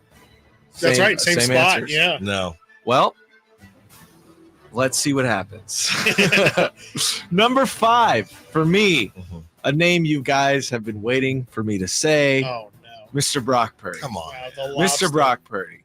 My man played 16 games last year with rehab going on, as we found out today, for the first half of the year. At least he finished with the number 1 QBR in the league at 72.8, 5th in passing yards, 4,200, first 4,000-yard Niner passer, I believe, since Jeff Garcia. Yep. Almost a 3-to-1 TD to interception ratio, 31 touchdowns, 11 interceptions. He did all this while being 20th in passing attempts. So that's efficiency. He was almost 70% completion, a couple of rushing touchdowns. That's fine. 9.5 yards per completion. I will say some negatives about Brock here. He definitely had some interceptions dropped by defenders that probably 100%. Should have been interceptions, right? Like I can't deny that. What I also can't deny is that a majority, like, I know this isn't fair. This kind of takes away from what we're doing, but you swap Jimmy and Brock in those 2 playoff games, the Green Bay and the Detroit game. He does not lead that team to come back. Brock Purdy on that final drive against Green Bay. Jimmy stinks. Yeah. I'm saying with like the talent around him and stuff. I'm saying Brock is a talented player. And it's not just everything around it. He had a scramble specifically against Green Bay that helped seal. Sneaky athletic. Yep, sneaky athletic guy. He actually is. Genuinely is. PFF, he was the sixth highest rated quarterback at 88.4. So Brock Purdy, that's what I got. Can I ask you, Nate? Yeah. Do you think he is the fifth most talented quarterback, or you think production-wise he just is a top 5 quarterback? No, because I think Josh Allen is more talented than Brock Purdy. I just think what Brock does on the field is better. Okay. I think that there's an important clarification of saying, I think regardless, I just think this guy skill-wise, you put him anywhere, he's going to be a top 5 quarterback versus I think this guy performs like a top 5 quarterback, and so he is a top 5 quarterback. Yeah, that's where I'm at. Yeah. That's where I'm at. That's why Dak isn't even on my list. Because I don't see Dak as that guy. So Dak's not in my top 4. That's my number 4. This is our first match of the entire list. I know it. CJ Stroud. Come on. I kind of fell in love with this guy the way he plays. He's pretty great. His stats aren't insane, but it's not all about stats, right? 4,100 yards, that's 8th in the league. He did miss 2 games. He did not play 2 games due to a concussion last year. I believe it was week 14 and 15 around there. 23 passing touchdowns to 5 interceptions. That's almost a 5-to-1 ratio. Yeah, that's incredible. That's pretty great. 3 rushing touchdowns. He's a guy that we know can move. He's so smart. Yeah. When it comes to football IQ, I know that's one of those cliche phrases. Right. The wild card win against Cleveland. I was going to bring that up. It was hard for me not to bring it up earlier, Chris. So impressive. Was that on the road? I believe. Yeah, I think Cleveland had 11 wins. Yeah. That was against Flacco. Yeah, against Flacco. Sure was. They crushed him. In that game, CJ Stroud, his first playoff game, 76.2% completion, 3 touchdowns, no interceptions, QBR of 98.5. The guy was amazing. And like you said, Chris, his talent around him is not insane. Not at all. It's not like Brock Purdy. So that's, I think, if you're comparing these two, since I'm just bringing them up both today, I think that is probably the easiest argument you can make why CJ Stroud is the better quarterback. Missing 2 games and still putting up these numbers is great. I forget if I mentioned 3 rushing touchdowns, and he had 4.3 yards per carry. So that's pretty decent. Decent guy. I really like CJ Stroud going forward. Let me ask you a question. Yeah. You know what your top 5 is, right? So you're telling me that if you are doing a snake draft or whatever it's called, and it's your turn to go, and your top 4 are gone. Okay. Quarterbacks? Top 4 quarterbacks are gone. You're taking Brock at 5. Oh, yeah. No, you're not. You're not. I am. You're not. Yeah, I'm ready. You're not. Nate is. I just said I am. So you keep gaslighting me into saying things that I do or you're not because doing. You're not. Watch me. I will. I love Brock Purdy. And that's the thing. It's just never enough. You put Brock in the top 10. You got to move him to top 5. You're such a hater, bro. No, I'm not. I mean, to be fair, Brock played top 3 last year. So, I have Brock at number 9, but I'm not going to act like it's insane for someone to have him in the top 5. I didn't do it. That's I'm why not going to do it. But that's why I asked the question. Yeah. You guys were more upset about my Jalen Hurts pick. The whole thing. I saw this the coming. The whole thing is a disaster. The whole list is egregious. Well, we're having fun. I don't have a massive problem with Jalen Hurts. Yeah. Jalen Hurts, I have a problem. I have a problem with him. But yeah. Jared Goff, I have a problem. I get it. Jared, I have a problem. Jordan Love, I have a problem. Uh-huh. Oh, he's keeping notes on the list. That's what it is. Yeah, I don't have the other list. I hate the way you talk. I hate the way you walk. I hate the way you dress. Chris, I don't have as many problems. Right. But Alan's list is just it's perfect. It's flawless. It's a pretty good list. Flawless. It's perfect. It's pretty good list. Drop top, raindrop. Drop top raindrop. It's a drop top raindrop list. It's a drop top. But I hate this because I like Brock Purdy a lot. Yeah, it's just your Niner hate of the fans. You hate the fans who hype up the Niners too much, and you hate the reporters that hype up the Niners too much. Are you talking about? You're right. What am I talking about? I'm way out of line here. Excuse me. What is Whitey Gleason talking about? We'll find out. You got to ask him the Kings question. The best team. Yes. The world's going to blow up or whatever. Right. He'll probably have something smart to say. And this is what we're doing now. Noah from West Sac, a QB who leads his team to the Super Bowl, is not in the top 5. Was Garoppolo in the top 5? He was not. He was not. He didn't play as well as Brock, but he was not in the top 5. No. Yeah. Neither was Jared Goff, Brad Johnson. But the question then gets asked. It's not crazy to then ask, because we had, is Joe Flacco elite? Is Eli Manning elite? You can't spell elite without Eli. Like it. So true, man. You got those guys. They become a part of the conversation. That talent question. Homeboy's in year 2 earlier, Chris. Too, it was like Peyton Manning at the end of his career was, like everything was upstairs. It just physically couldn't be applied, and that's like, who are you taking? That Peyton Manning or like a Kyler Murray, right? Maybe he is top 5. Maybe he is Brock. Yeah. Well, that's what's great about the NFL right now. It's kind of crazy with the talent. Like there's one solidified. There's like 2 guys that are solidified great right now, and it's, well, you'll see. We'll get there. Yeah, we'll get there. But that's that based on that, Jalen should be higher. Jalen Hurts should be higher on your list. Based on what? Jalen Hurts should be higher. He's higher than he is on our list. Yeah, he's not even on your guys' list. Exactly. Why is Josh Allen there? Jalen Hurts should be higher than Josh Allen. That's out of peer pressure. Josh Allen. All right. Whitey Gleason coming up next. No nuance allowed. Stiles and Watkins. Sacktown Sports. Subscribe to Sacktown Sports on YouTube and watch the Carmichael Dave Show with Jason Ross, Stiles and Watkins, and the Drive Guys. Live Monday through Friday from 6 to 6. Plus view archive shows and exclusive content. Subscribe at youtube.com/Sacktown Sports. Let's face it, nothing makes you look older than you really are than thinning hair. But what if you could not only increase your hair count, but promote new hair growth without surgery, without drugs with potential side effects, and without a prescription from your doctor? Well, now you can, thanks to a breakthrough new supplement called Hair Grow, provided by New Nordic, the #1 supplier of dietary supplements in Europe. Hair Grow is now available in the U.S. Only Hair Grow contains Tocogaya, a powerful antioxidant that has received a U.S. patent. Multiple clinical studies show Hair Grow is safe and effective in promoting new hair growth. In one study, 95% of the patients using Hair Grow saw increased hair count. Don't lose more time and more hair. Try Hair Grow today to feel and look your best. Available online at Amazon, Walmart.com, and NewNordicUSA.com, or in stores at your local CVS. Look younger and feel more confident with Hair Grow by New Nordic at NewNordicUSA.com, or in stores at your local CVS. We're going abroad for the first time in years, to Spain. So we started using Babbel. And started learning Spanish fast. With Babbel, you can start having conversations in another language in just 3 weeks. ¿Cómo te llamas? ¿Cómo te llamas?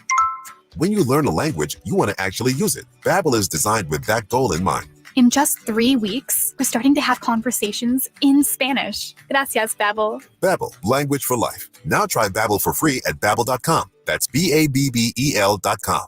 This is the story of the one. As head of maintenance at a concert hall, he knows the show must always go on. That's why he works behind the scenes, ensuring every light is working, the HVAC is humming, and his facility shines. With Grainger's supplies and solutions for every challenge he faces, plus 24/7 customer support, his venue never misses a beat. Call quickgrainger.com or just stop by. Grainger, for the ones who get it done. Hey, what's up, Sacramento? It's Kyle Draper. Turn up the cleanliness at your restaurant, healthcare, or industrial business with Alsco Uniforms, the official sponsor of the Sacramento Kings Mop Crew. We've got you covered with crisp uniforms, hygienically clean linens, floor mats, and of course, mops delivered weekly. But that's not all. Alsco Uniforms also offers weekly services for first aid and restroom supplies. Discover why it pays to keep clean with Alsco Uniforms. Just go to alsco.com to learn more. Again, that's ALSCO.com. Are you tired of your tee shots ending up in the adjoining fairway while the rest of your foursome is hitting it down the middle?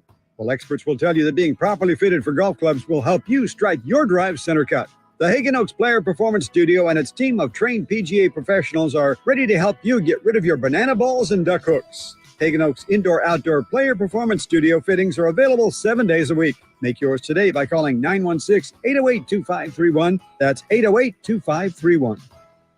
Power Business Technology is proud to be 100% independent, locally owned, and managed Toshiba copier dealer. Local ownership cuts out the red tape, allowing ourselves to never be too busy to personally answer the call when our clients need us. Recognized for excellence in service execution, training, and customer service, we're proud to be named a 2022 Toshiba ProMasters Elite Dealer. Contact us today for all of your business printing needs at 844-POWER-BZ. That's 844-769-3729, or visit us at powercopiers.com. Carmichael Dave here for Capital Casino. Sacramento Summertime Heat is back. And of course, Cap Casino, Sacramento's #1 poker room, wants to invite everyone to soak up some air conditioning, still with the most variety of table games in the region. And as always, the best food, best service, and the best action, conveniently located in downtown Sacramento. Capital Casino, of course, reminding everyone to please make sure you gamble responsibly.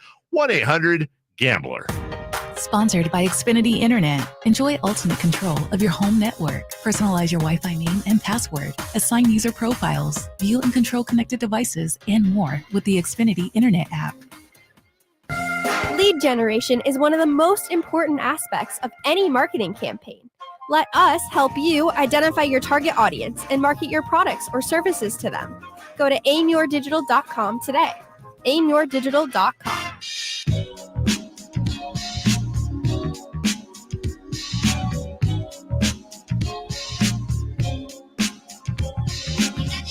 Live and local. This is Sacktown Sports.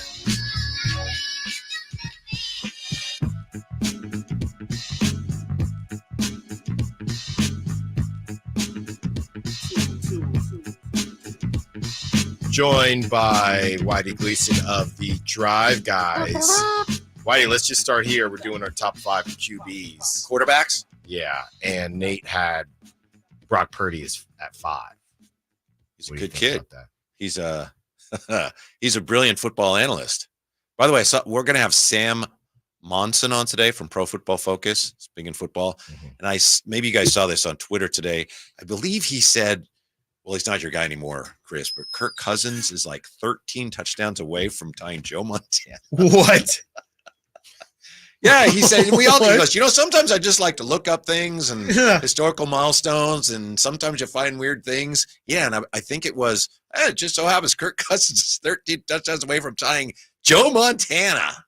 That just doesn't seem right, crazy. does it? No, I mean, it's not, but I guess that's the era of football we're in now, right? Where Drew Brees and Tom Brady have like lapped the field in terms of passing yards and everything. So I guess it's not the craziest thing, but it definitely doesn't sound right. I'll tell you that. Kirk Cousins is not a Hall of Famer in my book, Coach. So Alan, you have Brock Purdy higher than that? Is that your issue? No. What? I thought I was actually being the spicy one, to be honest with you. I had Brock at 7. You did? Oh, so I had him the lowest. You guys are pretty close there. I thought you had him. Yeah, he's a little higher than you. I thought he was off your board. You guys are pretty close. No, I had 7 and he has 5. He has a top 5. You have him top 7. Yeah. It's a big difference. It's not. It's really. It really is. Really not much of a difference at all. 3. If you say oh yeah, I'm top 5 or I'm top 7, that's completely different. It is completely different. But it's not that far off. Let's continue. It's not like 5 and 17 or something. Whitey, here you go. You'll like this one. Add any player to the Kings right now. You can add any player to the Kings, and they have to win the whole thing, or the Kings leave Sacramento. Okay. Who are you adding? Michael Jordan. Current players. So you didn't say that. I don't know if would it be Mike? Probably. Probably. Bill Russell? I don't know. Yeah. Bill Russell would be good on this team. Be a great one. Yeah. Who did you say? Giannis. No, I'd add a stretch. I don't know who, but a stretch 4 that could shoot. Help me out, Chris. Who am I thinking of? I can't think of a stretch 4 who can't shoot. I'll tell you that. I would say if you want a stretch 4 who can shoot, I mean Kevin Durant, but we said injuries. If we're putting fate of the Sacramento Kings on the line, I'm not putting that on Kevin Durant's lower body. Give me Jokic, and I like my chances. See, the problem with that is we had the Sabonis Jokic run in. So you're playing Sabonis at the 4 now? In today's NBA, Whitey. Come on, Whitey. You want to move him to Seattle? Yeah. Whitey, give the right answer. Do you like the Kings? I tried to give Michael Jordan. That was shut down. No, it could be whoever you want. It could be Jokic. I mean, if you feel like it's Jokic. Doncic.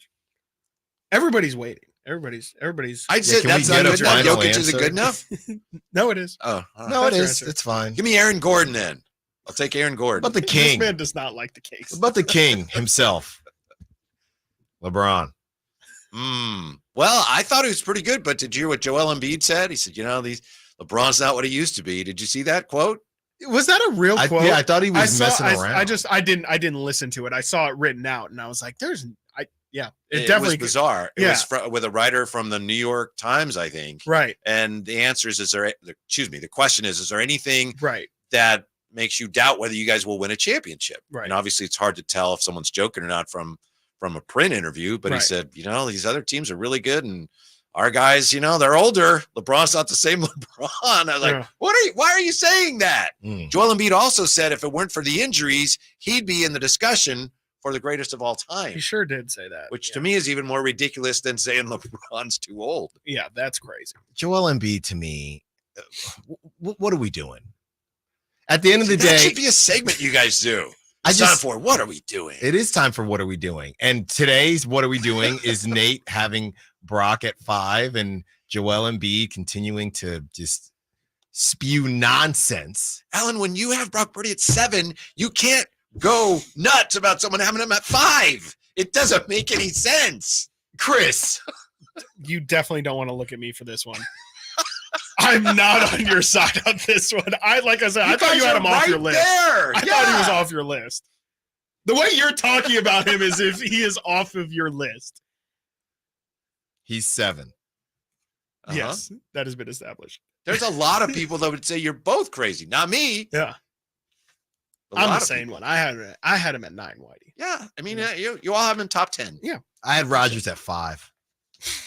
Who? Rodgers. Mr. Rogers. You remember Mr. Are you serious? This is a guy, he's a friend in Achilles. Whitey, he has to believe that Aaron Rodgers is going to be fine after his Achilles. Did you see what the players voted him today? Oh, you know what? I did see that NFL, the NFL top 100 list. Top 100 rating ever for Aaron Rodgers. That's voted on by the players. Keep sleeping. 92. 92. And I thought that was too high. Yeah, I thought that was crazy. All right. Well, I not too high. Okay. Yeah. I thought it was crazy. So you're not taking Aaron Rodgers right now on your team? No, I'm not. That's not the question. I mean, yeah, I'm taking Aaron Rodgers over Sam Darnold. He played 4 snaps last year. He shouldn't be on the top 100. Five snaps if you count the Achilles. Then why is Joe Burrow on yours? Wow, that was good. Whitey Gleason, you can't say that. Then why is Joe Burrow on your list? That's terrible. My goodness. Why is Joe Burrow there? Young guy. Much younger.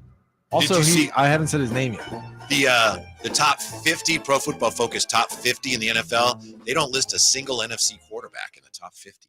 Where's Geno? He's not in the top 50. A single NFC quarterback? Not just NFC. Burrow's in there, Mahomes, Lamar, Josh Allen. But we looked at it yesterday. And again, Sam Monson will probably address that today when he's on our show. No NFC QBs. 49 is Ayuk and 50 is Debo. No NFC quarterbacks. Interesting. Huh. Yeah. Well, I guess looking at my list, that's kind of where I have it too. Huh. That's interesting. Yeah. I mean, we do talk about it when it comes to playoff time, right? Like we said it last year. Niners had relatively an easier ride than what was in the AFC, right? The AFC, the Chiefs had to go through the Dolphins, they had to go through the Bills, they had to go through the Ravens, and then had to go through the Niners, where the Niners dealt with the Packers, the Lions, and then eventually had to get a challenge with the Chiefs. Yeah, I guess this is not something you really think about until it's kind of put in front of you like that. But that's kind of crazy. Yeah, the great Matt Barrows wrote a piece today. I know you guys got to go, but it was how this team, 49er team, could do what they couldn't do in 2013, coming off the Super Bowl loss. He says 2013, you had the Seahawks looming. He says right now, you don't have anyone like that in your division. He says not even in your conference. Yeah, I don't think so. Got to get it done. Depends if or they will go down. Lions. They will go down in history and not for the right reasons. Well, Whitey Gleason. That was fun. Thanks. We had fun. I had fun. Whitey Gleason, Kyle Draper, the Drive guys coming up next. Thank you for listening to Stiles and Watkins. Thank you to Nate. Thank you to the callers, the texters, the sack chatters. Until tomorrow, secure the bag like the The only place you'll find Malik Monk is Sacktown